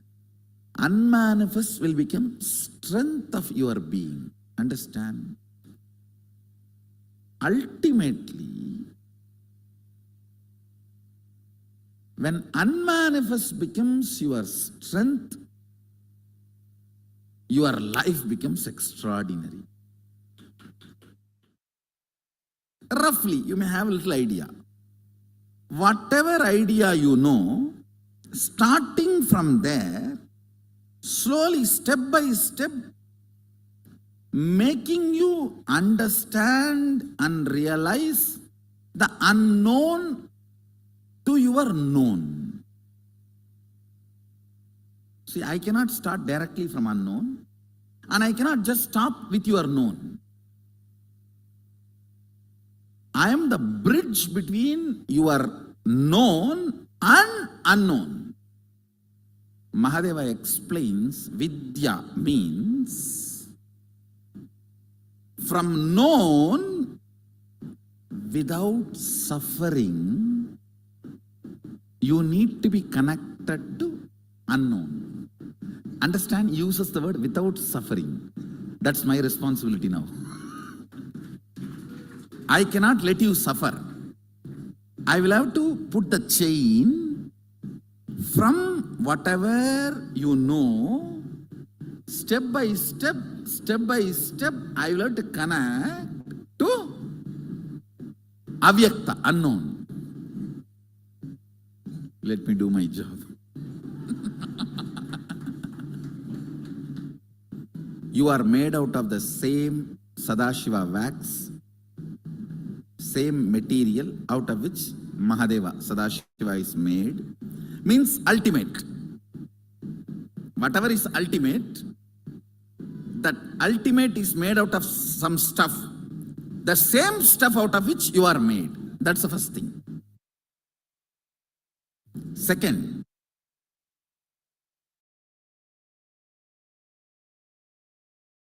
you decided to become many, to celebrate your existence.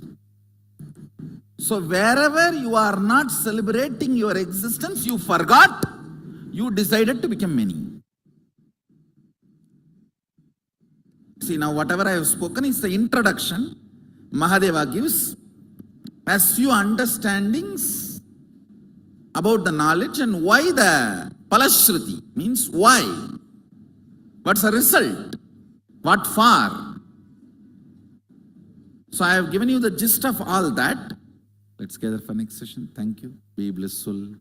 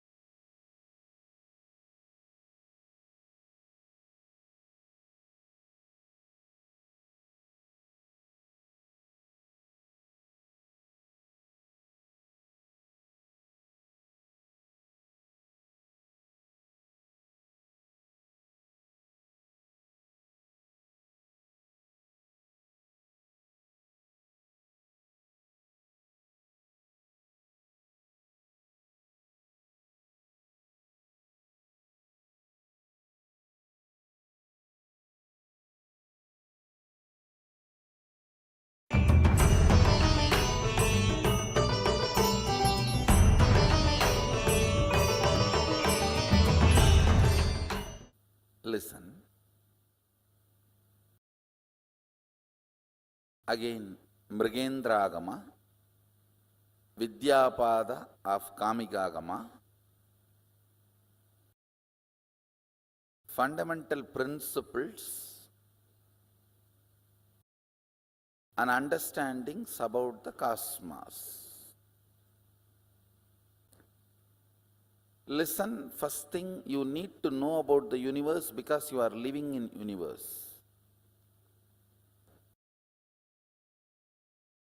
Ignorance is no way cute and ignorance is not going to save you anywhere. Second, why I am teaching about this fundamental units of the universe, 11 dimensions, because understanding about these 11 dimensions will make you manifest multiple powerful cognitions and powers. I'll repeat. See, manifesting powers of third eye, like reading through your third eye, scanning through your third eye, is power. But understanding the fundamental principle, unit, tattva, why you are able to do? Because you connect your third eye with a third eye which is already awakened, your master's third eye, which initiated you. And that third eye is connected with all the existing third eye. Then, the power you manifested through your third eye is not limited to your third eye. You can read through any third eye. That is what is powerful cognition. Understand? So today you are going to manifest powerful cognitions. Only then you will understand how understanding about these multi-dimensions makes you start functioning in multi-dimension level. Understand, Mahadeva very clearly says, Brahmavit Brahmaiva Bhavati. There are some Vedic verses he exactly repeats in agama. Knowing which you became, that is Brahman, cosmos. Listen carefully. Just because if you know about this pillar, it's not that you will become this pillar. Just because you know about this screen, it's not that you will become this screen. But consciousness is such, just by knowing about it, you will become that. Brahmavit Brahmaiva Bhavati. Knowing cosmos, you become cosmos. Because you are cosmos.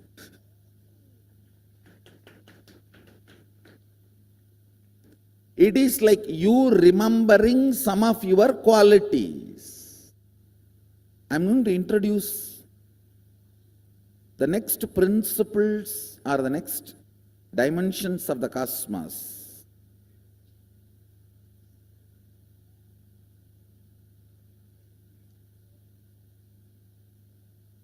Length, all of you know logic. Whatever you understand as per your logic is length. Breath is rhythmic flow of your logic is breath. Breadth includes length. Depth includes breadth and length. How many of you understand that? Depth is the source from which length, breadth both are manifesting. Clear?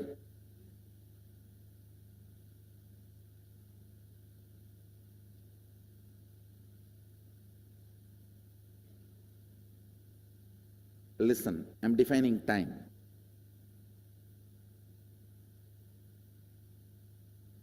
Length is your logic. Length is your logic and universe's logic. There's a lot of gap between your logic and universe's logic. How many of you understand that?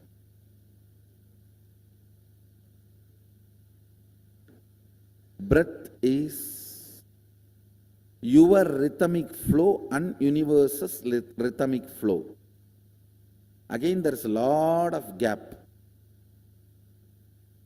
Much less than length, but there is a lot of gap. How many of you understand that? In depth, your cognitions and your cosmos cognition is one and the same. Listen. In length, things are different. In breadth, close but different. But in depth,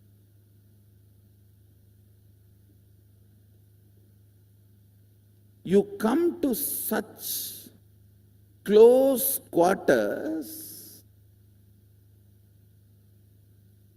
jump dipping of the flame happens in the depth dimension means whatever you cognize, you start causing as reality. Whatever is reality, you start cognizing as your existence.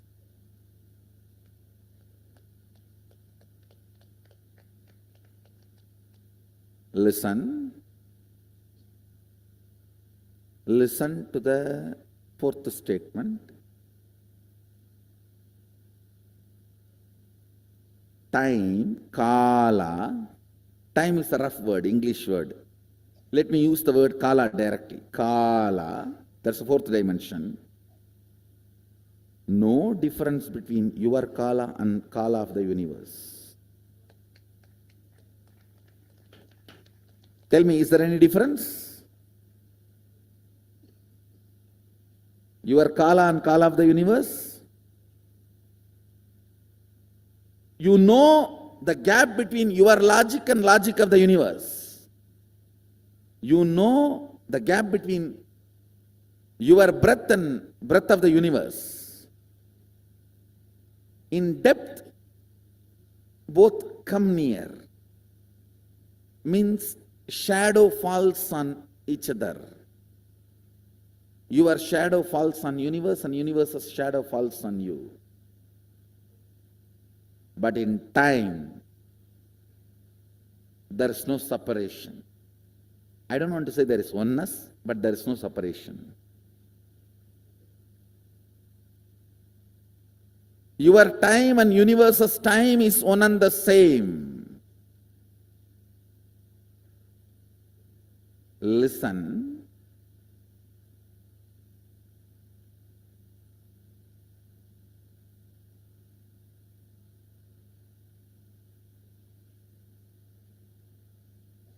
Listen carefully. Anything which makes you feel universe's time is different and your time is different is not you.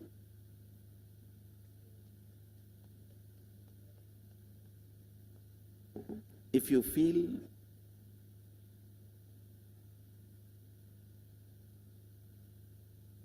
your body is this many years old,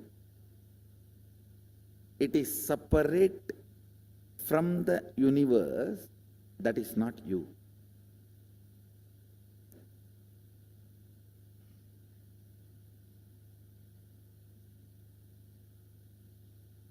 Listen. I am telling you two things.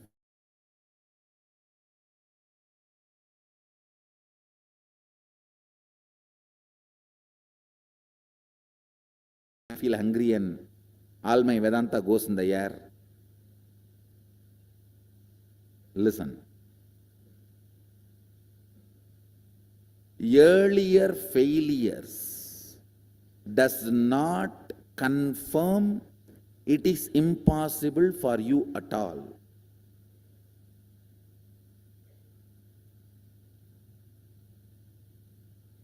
Earlier you might have failed due to various reasons. Now you will be successful because I am going to be the reason.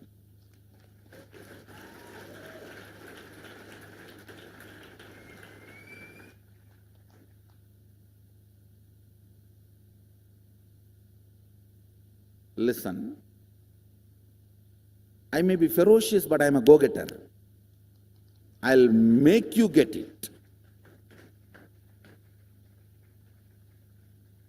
I am integrated to my job. I'll either convince your logic or confuse your logic, but I'll make you get it.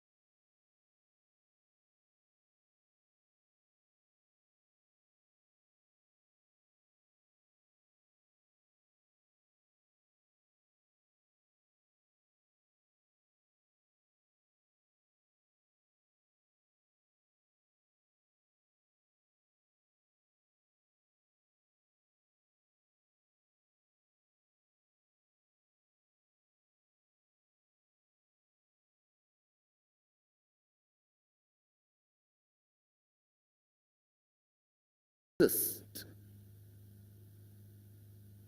with what you think as purpose. Listen carefully. Exist with what you think as your purpose.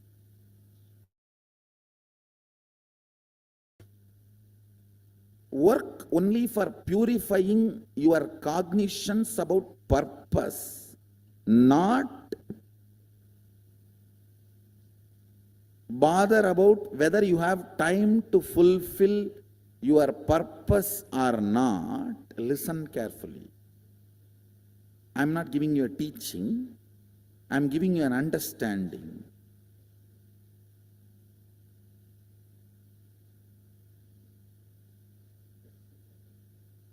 The number of times you remember you have become old makes you old.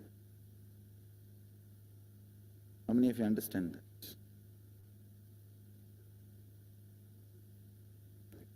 Number of times you remember you don't have time makes you don't have time, not to have time. How many of you are getting what I am saying? Now the next statement I'm going to make is a little mystical, but listen. If you die as a billionaire, when you assume the next body, you will be born in a billionaire family and whatever you left will be with you. It's a law of cosmos, understand? You don't get cheated. Listen carefully.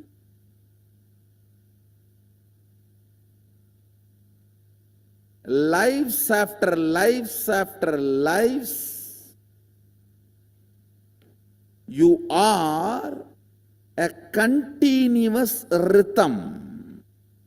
It's a little mystical, but I'll establish experientially for you in the next few power manifestation and powerful cognition manifestation.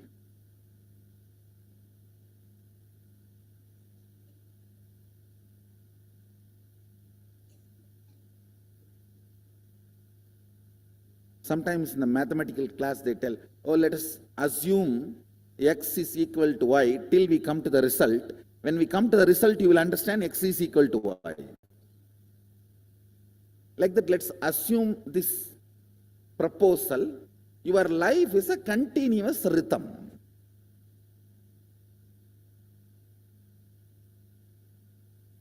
Whatever you acquired, whether power or money, or love, or relationship, or fulfillment, or completion in the last janma, and where you left, where you dropped out, you again start from there.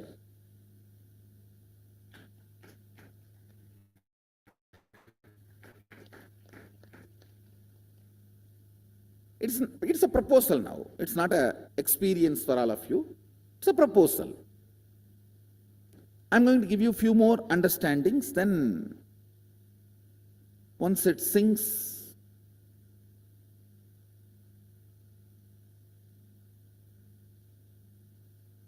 you will understand time. There is no crowd in front of me. There is only one and one and one. All of you are sitting alone with me.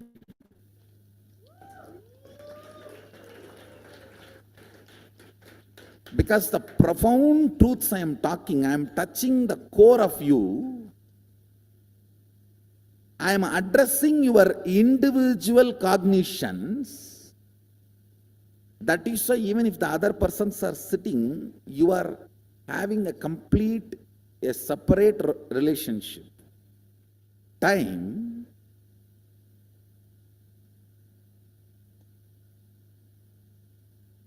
is a frequency, dimension of the universe, aspect of the universe, where you and universe are reverberating in the same frequency.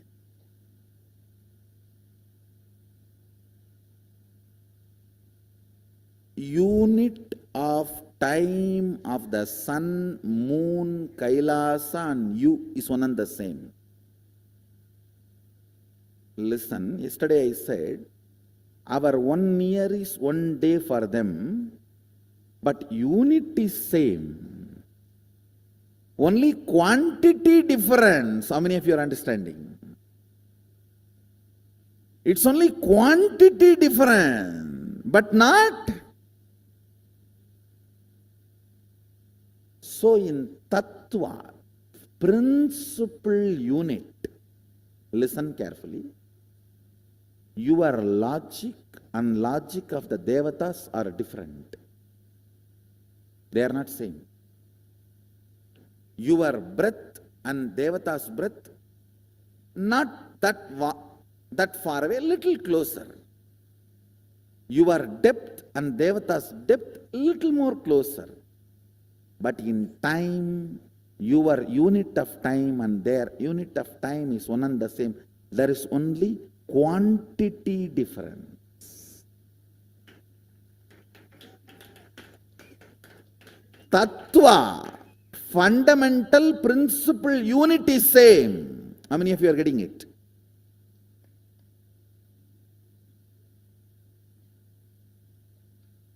Yes. For us 1 year is their 1 day, but our 1 year is 1 day for them. It means what? Unit is same. If I give you some of the utility values of time dimension, you will understand, because man is such, only useful things he will listen. If I tell this is the use, dabbu chindi, then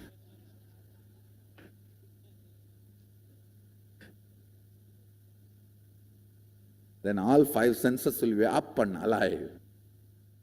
When you are working with this power manifestation, how many of you have already started feeling precisely you will come to know now it is going to manifest, because you are falling into the tune of that needle. Like almost that needle is showing the north, that magnetic needle is aligning.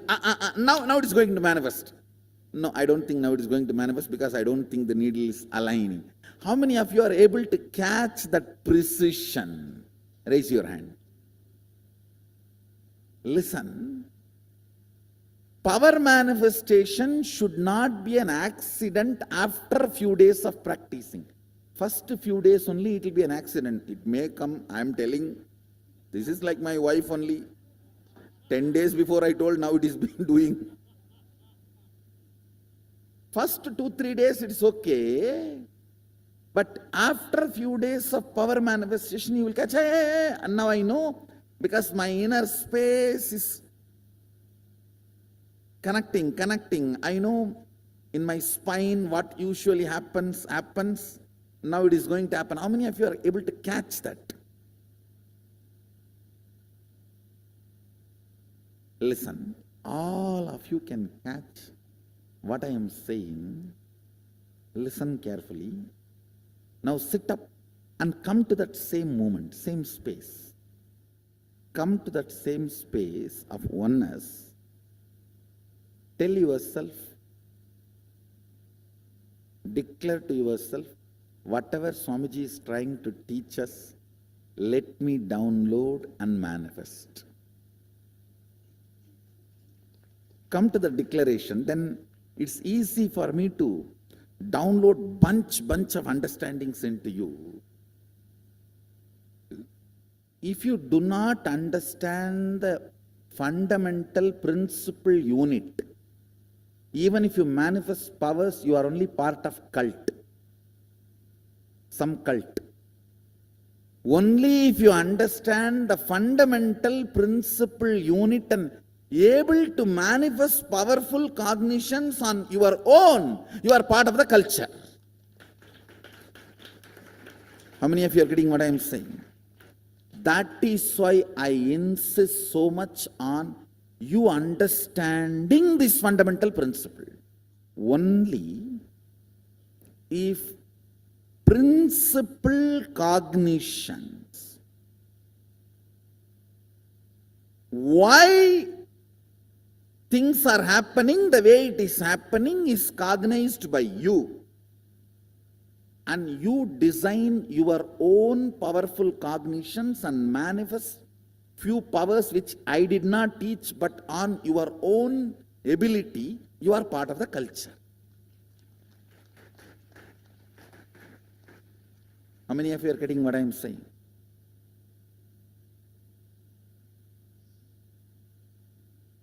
Neither I am a cult, nor I want you to be part of any cult. I am a culture. Sanatana Hindu Dharma, the oldest spiritual culture. And I want you to be part of that culture. That is why I want you to understand these fundamental units, principles. Your remembrance of you powerfully associated to some subject or not associated to something. For example, you may remember you powerfully by feeling I have a young body. You may remember you powerlessly feeling, oh, I don't have a bank balance. If you associate yourself with some things, you remember you powerfully. If you associate yourself with some things, you remember you powerlessly. How many of you are understanding this? This binary is time. That's all. Catch it. Listen. This binary is time. Kala. Kala, Sanskrit word, means jumping between associated powerfulness and associated powerlessness. By remembering your body, do you feel powerless? By remembering your mind, do you feel powerful? With what association you feel powerful? With what association you feel powerless? This binary. And please understand, the number of times feeling powerless when it is increases, it's called depression. Number of times you feel powerful, when that increases, it's called joy. This feeling powerful or powerless by association, this binary is time. That is Kala. By remembering your Guru, if you feel powerful, you are in oneness.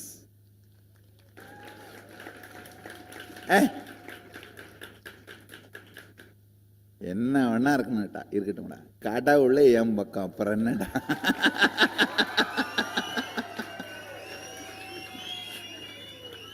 Whatever it may be, the ultimate decision maker knows my name. That's all. Leave it.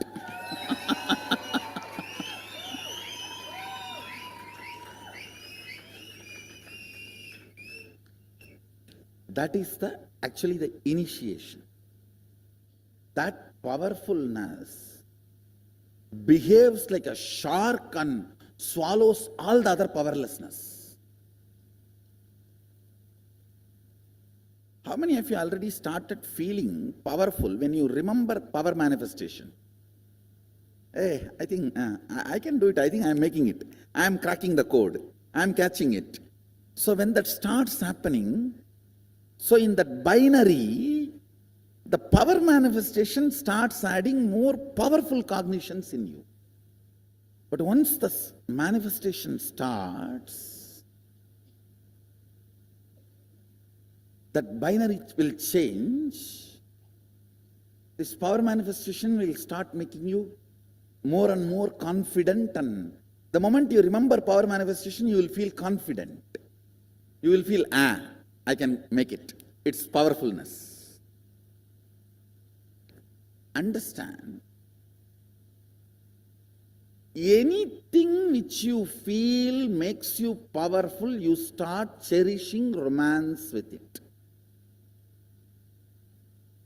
Cherished romance. Listen carefully. Cherished romance makes the frequency of you in tune with the time. That is why time is forgotten when you are in love. When you are in love, you do not know how time passes. How many of you are catching what I am saying? Being in cherished romance with the whole life is mastering time dimension. About this binary. Associating with something feeling powerless or powerful. This binary is Kala. Associating with something and feeling powerful is cherished romance. You start cherishing romance with it because it is making you powerful. It may be power manifestation or guru, God, with whatever. It can be even money, anything with which you feel it is making you powerful. You cherish romance with it. And cherished romance raises your frequency to the frequency of Kala. That is why when you are in romance with something, time is forgotten. You don't know how the time is moving. If you are sitting with your close friend 3-4 hours, you don't even remember time is lost. Your dating period. With the whole life being in cherished romance, catching? That is what keeps you ever young. That is why Sadashiva describes himself in Kamika Agama as eternally 16. In his Dhyana Sloka, he says, I am eternal 16. All my disciples will remember you as me as eternally 16. He uses the word, all of us will meditate on him as us, means Shivoham, Sadashivoham, as eternally 16. I think intellectually I have given you some understanding about this Kala and its flow in us, this binary. Actually, even now,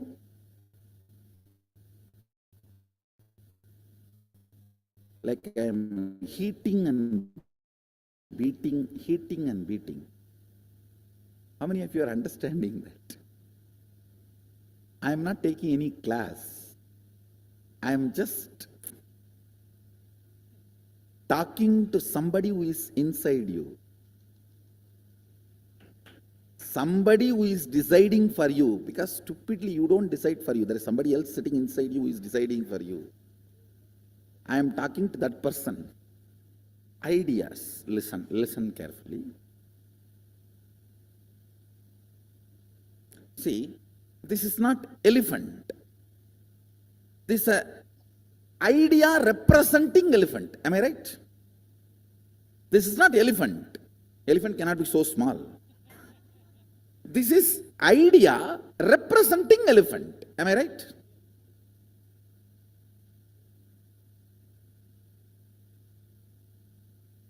But all practical purpose, we call this as elephant. Hey, remove this elephant. Bring the elephant. Keep the elephant. Stupid are those representing things are considered as equivalent to the real. If you start equating it to real, you are stupid. How many of you are understanding that? This body represents you. Don't say it is you.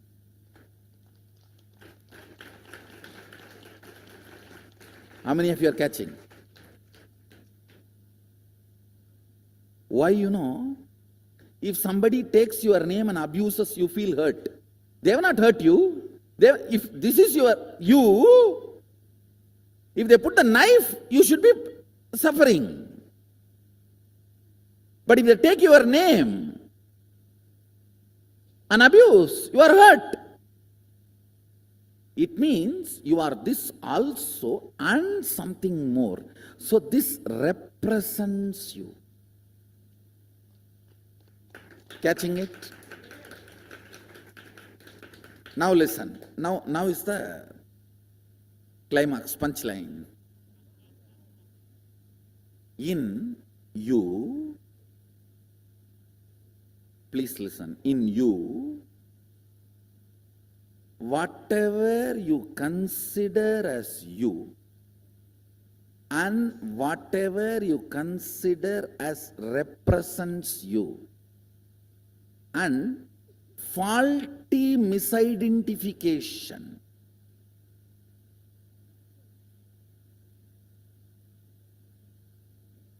this represents you, but most of the time you go on cognizing this as you.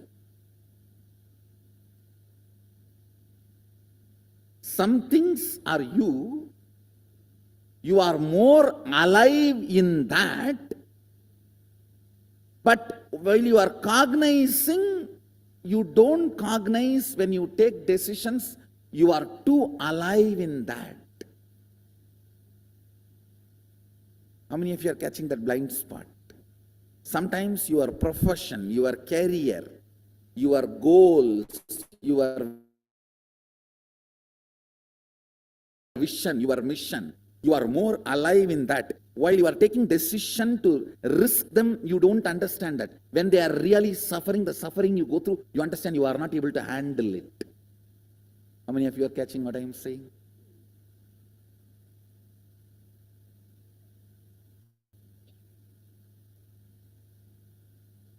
Now listen. How this and time is connected. Listen. Your day-to-day time represents kala. I am starting again. This represents elephant, not elephant. This represents you, not you.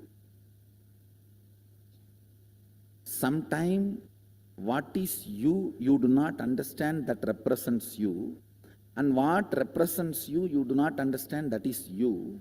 It is called blind spot. Clear? Your day-to-day, 24 hours time represents kala, but that is not kala.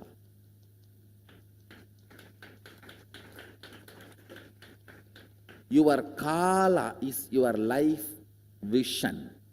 Your time is your life mission.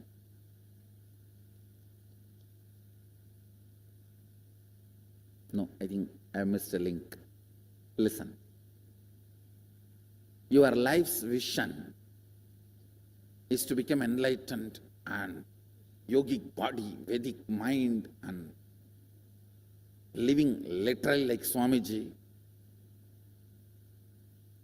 Mission, morning till 11 o'clock sleeping. And 11:30 rolling on the bed once and 12 o'clock thinking, should I get up or not? Now how many are catching?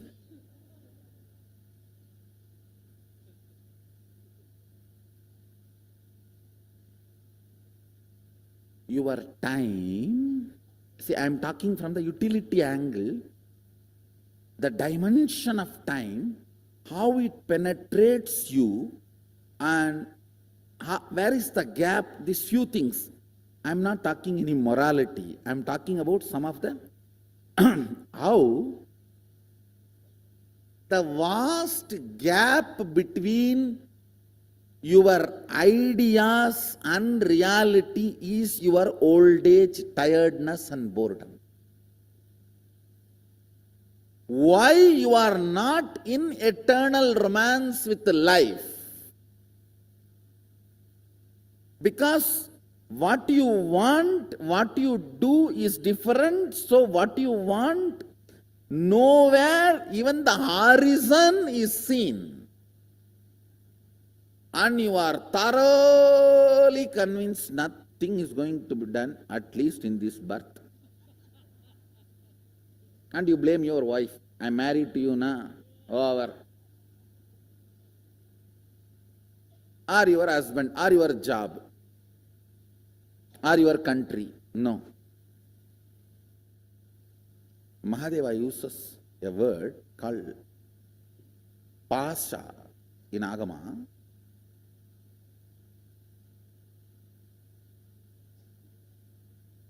Not knowing why you are doing what you are doing, but continuing to do is pasha.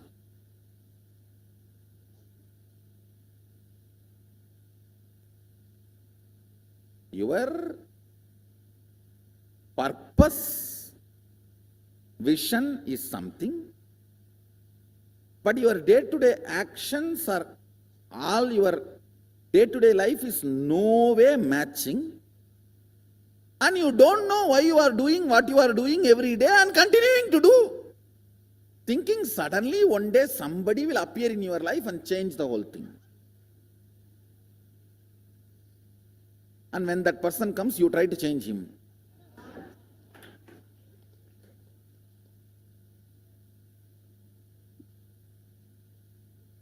How many of you are getting what I am saying? The blind spot between your kala and time is pasa.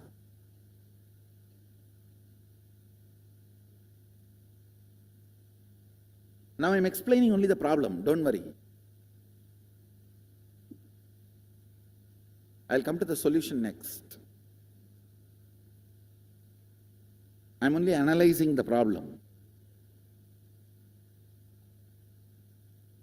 What is time? The higher frequency of length is breadth. Higher frequency of breadth is depth. Higher frequency of depth is time. So, if there is a problem in time, where is the problem? If there is a problem in depth, where is the problem? Now the good news is,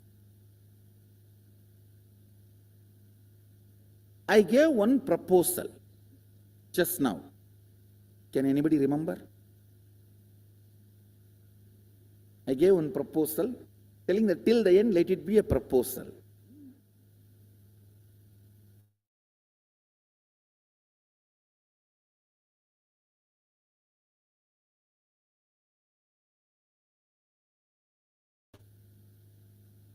For example,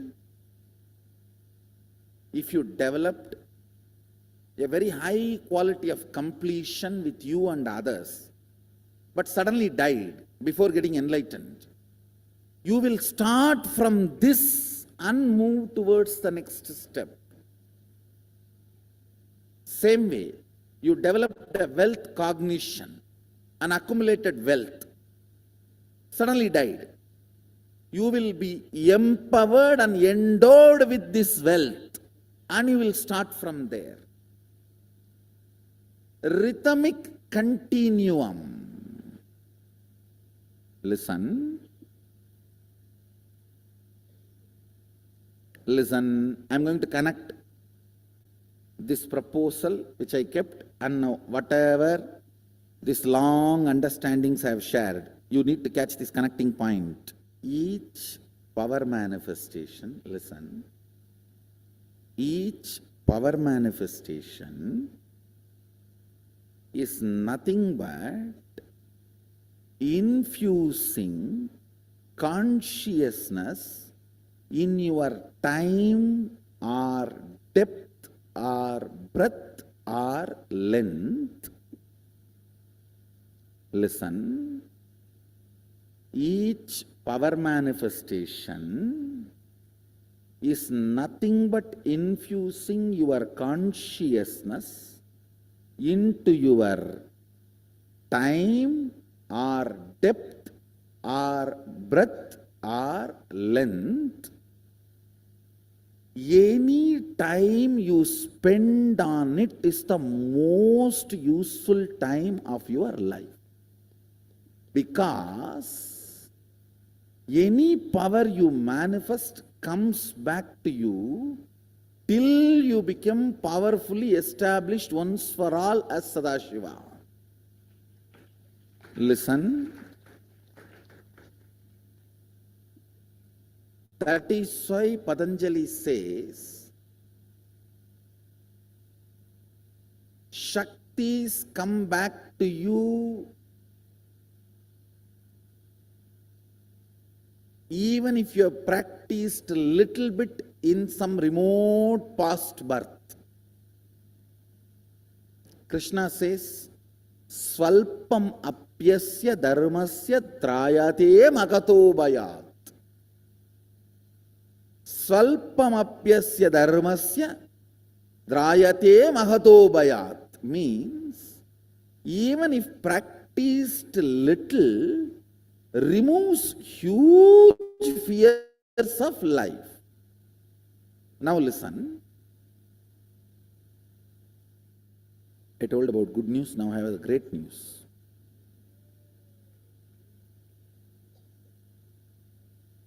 Fortunately, your time is lower than my space. How many of you are getting? I can just chew your time like a betel leaf, swallow or spit it out, both.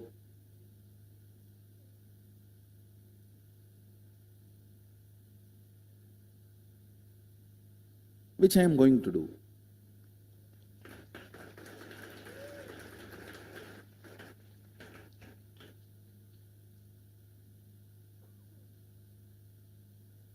I want you to know these powerful cognitions you manifest, you are going to manifest now, is because the higher space is breathed into your time. These cognitive shifts will make many of your past memory not just redundant, just erased.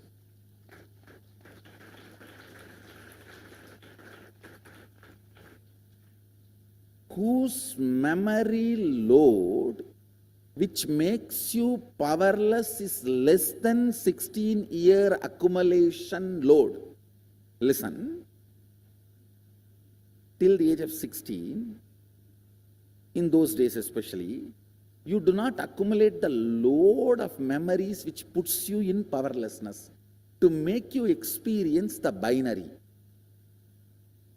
How many of you are understanding? If your load of what, see, powerlessness, powerfulness, only then binary happens. If one load is taken away, can binary happen? Now, by making you manifest powerful cognition, I am going to take away the one load.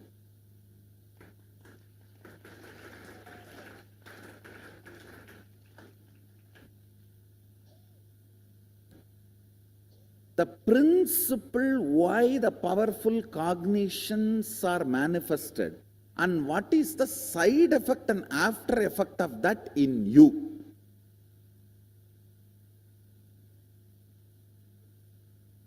I know I've too many things have gone above your head. I'll do one thing. I'll give this whole discourse, this whole understanding as a video. Watch 4 or 5 times. Because I have cracked too many quotes.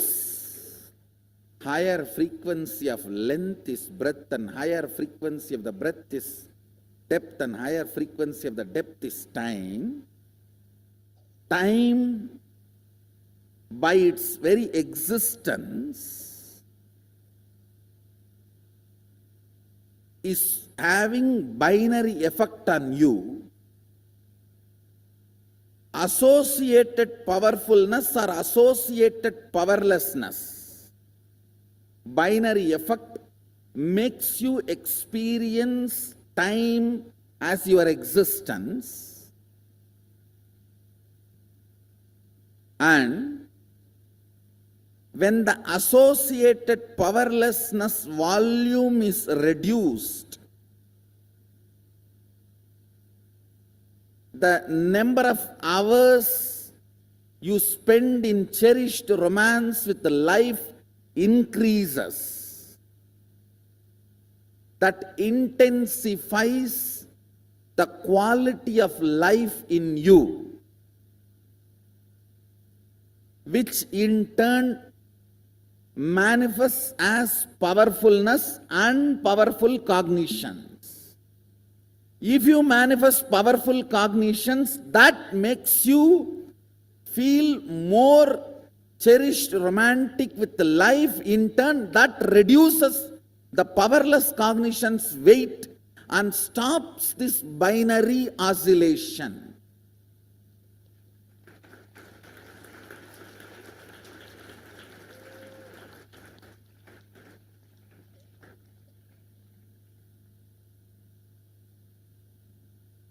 Pasha means doing what you are doing even though you know you don't know why you are doing what you are doing. You know you don't know why you are doing what you are doing. Listen. You know you don't know why you are doing what you are doing, and you continue to do. Knowing you don't know why you are doing what you are doing and continuing to do what you are doing is pasha. Pasa. That makes you old and tired.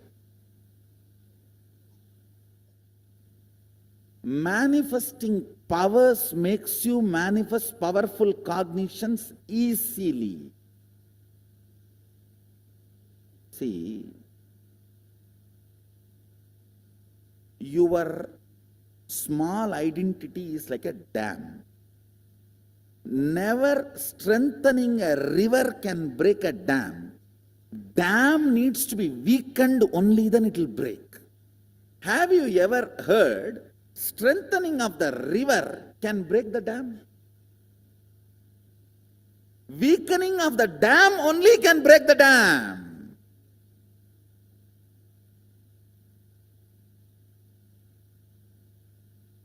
Weakening of the dam means poking on your SDHD. That can happen only by power manifestation. It is power manifestation questions what you think about you is right or not. Understand, I am not disagreeing. Manifesting powerful cognitions is the goal, but I am deeply disagreeing. Manifesting powers is wrong.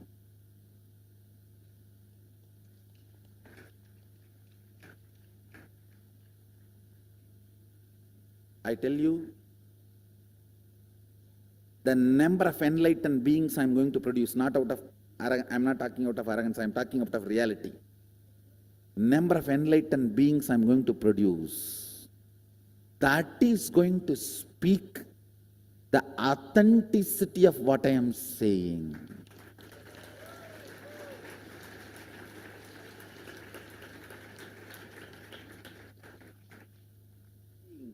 By increasing the quantity of the river cannot break the dam. Dam doesn't care damn about river.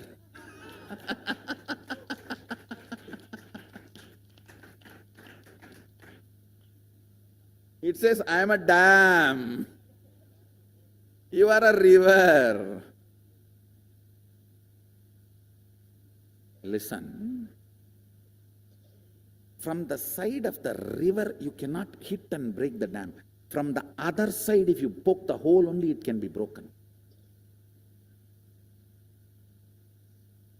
Power manifestation is breaking the dam, drilling the dam. Drilling, questioning your very smaller identity. Only that can open up and make the flow happen.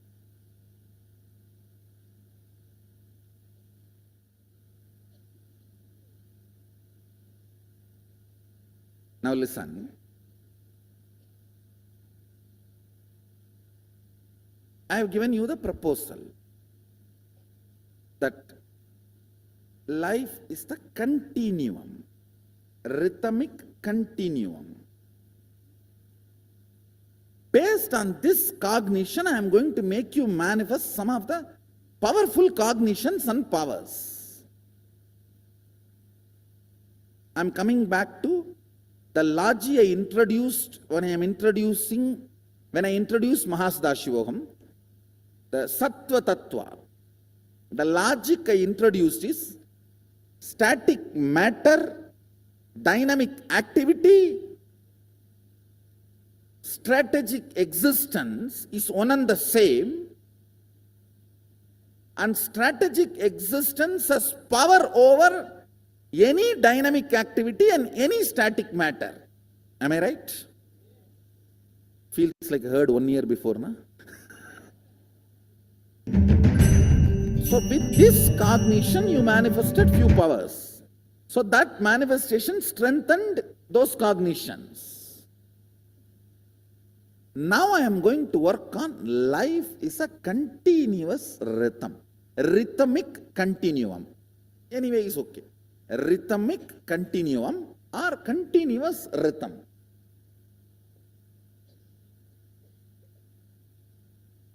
Now the cognition with which we are going to work to decode the time. Listen, with power manifestation and the powerful cognition manifestation, I'll make this into reality, means existential reality for you. As of now, it is a proposal I am giving you. In the West, proposal means different meaning. With that flower, they say, oh, will you marry me?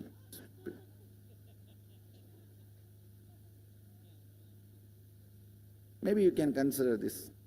Mahadeva is giving you the proposal. Will you become me?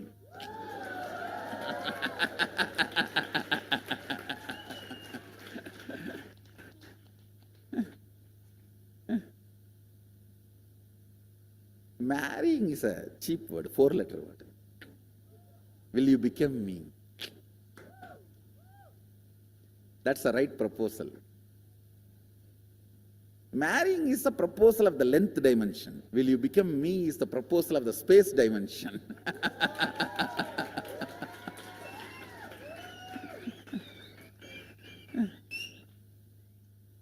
Thank you guys. Be blissful.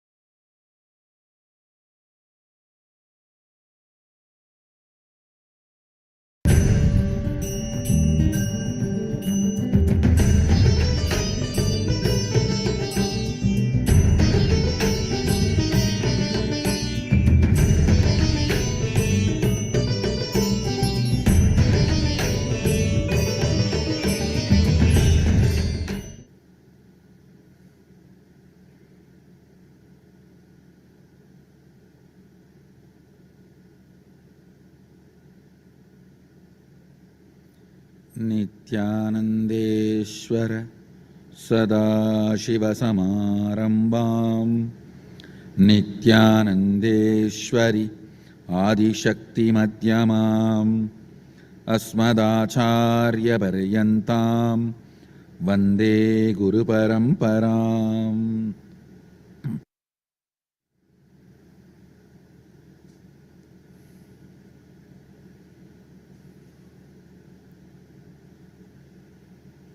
I welcome you all with my love and blessings. Listen to the first statement very carefully. This first statement is the essence of the whole session. Now I am going to conduct. Listen to the logic of the first statement.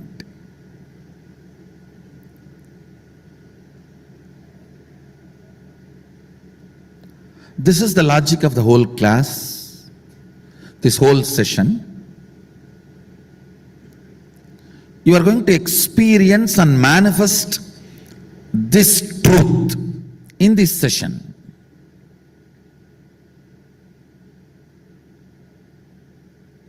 Because I already did what need to be done inside you. Now I just have to make you understand it is done and it is going to manifest in you now.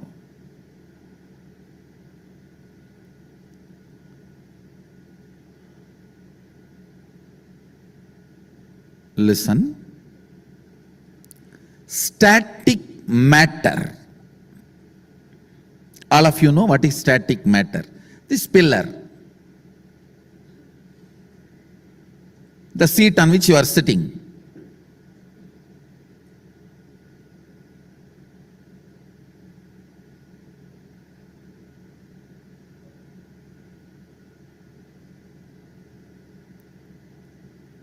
Floor on which you are sitting. Things around you.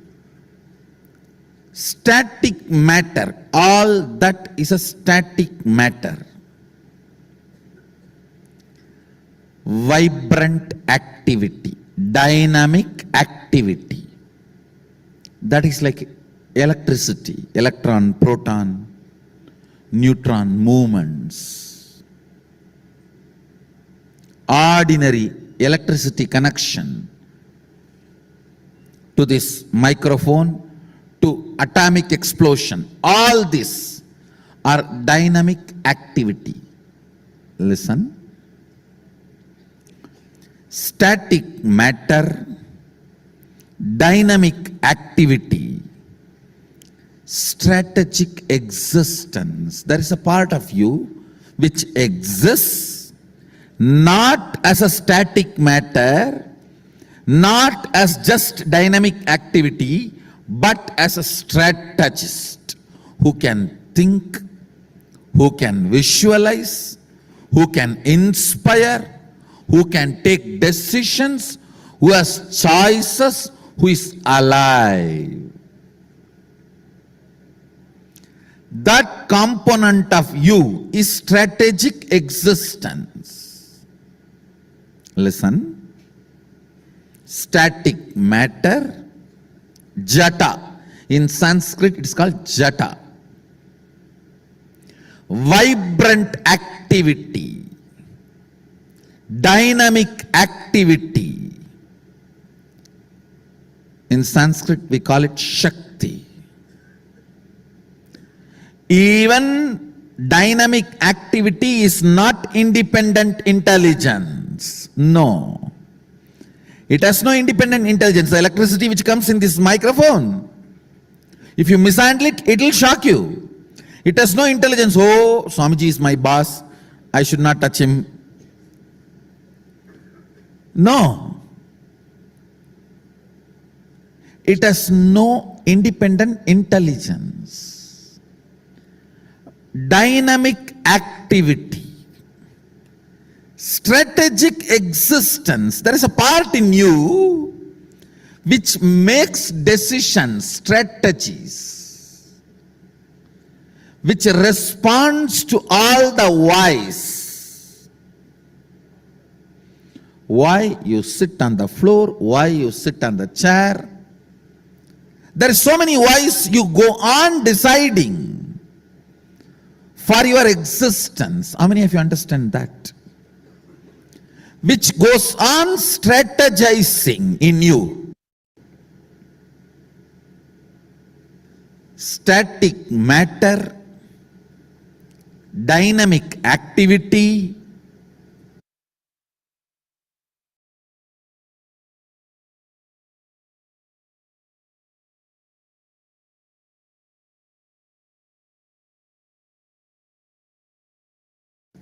strategic existence. Existence of you which goes on strategizing. You go on strategize based on what you perceive as you.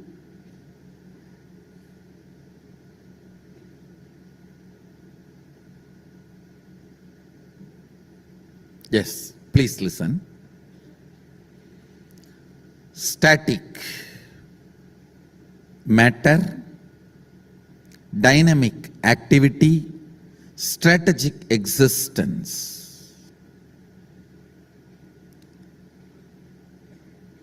Usually all of you feel these three are different. Am I right? Now I am declaring one of the most sacred secret, important truth. Static matter, dynamic activity, strategic existence. Jata, Shakti, Shivam. All these three are one and the same.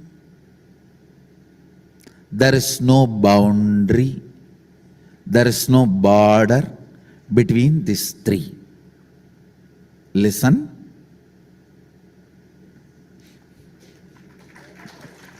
Because now I am going to make you live it. Understand, all power manifestation is just to confirm the highest cognitions have become part of your life. Higher and higher cognitions become your driving force. You raise your plane of existence. Highest oneness. Highest oneness. When it becomes your cognition, your plane of existence is KAILASA. Understand? This oneness has a lot of confusion. People have confusion.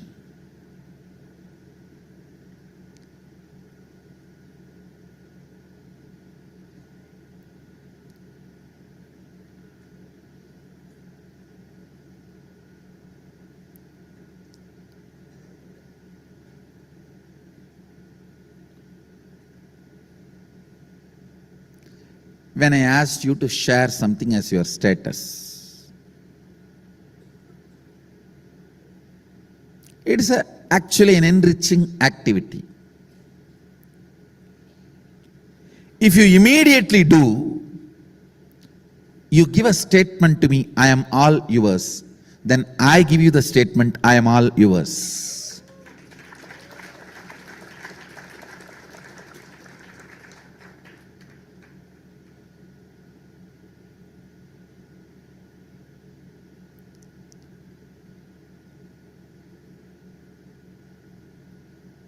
If you think the little money you paid is only mine, then my energy will say, okay, whatever is equivalent to that, let it be yours.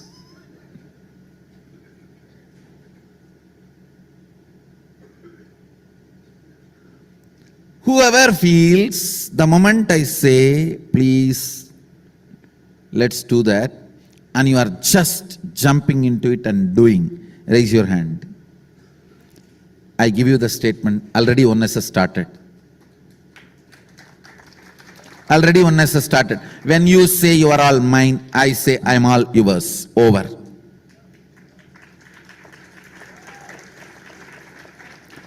Even if you decide now, let me come to the cognition, I am all yours, let you all be mine.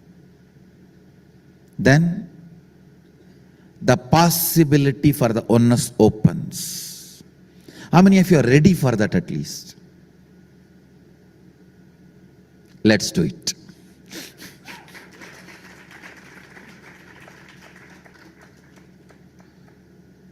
If you feel, I think I'm being used for enriching, I don't need you. I have a huge team working from Kailash. Ramakrishna, Ramana Maharshi, all the names I said yesterday. Yesterday I did not mention few names. Not that I did not respect them. It's one long list. Second, many people I feel they are part of me. Especially Puttaparthi Sai Baba and Shirdi Sai Baba, both Sais. I don't even feel like mentioning their name, they are just part of me. I don't know, if you come to my room, you will see only one photograph in my room. That is Puttaparthi Sai Baba photograph, nobody, nothing else. It's too intimate relationship. Too intimate. I have a huge team doing my enriching, so don't worry. You can't enrich more than Puttaparthi Sai Baba. You can't enrich more than Paramashivoham. You can't enrich more than Ramana Maharshi.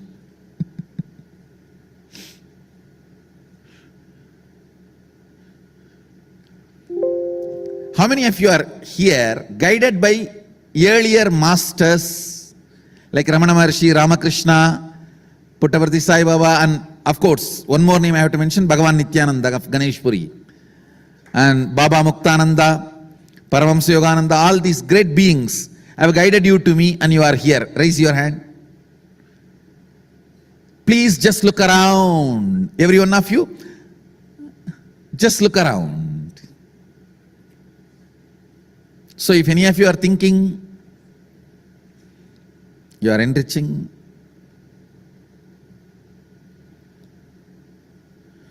when you say, I'm all yours, life responds to you with the same statement, I am all yours.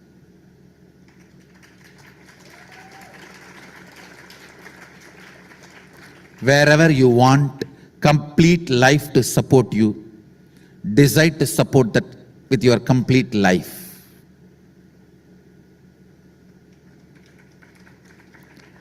Even if you put whatever you know about you, it is only 2% of you.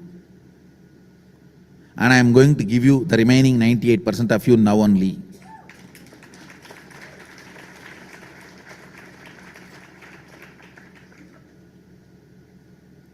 I tell you one of the important secret.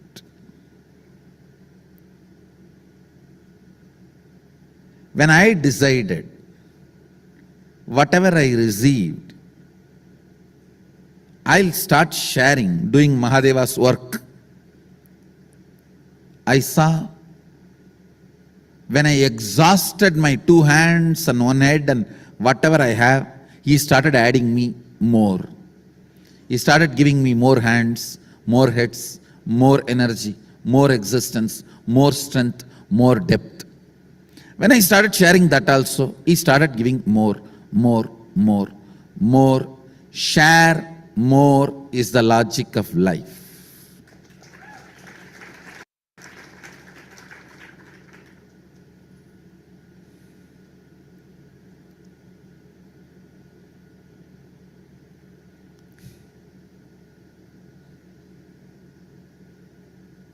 Listen carefully.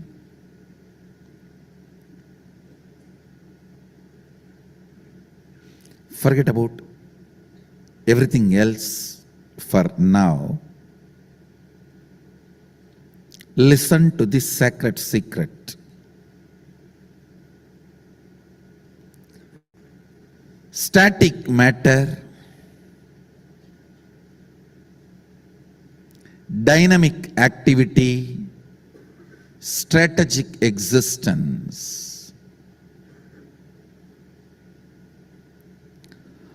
all three does not have boundary, does not have border. The strategic existence which is in you wrongly believes in delusion. The dynamic activity and the static matter is not in your control, which is a lie. The belief you are carrying is a big lie told to you by human beings. Truth from source of your existence, which I am bringing you to now, your strategic existence is capable of experiencing the reality. The reality is your strategic existence, dynamic activity, and static matter has no border, has no boundary. It is in oneness. Now I am going to make you manifest 21 powers.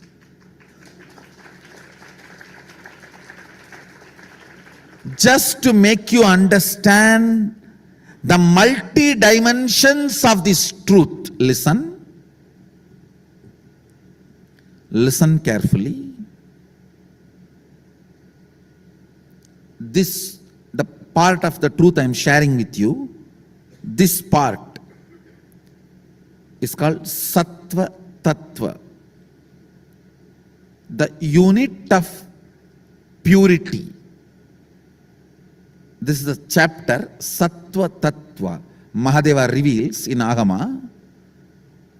See, I use 4 or 5 words for Mahasadashiva. The word Mahasadashiva, Sadashiva, Mahadeva, Shiva. All these words point towards the same being, which is totality of all of us. So, if you are new to Hinduism, please don't get confused. Let me repeat. Usually I use all these words: Mahadeva, Sadashiva, Shiva, Mahasadashiva, all these words, Parashiva, all these words denote the same being who is totality of the whole existence. All of us. Nithyanandeshwara, all these words denote the same being. Mahadeva explains in agama this part which I am talking to you now as Sattva Tattva. Please listen.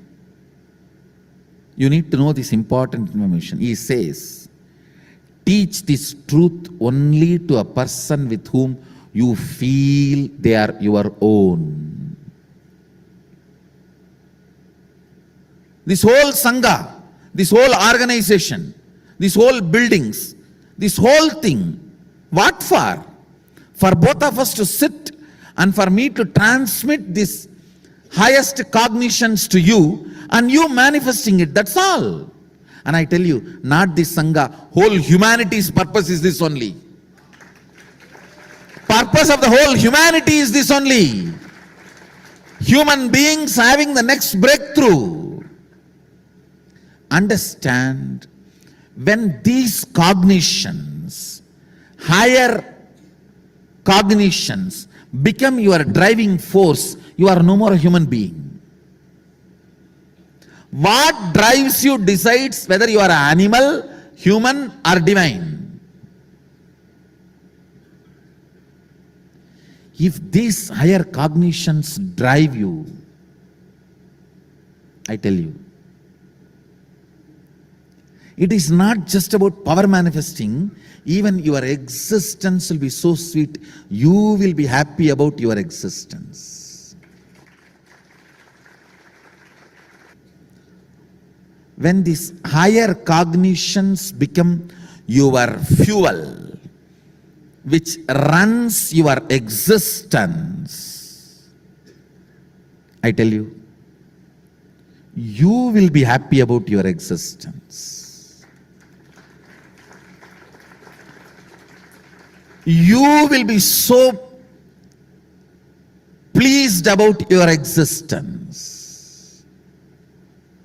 You will dance about your existence. You will celebrate your existence. That is what I said yesterday, the state of Sadashiva. He dances not because of anything. He is so happy about his existence. That is Mahadeva's dance, the cosmic dance. He is so happy about his existence. Understand, when you manifest powers, especially realizing, cognizing my strategic existence. Your strategic existence means, let me explain, all the time you are strategizing. Good or bad is different. All the time you are strategizing. How many of you are understanding that? Your strategic existence unfortunately feels you are only a fox, limited, powerful.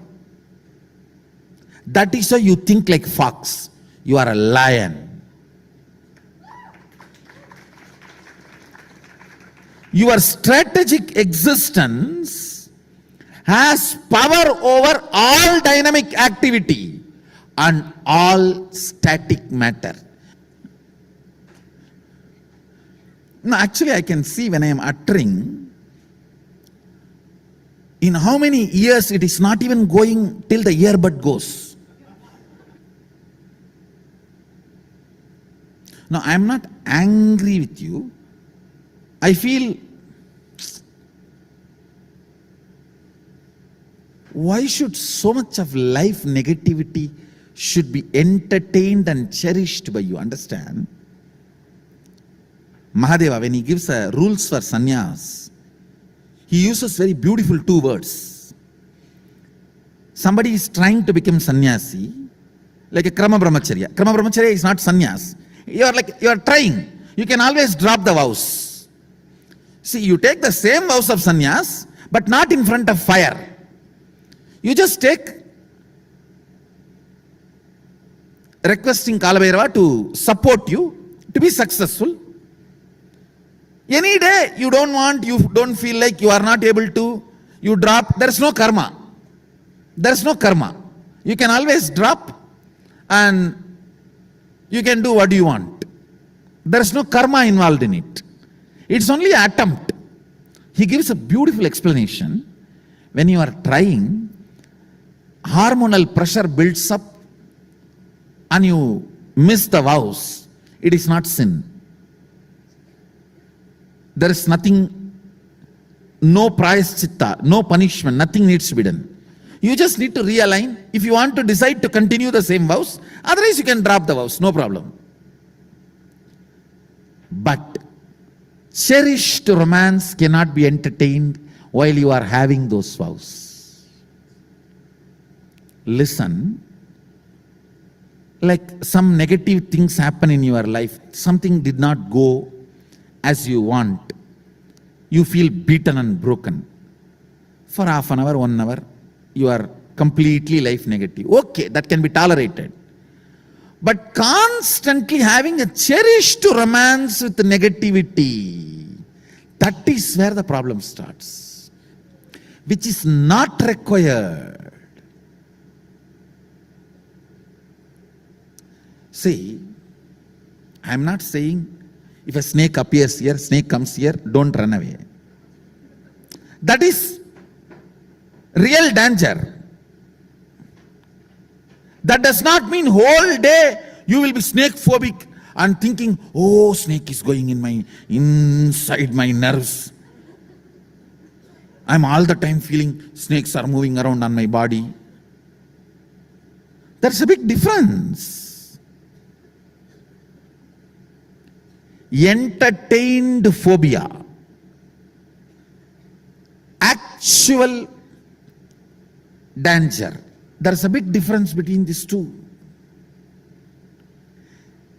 Precisely when life hits you, falling into life negativity, all the time engaging and entertaining life negativity. Don't you see the difference between these two?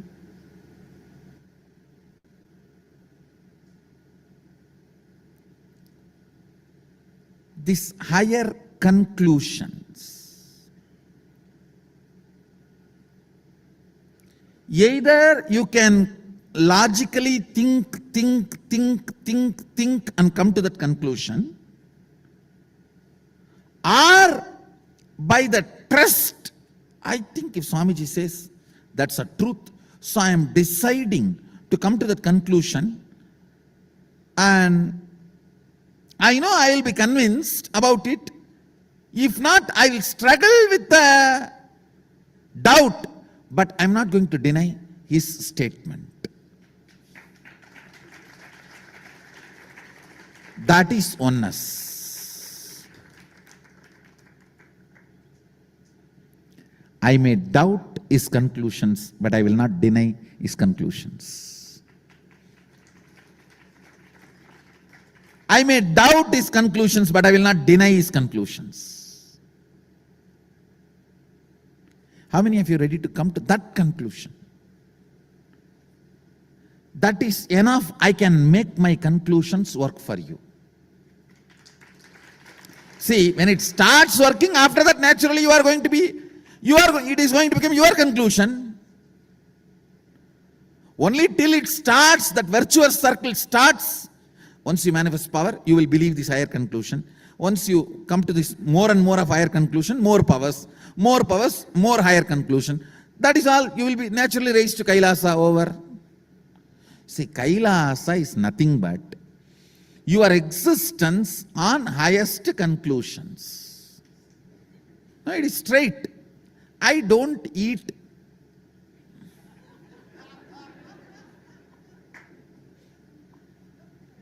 I eat higher conclusions as my life source.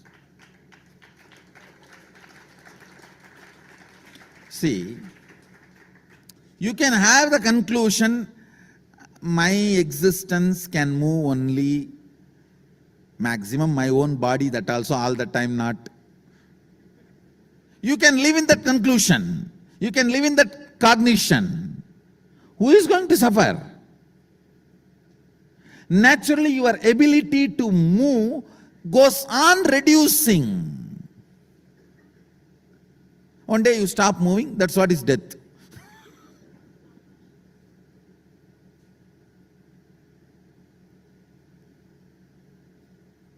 I tell you,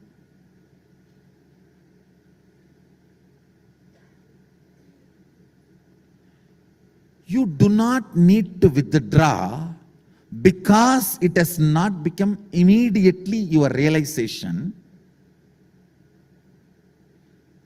I'll give you experiential proof.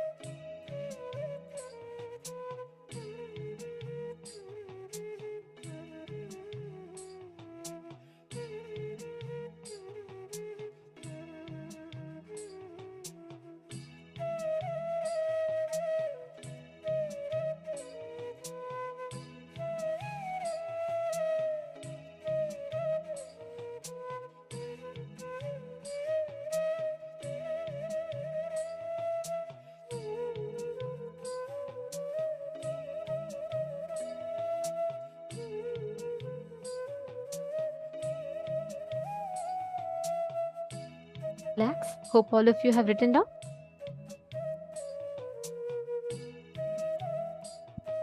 Yes. Now, very, very shortly, we are all going to be entering into the darshan, the preparation for the darshan. Now, please understand, all delusions, all the Maya matrix that we put ourselves into, whatever we create, we continuously reflect that only as a reality in front of us. Now, for all the participants, every one of you that are here, sit with this declaration, take a few minutes. I request each of you, see, every time you break yourself free from a delusion, every time you liberate yourself from a delusion, you are literally liberating yourself from a pattern that you are stuck in and going one step closer to a breakthrough, to enlightenment. That liberating yourself from delusion happens whenever you cognize, whenever you digest a powerful cognition inside of you. Whenever you remember, whenever you recognize, you reorganize your inner space with powerful cognitions, you are freeing yourself from delusion. But there are two ways of doing it. One is by you independently trying to create the powerful cognitions within you. Second way, and the most simpler way, is when you enrich others, when you share with others the science, they will too have a breakthrough. They too will have a breakthrough and powerful cognitions in the inner space. Now, I request every one of you, all the participants, you're all going to do one round of this power, where I request each of you connect to a participant and you're going to be scanning the exact place where they are stuck with. Like, for example, let's say, I'm just going to give an example with Hardipaya, Hardip Dhaliwalaya. Just so that in my screen, so I'm just going to give you an example. So let's say Hardip Dhaliwalaya wants to manifest a reality. Let's say he wants to buy a car. Now, I am going to be scanning and identifying what exactly, he need not even tell that reality. So I'm going to be scanning and identifying what is the exact reality he really wants to manifest and what is the obstacle for that. Could be that, okay, maybe he's having a bit of an obstacle in manifesting the wealth for it or manifesting the time for it. So I'm going to be identifying what is the exact obstacle that he has. Listen very carefully. In your third eye, you will be able to clearly see what exactly is the obstacle that the person is stuck in. All of you have done past life regression. All of you have done the completion. Just use that. Sit in that space. You'll be able to clearly see. Swamiji will reveal to you in your third eye very clearly. Then when you scan, you'll be able to identify what is that obstacle and again connect to Swamiji, see the exact solution that is needed for that. Are all of you understanding? Can I request every one of you to do one round of this? It will not just help you break free from delusion, it will help even others have a breakthrough.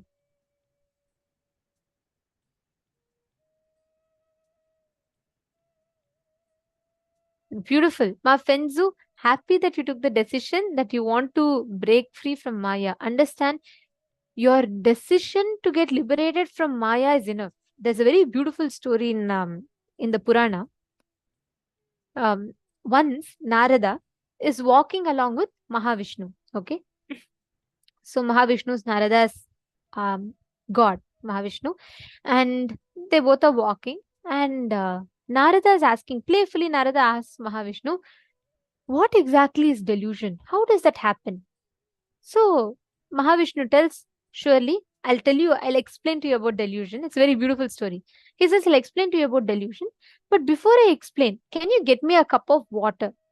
Narada says, of course, my lord. Like you're asking, I'll go get and come.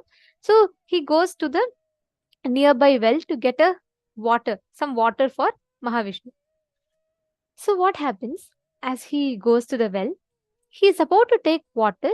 He sees a very beautiful woman fetching water from the well, and she gives him water. The moment he sees her, he falls in love with her. She's so beautiful that he feels like, I should live with her.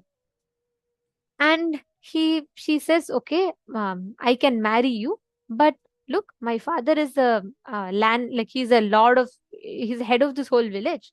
So you should come and talk to him if he's okay with me marrying you. Narada says, of course, I'll do anything for you. So Narada goes to the village head and he says, look, I want to marry your daughter. Please, will you permit me? The village man says, okay, I'll do it, but you have to do farming, you'll have to take care, you'll have to do this business and all that. Narada will say, I'll do anything, no problem. So finally, this father agrees. Narada marries this woman, and both of them settle in a beautiful house. Narada works hard. He does the farming, he does the business, and his business flourishes very well. So he and his wife start living very beautifully in a very happy ambience, and he even gets kids. He even gives birth to 2 children. Their whole family is so settled, like he's so fulfilled in life. Suddenly, one day, what happens? There's a heavy flood, severe rain, heavy flood, and everything is getting swept away, and everything is getting washed. Narada is like, he's shocked. He's trying to save his things. His hard-earned money is going. His farm is getting destroyed. His house is like literally broken apart, and his wife, his children are carried away. He's trying to cling on to them. He's trying to hold on to his wife. He's trying to hold on to the children. But everything best in his life is leaving him. He's shocked. He doesn't know what is happening. And his wife is gone, children are gone, wealth is gone, everything is gone. He sits and cries. Suddenly he remembers, God, why are you doing this to me? That time only he even remembers God. He says, God, why are you doing this to me? Then he hears a voice at that time. He hears the voice of Mahavishnu. Mahavishnu asks, Narada, where is my water? Then Narada is shocked. He's like, oh my God, what have I done? I came here to get water. I got distracted seeing a woman. I fell into this whole thing. What is this? The moment he realizes that, he wakes up from that delusion. The whole thing was an illusion created by Mahavishnu. Then he just falls at the feet of Vishnu and he says, I now understand what delusion is. This is literally what all of us are having. We all come for a purpose. We all get distracted with another thing, and we're all settled with it. That's why Maya always gives you good things in life to keep you more and more holding you back in life. If you're having constantly situation that pushes you to seek, understand that means you are breaking free from Maya. Listen very carefully. This is a very important truth. Always, if life is giving you something good, and if it's constantly like, if it's like everything is going smooth, you're getting stuck in delusion. There's something called soft suffering, which you set like an alarm clock for you, which will ring again and again and again to bring you back to the space of completion. All soft sufferings are happening to pull you out of delusion. Like the story beautifully happens, right? That flood is where he wakes up. That is why Swamiji tells the master is a simha swapna. Have you all had nightmares? Experienced nightmares? What happens in a nightmare? You wake up, right? If it's a sweet dream, what happens? You enjoy the dream. You want more and more of that dream, correct? Imagine where you're dreaming and, you're enjoying, you're having your luxurious life, you have so many cars, big buildings, whatever you want, you're getting in your life, you're dreaming. Your dream is so sweet and happy. Will you wake up from that dream? No. In fact, even if after you wake up, you'll try cherishing the dream inside you. All good things life gives you, very comfortable, cozy, everything. It puts you in delusion. But imagine nightmare, what happens? When you wake up from a nightmare, what happens? You can't handle a nightmare. You just immediately you get up. That is how master is a dream that happens in your Maya. He's also a Maya that happens in your Maya to wake you up out of Maya. He is a Simha Swapna. He is a nightmare that happens in a positive sense. He is a nightmare that happens to wake you up from your deep slumber. Okay, there are many nice questions that are coming up. We're going to take a few minutes and answer those questions. I see Ma Ananda Mahapurna asking, I don't want to demonstrate. I would like to understand. where the Maya begins and ends. When I ask to have wealth, is this Maya? Understand, first and foremost thing, wealth itself is not wrong. Understand? Wealth itself is not wrong. The context from which you approach wealth is important. You're asking, the question has multiple things. You're asking, where does this Maya begin and where does it end? This is a question you need to ask yourself to find out the answer for you as to why this Maya at all? Why is this delusion there at all? Where it begins, where it ends, is more like, see, do you ever remember the starting of your dream or the ending of your dream? Do you ever remember? You remember the middle part, but none of us ever remember how the dream started. You're suddenly somewhere in some place. You don't know how it started. And when you wake up, you don't know how exactly you woke up. Am I right? Now, this Maya does not have an exact starting and an exact end point. It's just a delusion. When you see, when you're driving in a hot road or in going in the desert, you see a mirage that looks like water towards the end of the road. You see there's like, a mirage that just looks like as if there is water over there. And you think that there is water. And when you see the water, there is nothing like, oh, from this point till this point, it is there. No. It just appears as if it is there, but it is not there. Ya ma iti maya. Ya ma iti maya. So now you need to understand this clearly. The question you need to instead ask is to yourself as to why did I fall into this delusion? There are tons of ways that Sanatana Hindu Dharma gives, where Swamiji has revealed to us about how to break free from Maya. Starting from, for example, Ishavasya Upanishad, the very first Upanishad, take that for instance.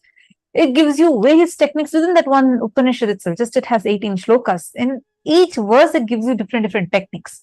The first verse starts at saying, cognize that everything is consciousness. Everything is Ishavasyam midagum sarvam yatkincha jagatyan jagat tena tyaktena bunjita makrita kasya svidhanam. It very clearly gives you a clear technique also along with it saying cognize that everything that exists is consciousness, even your consciousness. Everything. And it says, understand how change is established on change.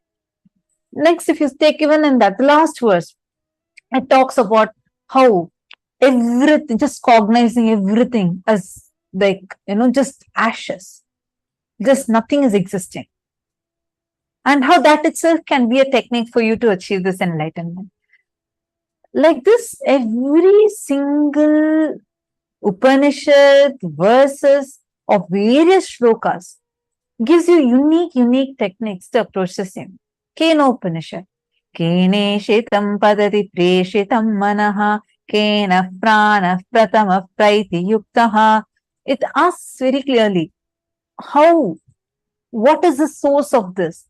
It's not even who am I, it's by whom am I. So like the best way though to really get rid of your delusions is decide to break free from the Maya matrix. Use the powerful cognition Swamiji gives. Take that as your power. Every time use the powerful cognition to be inside of you and use that to handle any situation. And you would see that by and by you'll become like, oh my God, this is so clear. Oh, this was where I was stuck. This is what I was thinking all this while. And now suddenly you see, how many of you here already started cognizing that 14 lokas exist. There is not just this one plane, even your when you're alone, just with yourself, there's no one else around you, even in that most secret space where only you are there with you, even there, deep in one corner of you, there is 14 lokas that is existing. It's not just this planet Earth or just this galaxy that we know of. There is more that's existing. How many of you have this inside of you? You feel like it's like a casual thought current. Or same way, when from young age, let's say you were brought up with the idea that there's only one birth existing. But now after meeting Swamiji, you're seeing automatically the very cognition inside you has changed. And you're like, when the conversation you have with yourself, or the thinking process is like, it's not just this one birth. It's birth and death, birth and death. The cycle exists. How many of you have like this? Understand, in all those areas, your delusion has been busted and you're already upgraded by becoming more and more in tune with reality. Are you understanding? Just sit and go on cherishing more and more of these powerful cognitions and cherish them in your inner space. You will suddenly see how amazingly the cognitions start flowering beautifully in you. The delusions will just disappear. To remove the darkness, you don't need to fight the darkness. Even if a room has been dark for centuries, you don't need to wait for centuries more to make the whole room bright. Get one lamp and light, darkness is gone. Same way. Just all you need is light. That is the very word, the definition, the meaning of the word guru. Guru. Gu stands for light. Ru stands for removal of darkness. He enlightens you, removing the darkness of ignorance. Go on just holding to the powerful cognitions revealed by Swamiji. Actually, that's why there's a Swamiji will tell a very beautiful story from Mandukya Upanishad. This just represents the human life, our purpose, and how we fall into delusion. There's a very beautiful story from Mandukya Upanishad where there's a huge, beautiful tree filled with all the sweet fruits, filled with delicious fruits. And on the topmost branch of the tree, there's a golden bird, completely peaceful, sitting happily, blissfully. And on the one of the lower branches, there's a little bird that's hopping here and there. So this little bird, its whole life, its purpose of its life, it thinks is, to have the good fruits and enjoying. But then one day suddenly it just sees up in the branch and it sees a very peaceful, calm bird sitting. This little bird is very curious of the golden bird. It's like, how is it? Why is something special about that bird? So it tries to hop and go see the bird. Suddenly in between it'll get distracted. It'll see a sweet fruit. That delicious smell will drag it. So it'll get distracted. It'll go bite a sweet fruit. After it enjoys one sweet fruit, it'll not be enough. So naturally it'll say, oh God, this fruit is so sweet. Let me just try one more. It hops to the next fruit. Again it'll say, let me try one more. It'll hop to the next fruit. As long as the fruits are sweet, it enjoys. But suddenly one day it bites a bitter fruit and it says, yeah, what is this? It's so bad. And it's so bitter, disgusting. Then again says, how can things be so bitter? It's so bad. My whole mouth is bad and I'm feeling so sick. And then it looks up again, it remembers, oh, that golden bird. It hops up. Again, it says, oh, my mouth is feeling bitter. There's a sweet fruit. Let me get distracted to it. And then it goes to a sweet fruit. It tries eating. Every time it sees a sweet fruit, it settles with the sweet fruit. It sits with that, it eats, enjoys, goes to the next sweet fruit, enjoys. As long as there are sweet fruits, the bird is happy and settled. But only every time it gets a bitter fruit, it'll remember, oh my God. And then it'll look up. Again, it'll remember that the golden bird is there. So this goes on and on and on. Gradually, it goes up because of all the bitter fruits it eats. It'll move up, up, up, up, up. And finally, it'll say, the sweet fruit or bitter fruit, both are a distraction. Let me just focus and go to the golden bird. It'll go to the golden bird. The more and more closer it gets, it'll feel so calm, so blissful inside. When it goes to the golden bird, it'll realize that the golden bird is nothing but the reflection of its own self. It'll just merge in oneness with the golden bird. This is the story of our lives. The sweet fruits is like you having a good job, good salary, good family. All of that are sweet fruits. As long as your sweet fruits are there, you're fine, you're settled. The bitter fruits are like your failures, losses, incompletions, struggles. When do you remember God? Every time you struggle, you say, oh God, why is this happening to me? And those bitter fruits are like these struggles. They remind you and they push you a step further. They push you, try and take you more and more further. That is how life happens. This story very beautifully depicts the life, the pattern of our lives. I see one more question. Sonal Chauhan has posted, if beings in higher lokas have to come back to planet Earth for their moksha, how can they help us? Then how can they help us then? Why would they even help us other than the ultimate Paramashiva? Okay, a beautiful question. Also, it shows that how beautifully you are internalizing these cognitions. First and foremost thing, there are two parts of this question. First, you're asking, okay, they're coming here. Why would they help us? If someone comes from the, okay, let us say that your friend who is in US is coming to India. So the person in the US, they have gotten the best things that's available in the US and coming to India to meet you. Definitely, they may not be of a direct help for you to get migrated to the US itself.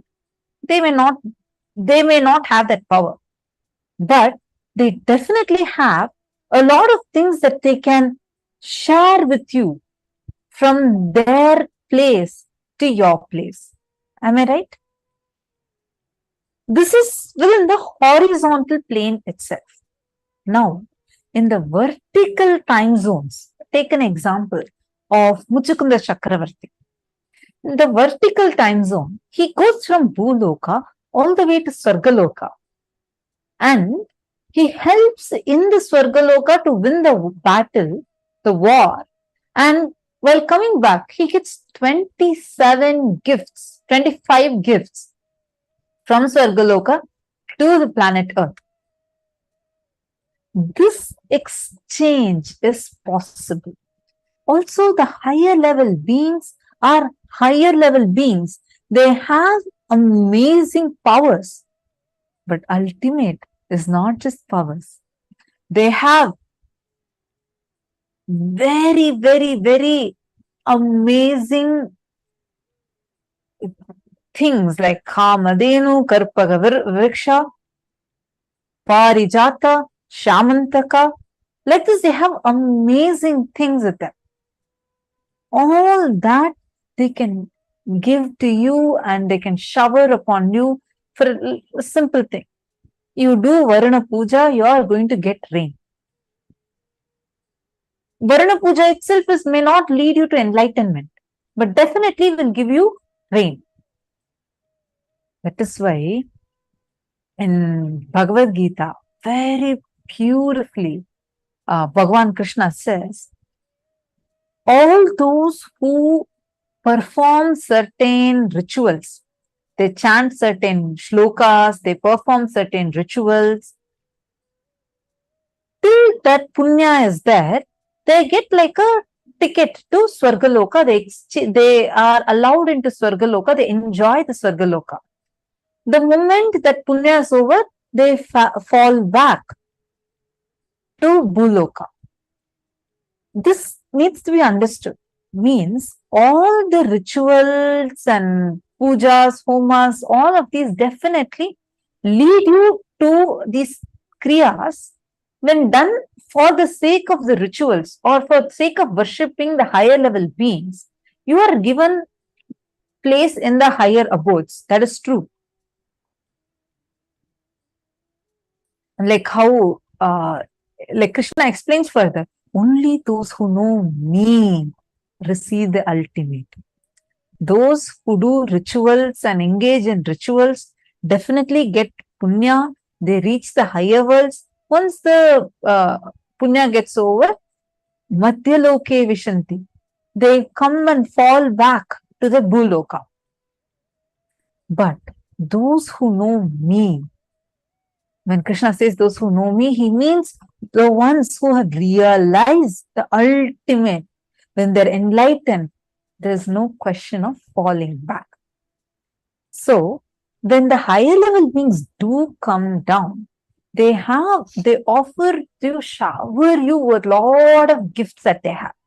The ultimate can only be given by Paramashiva. In Shaivism, we say Paramashiva. In Vaishnavism, they say Parandama. In Shakta, they say Parashakti.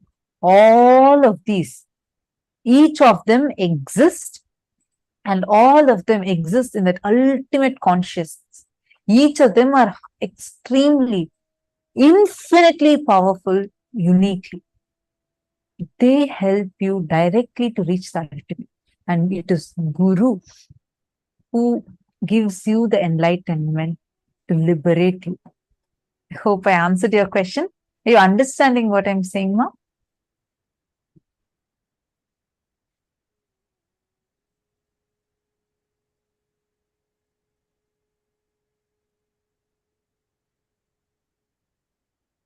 Now, as each of you are here and experiencing, receiving these powerful cognitions, you all can keep typing out whatever you understand and whatever you're clicking with. And there's one more question from Lev Hem Aya. So he's posted, I have a group of people that pull me into the state of reaction. I interact because I feel there's a potential to see them outside and move peacefully. I think it is because their compulsion to keep me in this state of reaction because it fuels them. Okay, understand. Everyone in life is filled with patterns. Like how you have a certain patterns with which you react to, others also have their patterns. Each one reacts with their individual patterns. The question is not that, oh, because others are having patterns, I'm also stuck with patterns. It never works like that.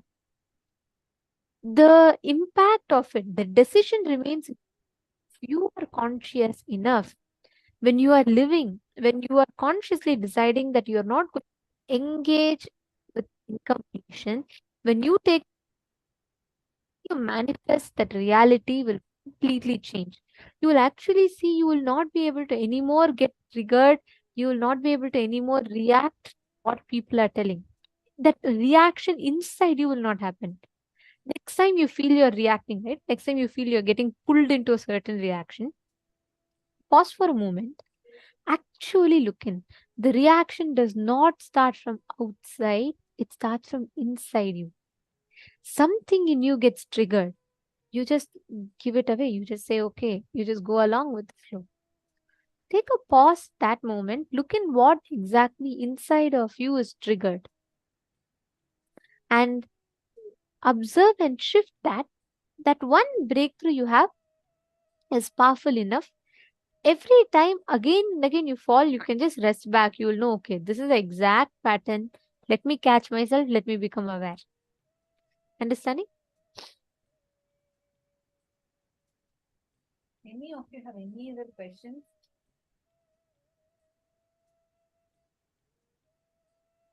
Sorry. Any of you have any questions? Feel free to post it here in the chat, and like you can ask us whatever questions any of you have. I hope all of you are understanding this, right? Sonal Chauhan, did it click with you?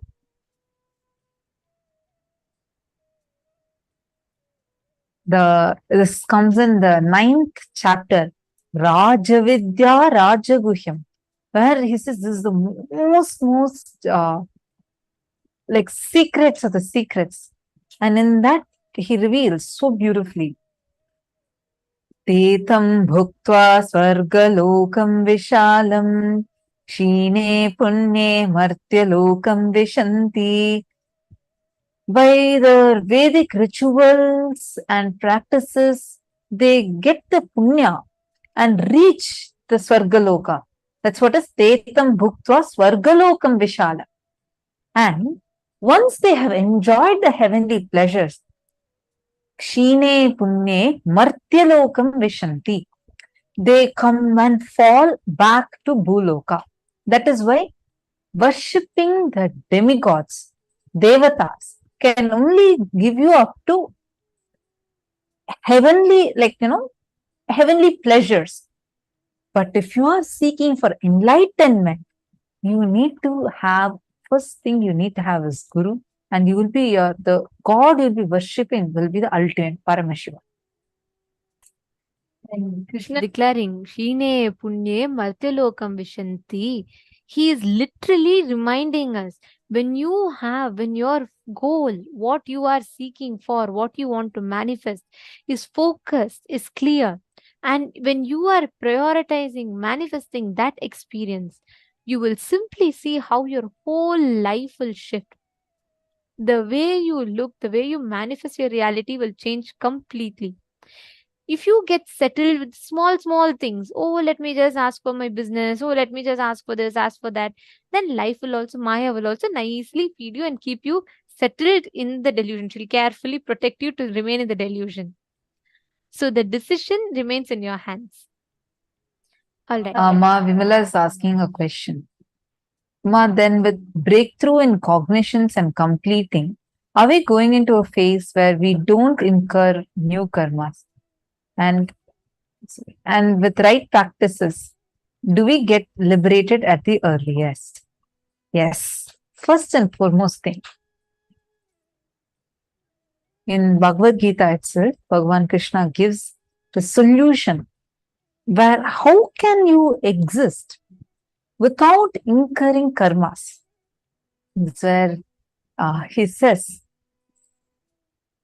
Sangam Tyaktva Phalanicha, means you don't worry, leave the results to me. Surrender your results to me and do the action. You don't clutch to the results. Do the actions without clutching to the results. This means even the happenings of your life, whatever is happening, are you getting reactively involved into it? If that can cause any kind of a reaction inside you, hangover inside you, you are incurring a karma. Understand? Actually, we are having an entire day dedicated on karma, how to have karmic breakthrough. The very definition of karma, Swamiji completely gives a breakthrough to that itself. Usually we all think, karma, how is it usually represented? You say, you do something and then you get back the same thing. That's what you call as karma. Am I right? You all see it as action-wise. But did you know that karma is not just the action? It is the thought current that is stuck in you from which the action is coming. It's actually, you need to learn it. It's very deep and you need to learn about it. So I actually recommend you to attend the full day program of the day where we're going to be learning about karmas. I'll tell you the exact date. Attend that full day program that will really help you to have a completely new understanding about karma. Then you will understand every time you complete and break free from a pattern, you're walking out of that thought current. that means you're giving a breakthrough to yourself from that karma. No more that karma will even cling on to you anymore. We all always have a fear. Oh my God, I've done this, I've done that. What if all that karma comes back? Even now, if I transform? No. The karma coming back is only as long as you sit there. There's a image, right? A very popular clip art that we see. There's like one man pushing a brick, and then the whole thing goes all the way, and like a stone slab he pushes, and it goes in a circle and comes and falls on him. So that's how karma is usually represented. So I hope you all are recognizing what I'm talking about, right? It's like a clip art kind of a thing. That image, actually, Swamiji explains, only as long as you're sitting there, it goes around and comes back to you. But the moment you move out of it, move out of the thought current, no more that can come on you. I understand there's like too many things you're saying, so don't worry. Attend the day which is completely focused on karma. You will learn the technique of how to do actions without getting karma. In Ishavasya Upanishad, second verse, it says, Kurvan neveha karma ani jiji visheshatagum samaaha, where it says, continuously do actions and live for hundreds of years. How to do that without incurring karma? You should definitely attend the day where Swamiji is going to be giving us all breakthrough in learning about this karma, science of how karma actually is, and how to break free from that. So it's a very, very, very powerful one. I'll definitely give you the date when exactly we are going to be having about karma. Yes. I think it's on 22nd October. So the 22nd October during Navratri time, we have a special day fully dedicated on this. So definitely do attend it. That will really help you. Yes. Now, let us all take a few minutes. I think it's been a long discussion, the question and answer session. Now, let us all take a few minutes. I request each of you to sit now. Please connect to a partner as I had previously explained. I request each of you to now just do one round of this power manifestation. It will help you break free from delusion. What each of you can do is connect with the partner within Zoom. You all can post in the Zoom chat. Please connect to a partner. You are going to be scanning one reality that your partner wants to manifest. Like, for example, if I am manifesting with Ma Sonia Rao, I am not going to be telling her what reality I want to manifest. She is going to be scanning and identifying. Maybe my new reality is to open a Kailasa temple somewhere. So she's going to be scanning, identifying what is the exact reality I want to manifest and what is the obstacle that I am facing in that. And she's going to give me the powerful cognition to break that delusion. Okay, ready? Shall we all start? Can I request each of you here to sincerely please connect with your partner? Post in the Zoom chat. You all can connect in the Zoom chat itself.